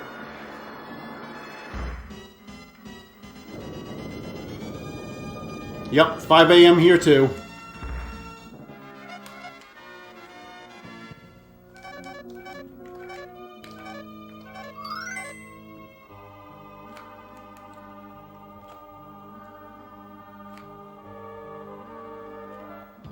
I mean, I'm not having any problems hanging on. I'm a night owl anyway.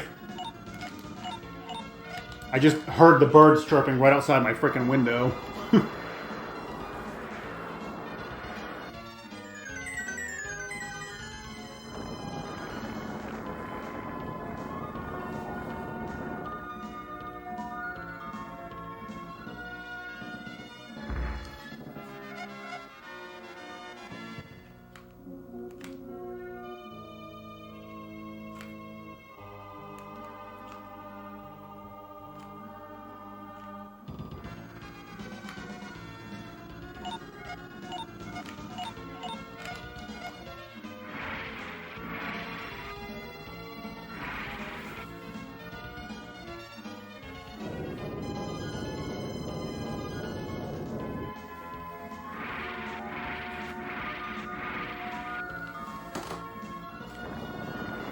Been up for a while. How dare you? How dare you be up for a while on a Sunday? You should have totally woken up later. Because reasons.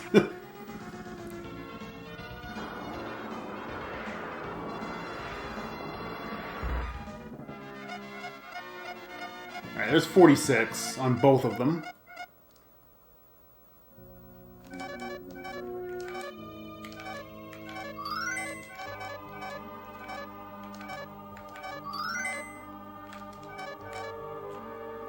Just one more level.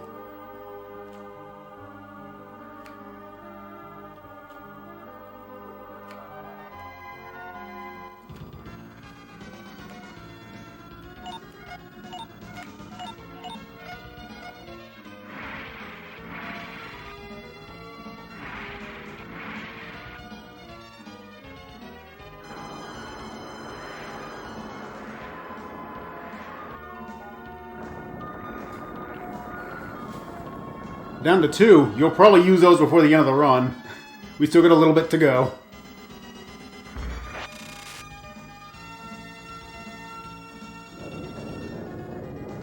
I think for this fight I'm going to stop having Hawk cast Heat, because he never quite manages to kill all of them. Except for that one fight where he got lucky on their HPs being lower.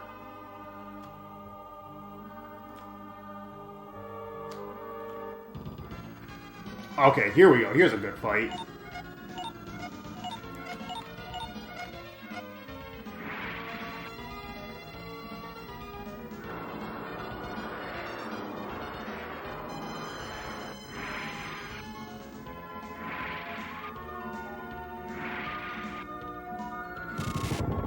Well, Mouth's not going to survive this. Oh, he's hanging on with 1. No, never mind. He's dead.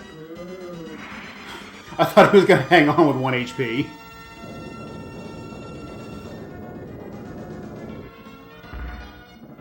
Oh well, more experience.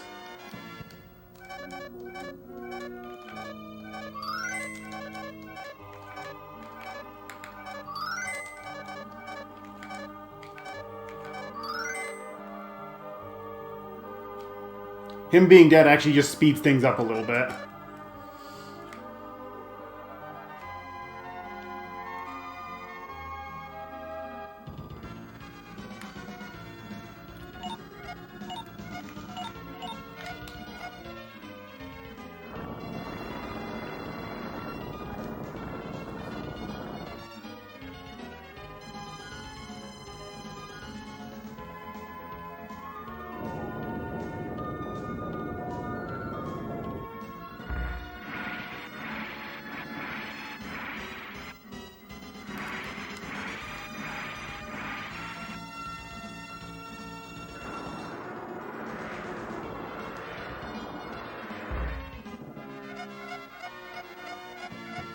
Was a level for Hawk. That's not quite who I wanted to be leveling. I mean, I'm not gonna argue with it, but I want them on Chesney and Midia.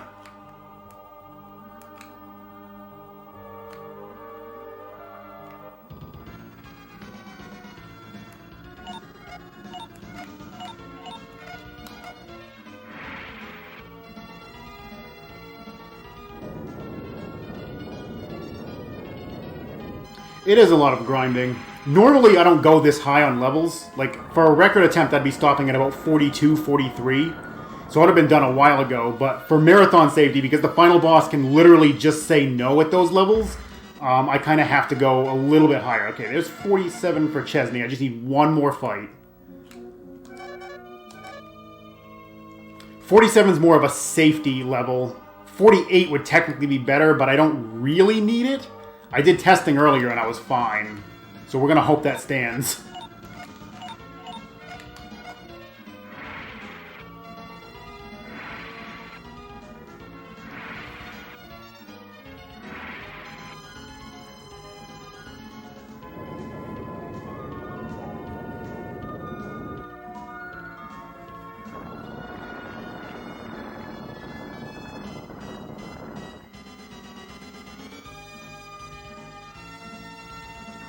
This should do it right here. No, Mouth got an extra one. Good. Midia got her level. Alright, let's get everybody healed up.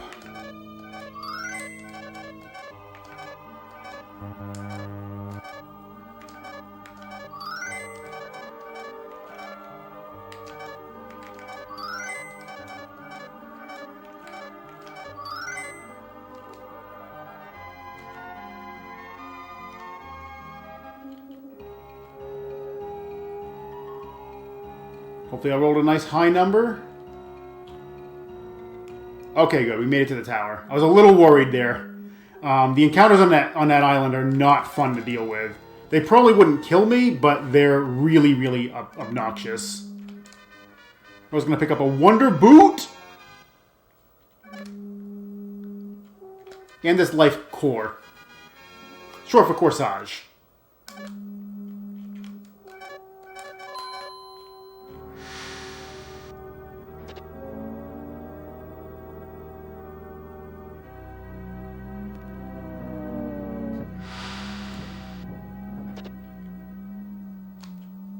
Alright, so this is Piaz, and this is his tower.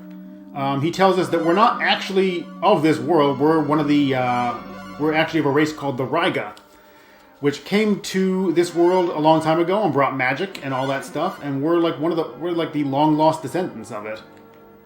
And he just sent us back in time 10,000 years to try and fix, so we can get what we need to, oh damn it, get out of there. So we can actually get the equipment necessary to destroy Dalgran. We need the Cormu equipment, which we just got back. Only this is better Cormu equipment than what we had.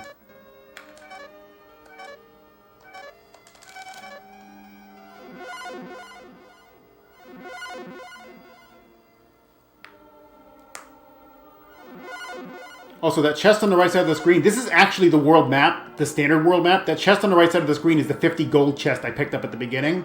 If you don't pick up the 50 gold at the beginning, you can pick it up here if you want. Because time paradoxes are totally not a thing.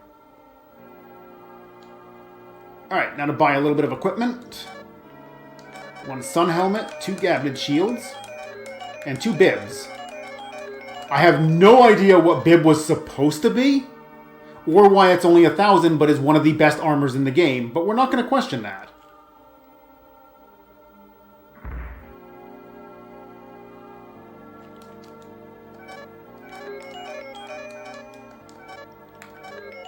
We're going to buy the Heart Affinity and give that to Chesney and Midia. This up top, get Barry off of that top row.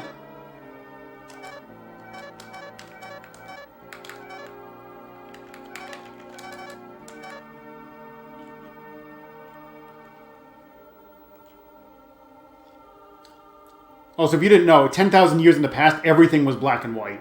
There was no color. That wasn't invented for like another 8,000 years. Except us. We're from the future, so we're clearly going to be in color. And nobody here notices.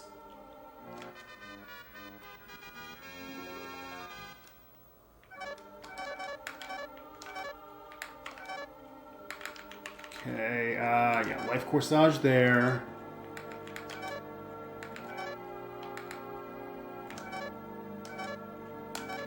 She gets one more piece of equipment later. Chesney will update his equipment after this next boss fight.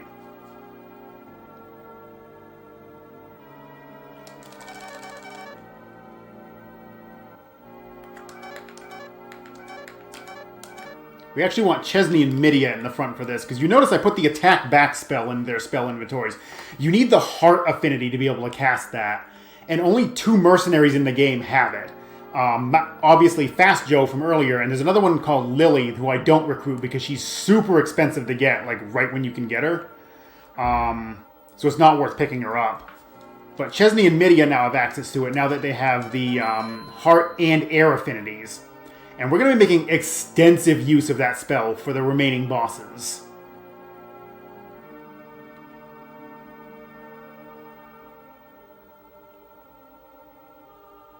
They may not. You never know. Back in those days, they may not have had the technology to be able to see color. We have it now, and that's why we appear in color, and we must appear really, really alien. Also, we're going to climb the Tower of Gabnet again, just like we did at the beginning of the game, just there's stronger enemies here.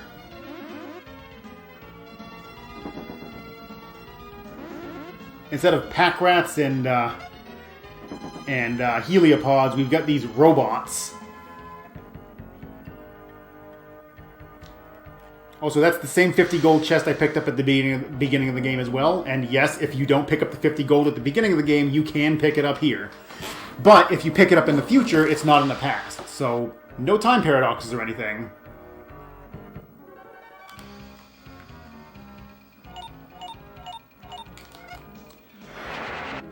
I would honestly say no, Kong, to be honest. The difficulty balance of like random encounters and some of the bosses for that matter is all over the place. And there are some points that are much easier than others and other points that are like extremely difficult. They didn't do a very good job balancing this game. I'll straight up say they didn't.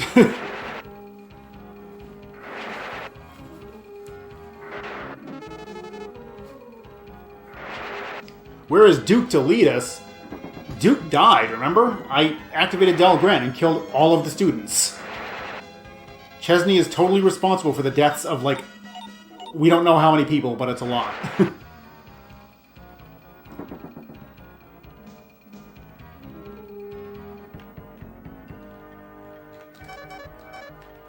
I'll just run one of Chesney's things, and here we go. Let's fight us a Gabnid.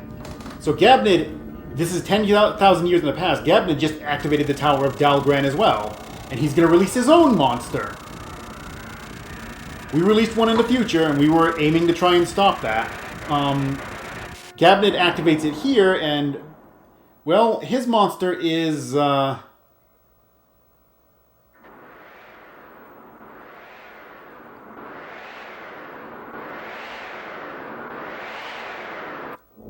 This dragon that we totally didn't pull the sword out of 10,000 years in the future.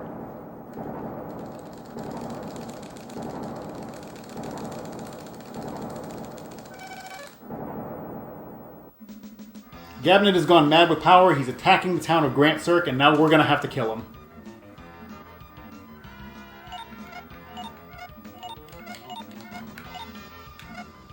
Mouth first.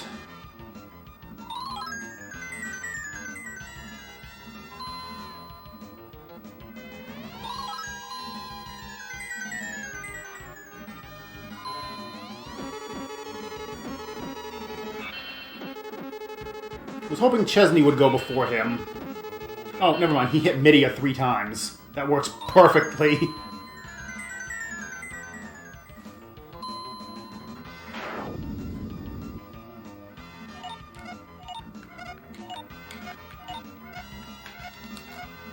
Now we're actually going to have Chesney start attacking here as well. Chesney with Cormu's sword and actually leveled up like this, he actually does reasonable damage. For the first time in the game.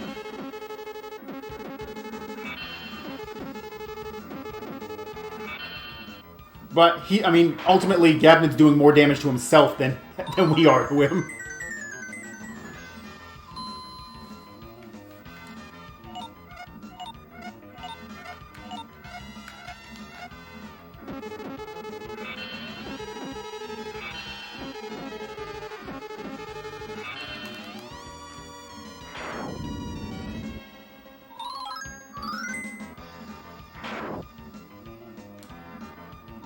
Hawk might get an attack off here. We're going to see.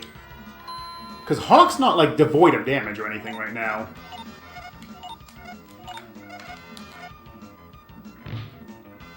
Boot.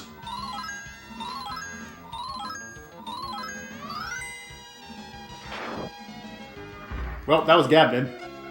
Good try.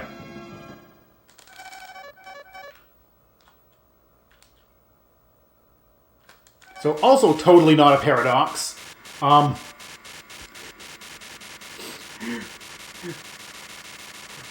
Not only did we pull the sword out of this thing's back 10,000 years in the future, we were also the ones who stuck it in its back 10,000 years in the past.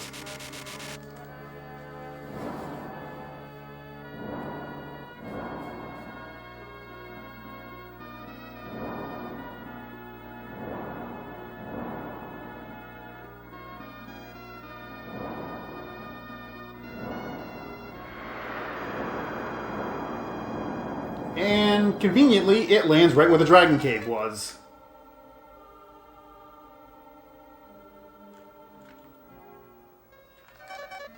Okay, yeah, we're looking good on HP.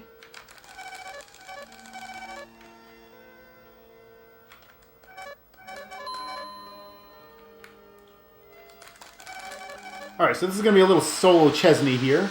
We've got to activate all the lost spirits. We've got to dodge this thing while navigating our way to the center. And there's a very fixed pattern you can do and always get this.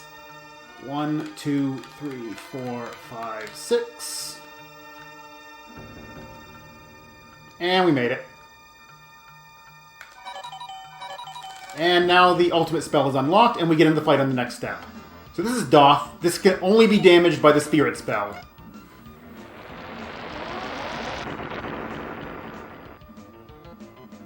So remember how I said earlier the Spirit Spell only bases its attack power off of enemies' defense values? Well, Doth has 999 defense, just to make sure you can't do any damage to him in any way, shape, or form. So, this kind of happens. Also, rip the bitrate.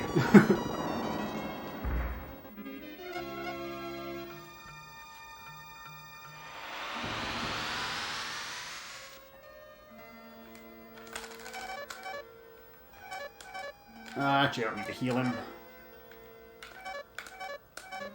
I do need to equip him, though.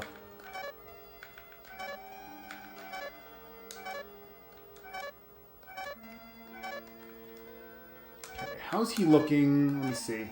1420, I might be able to get that real quick, just to get him that one extra quick level.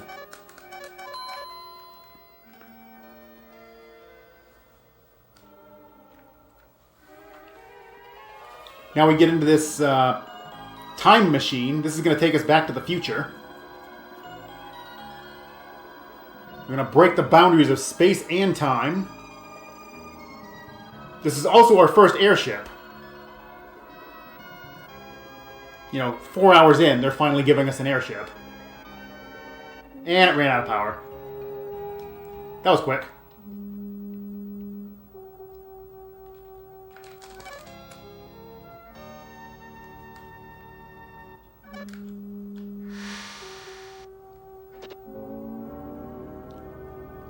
The only other point that there's solo Chesney is like near the start.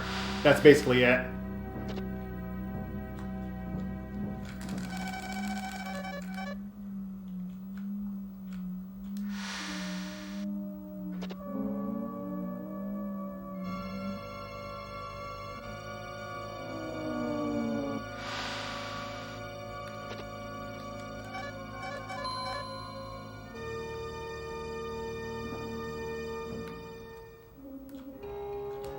Okay, so Chesney dual-wielding those Gabnid shields actually makes, actually gives him the highest defense on the group. And I know where I can go to potentially get the experience I'm looking for. It's up here.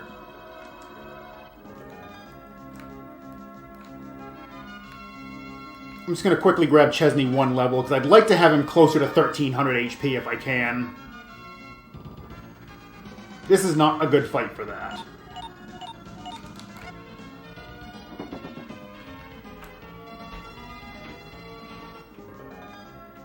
Yep, the future is totally just to the west. That's how you get. That's how you time travel. Just go west. Okay, this will work. Chesney, you're still useless. Storm, and you will use Break A because they're weak to it.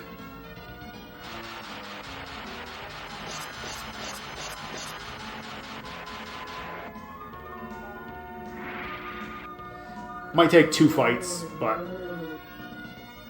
the extra HP is really going to help.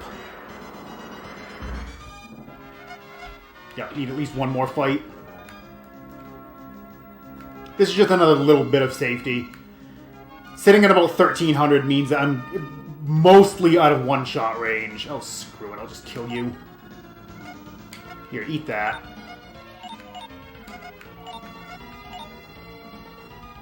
I think this works?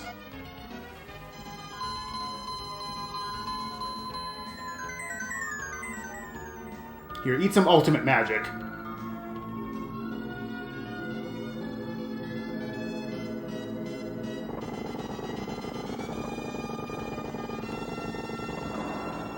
Yep, 195 damage.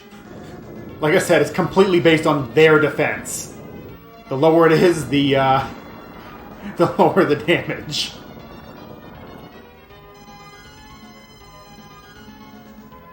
I just want to point out, this dinosaur here also brushes his teeth quite regularly.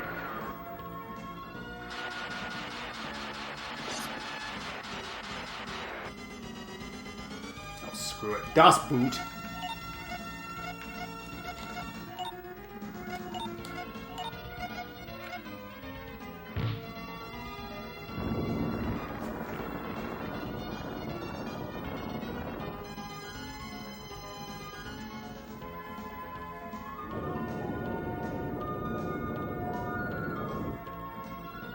This thing has way too much HP. There we go. Yeah, only 500 for that. I got more experience from a group of corn rats. There, this will finish it.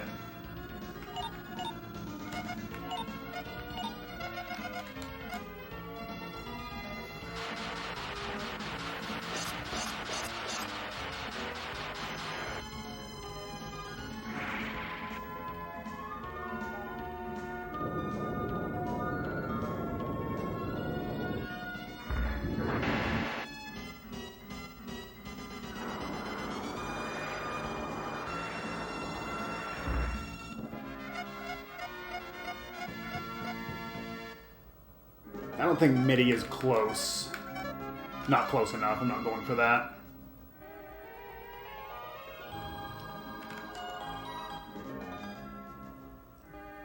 Alright, time to finish this.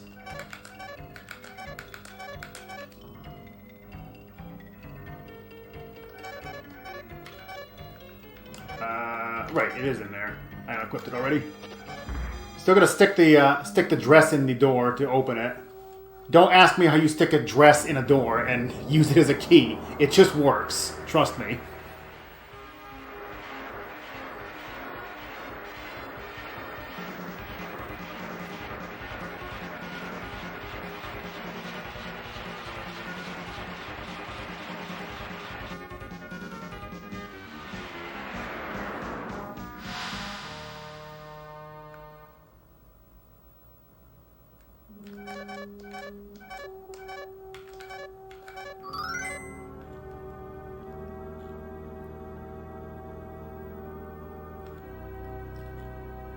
Make one last save.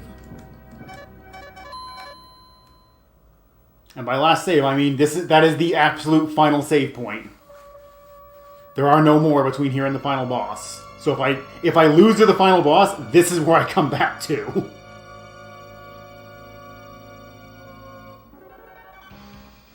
Also, the enemies in here have gotten a bit of an upgrade. They're stronger versions of the ones we fought earlier. Encounter rate's still just as low, though, so most of this walk shouldn't be too bad.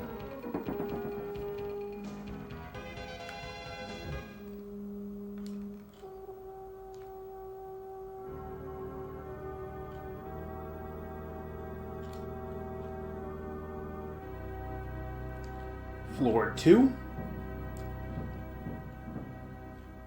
I'm just going to go right past that point where we picked up the chest and actually take the staircase this time.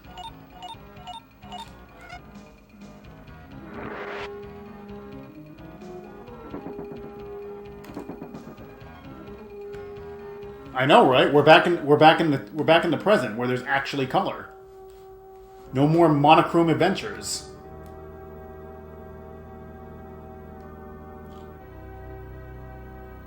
Oh, really? One step away? Couldn't have generated that number one higher?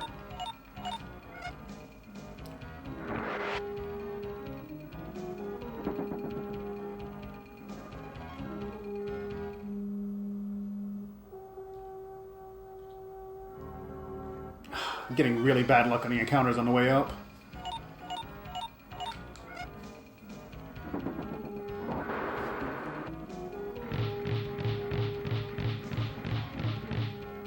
Ow! Holy crap. That hurt.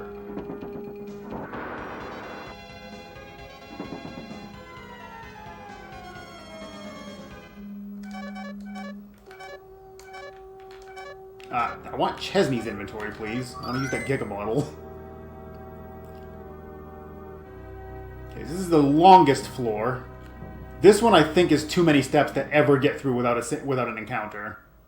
I believe you always have to take one. So, fun fact about how the encounter system works. Like I mentioned earlier, it generates a number that determines the number of steps to the next encounter. If, however, you transition to another room, when that counter hits 0, it just re-rolls the number in the new room. So you can actually skip encounters that way if you know where your counter is. Obviously, I don't, so I can't do that. But sometimes you get lucky.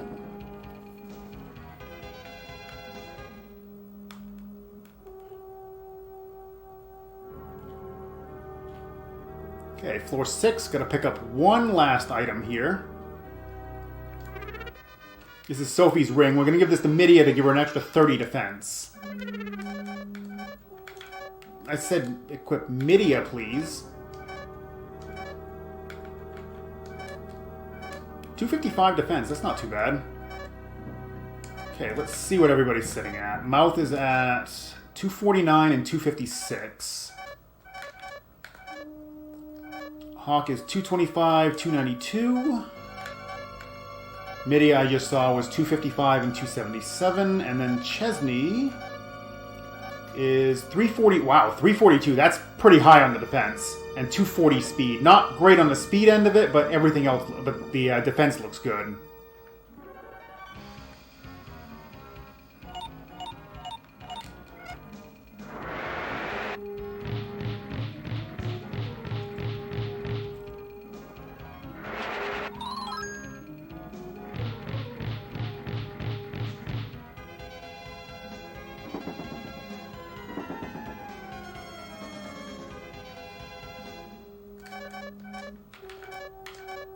Oh, come on. Menus.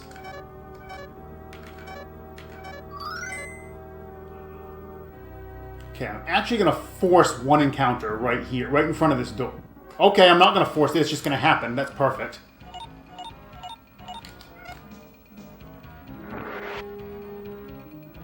So as I mentioned, the encounter rate in here is really low.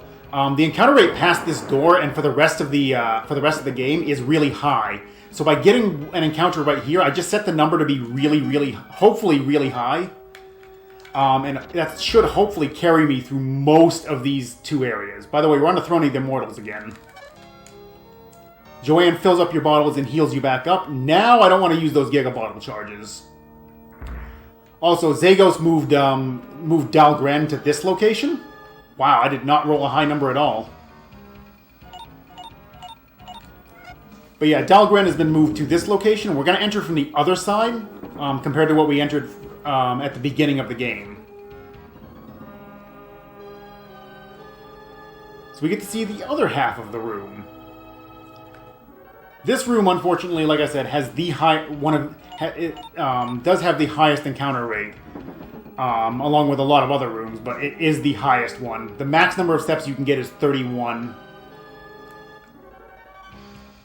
A lot of times, however, you'll get single digits.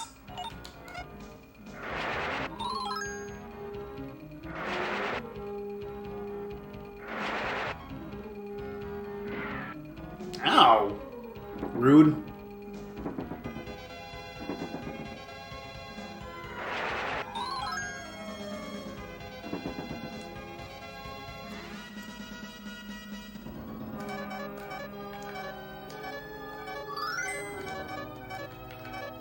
We'll heal with bag items before I touch anything on the characters. I want all the healing charges I can get for this.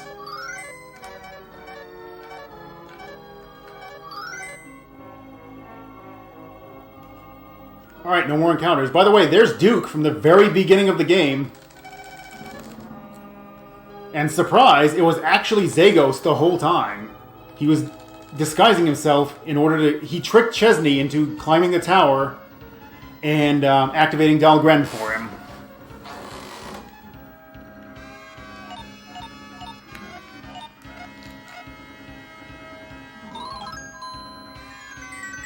So here we go, final two bosses.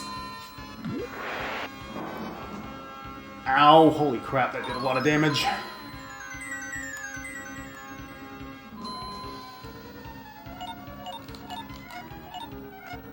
I forgot to bring ATS up. Where is it?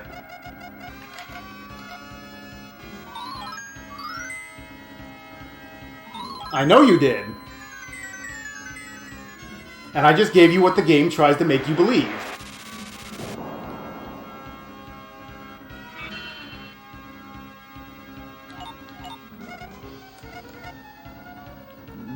Yeah, Hawk.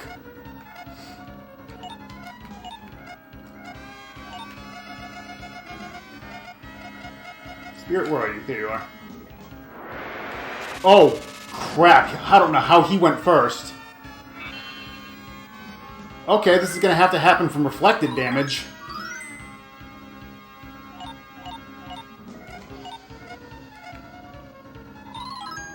Well, this is not a good start.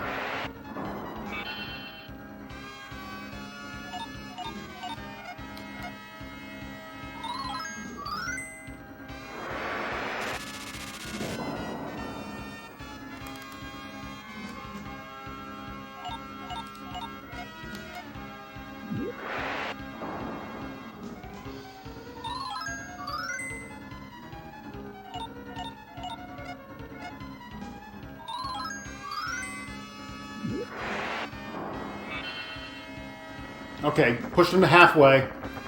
This is recoverable.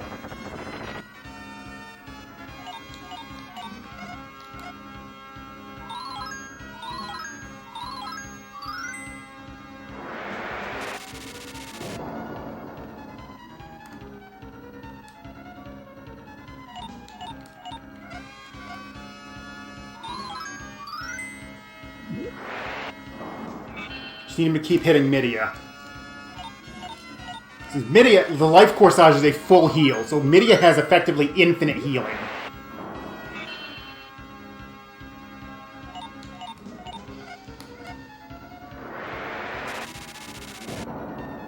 That, I think, was a crit.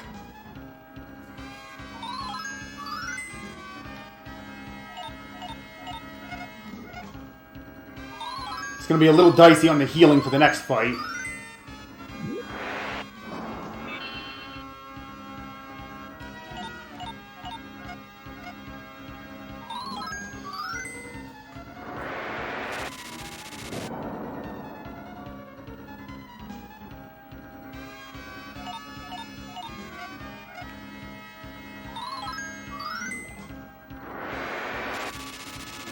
I need him to hit Midia.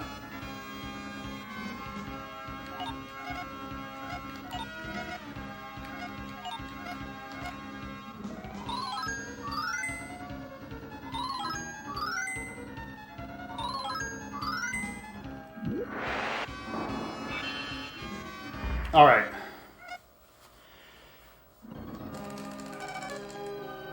Chesney must be healed on turn 1. He's back to life because it switches fights. If Chesney doesn't get healed, I have to reset. I can't do this fight without Chesney.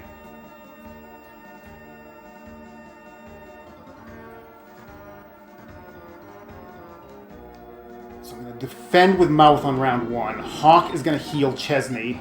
Midia is going to heal everybody. Chesney is going to put up attack. Oh, right, he can't do that because he... Oh, crap. Just going to go double healing here.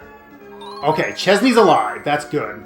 Midia got hers off as well, so we should be okay. It sucks that I don't have any buffs on this turn, but at least I'm alive. Oh, that was a full party hit.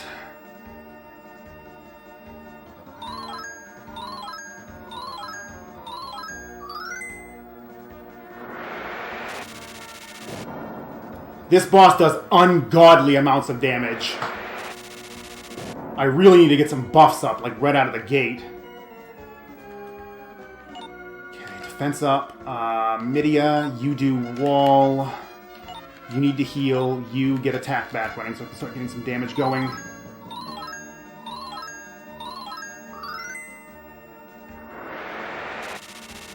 I need to get speed up with Midia here at some point.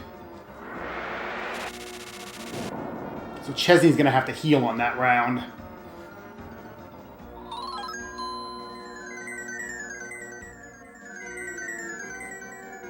I missed Hawk.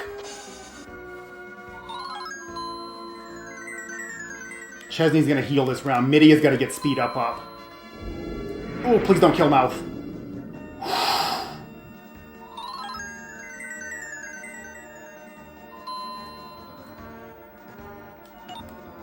Defense up on Chesney. No, defense up on Hawk first. You heal yourself. Midia, get... Nope. Speed up. You heal.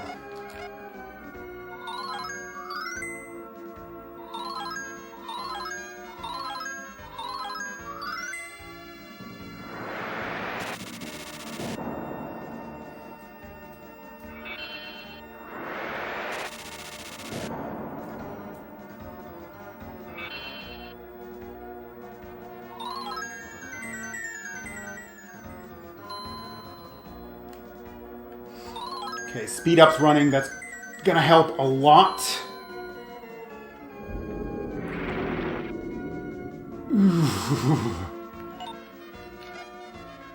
Wow, he can't even cast that. Alright, well, you just defend this round. You cast defense up. Put that on... Put it on Hawk already. Put that one on Chesney. Midia, you do attack back. Chesney, you gotta heal again.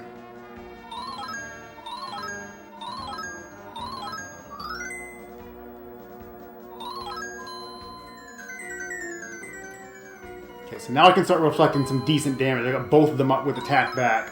Chesney, Midia, and Hawk are basically fully buffed. Mouth is not. Mouth only has wall. Hawk only has defense up. Mouth is mostly just going to be defending the rest of the fight, though, so it's not as big of a deal on him. So I'm probably not going to bother buffing defense any farther.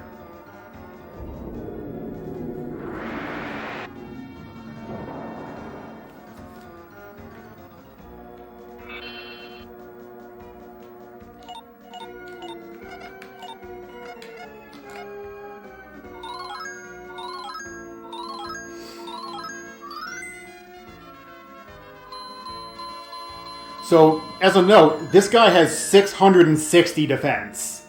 Chesney is intended to be your primary damage here with Spirit. Like, you're not really supposed to be able to damage him with anything else. But reflected damage works just fine because all of his attacks are considered physical. And he has 6,000 HP.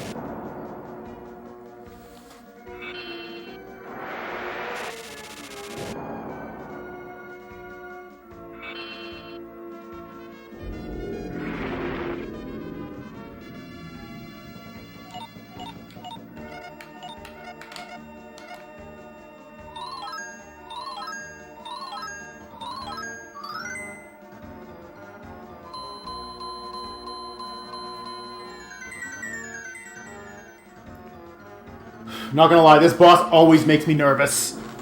He can end this run so easily. Just a bad combination of attacks could easily take Midia or Chesney out. Oh god! Oh no! Okay, he only did 3. He can do up to 5 of those, and I've seen it do over 2,000 damage on somebody who wasn't defending. His force punches are no joke. He has 660 attack power. Those things hit like absolute trucks.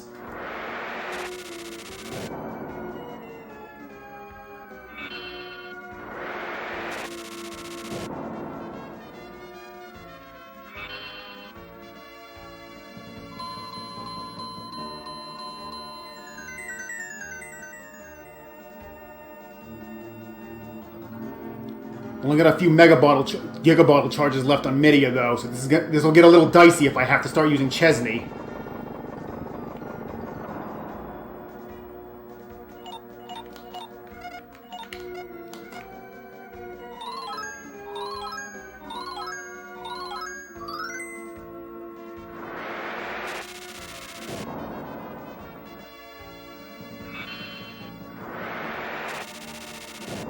I got 3 reflects.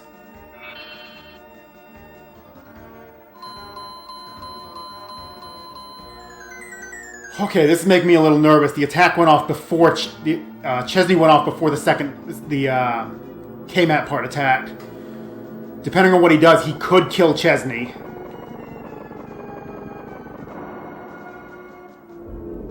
Okay, this shouldn't. Oh, it just won't hit him. That works too.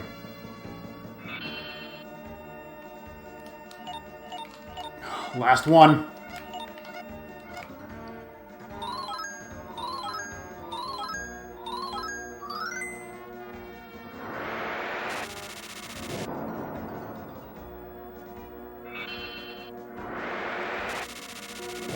Okay, those 3 reflects.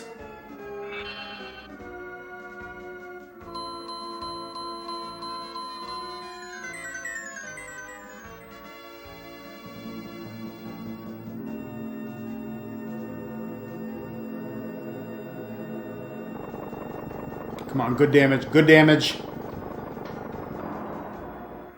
Got him! Oh, God, that's a relief. That boss can so easily end runs. Like, it's not even funny. Time is not quite yet, though. There's a little bit to do after this. No fights or anything, but just, we'll call it a victory lap. And somehow this is going to be underestimate. I am amazed.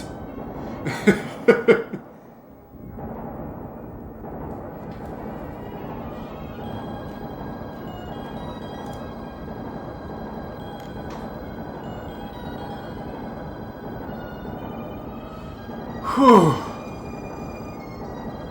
After that start with Zagos, I was really worried that Chesney was just going to get insta-killed on round 1, and we were just going to have to reset and try again.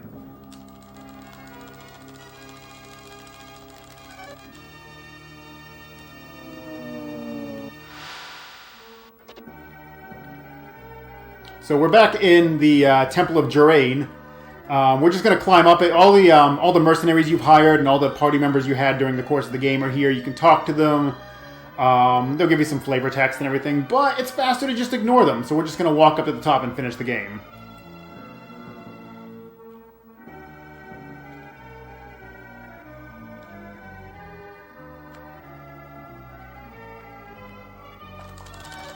And that is time! Whew! I can't believe that came in underestimate. I was not expecting that.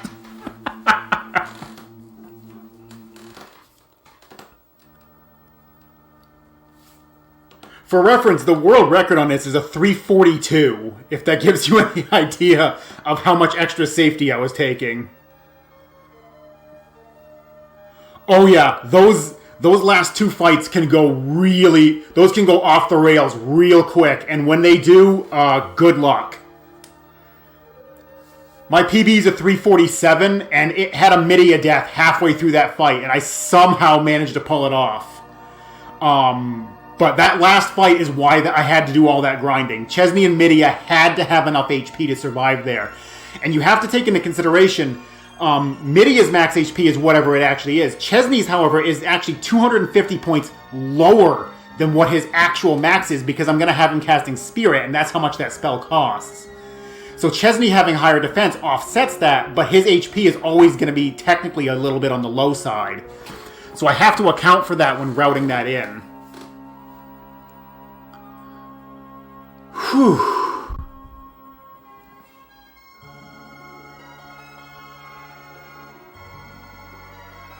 That is a relief. I was expecting that run to be a train wreck. I was absolutely expecting this to be a train wreck, and it was in some spots, but not, like, terribly so. gladly take any run that can finish this in under 4:30.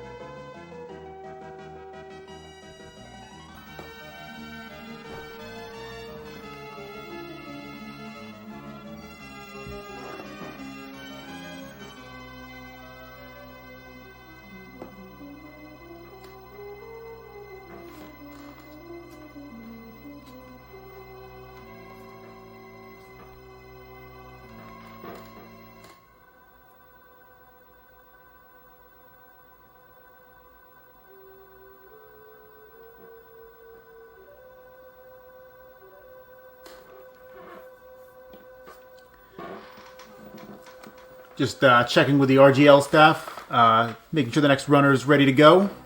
I believe up next we have Rayman for the PlayStation 1.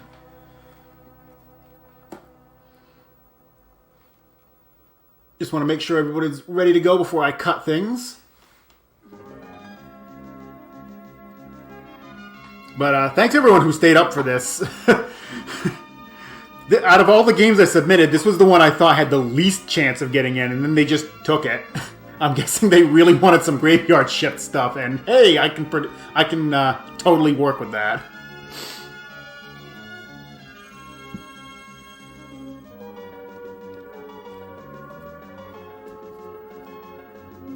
Also, shoutouts to Workhouse USA. I don't know who they are, but total shoutouts to them.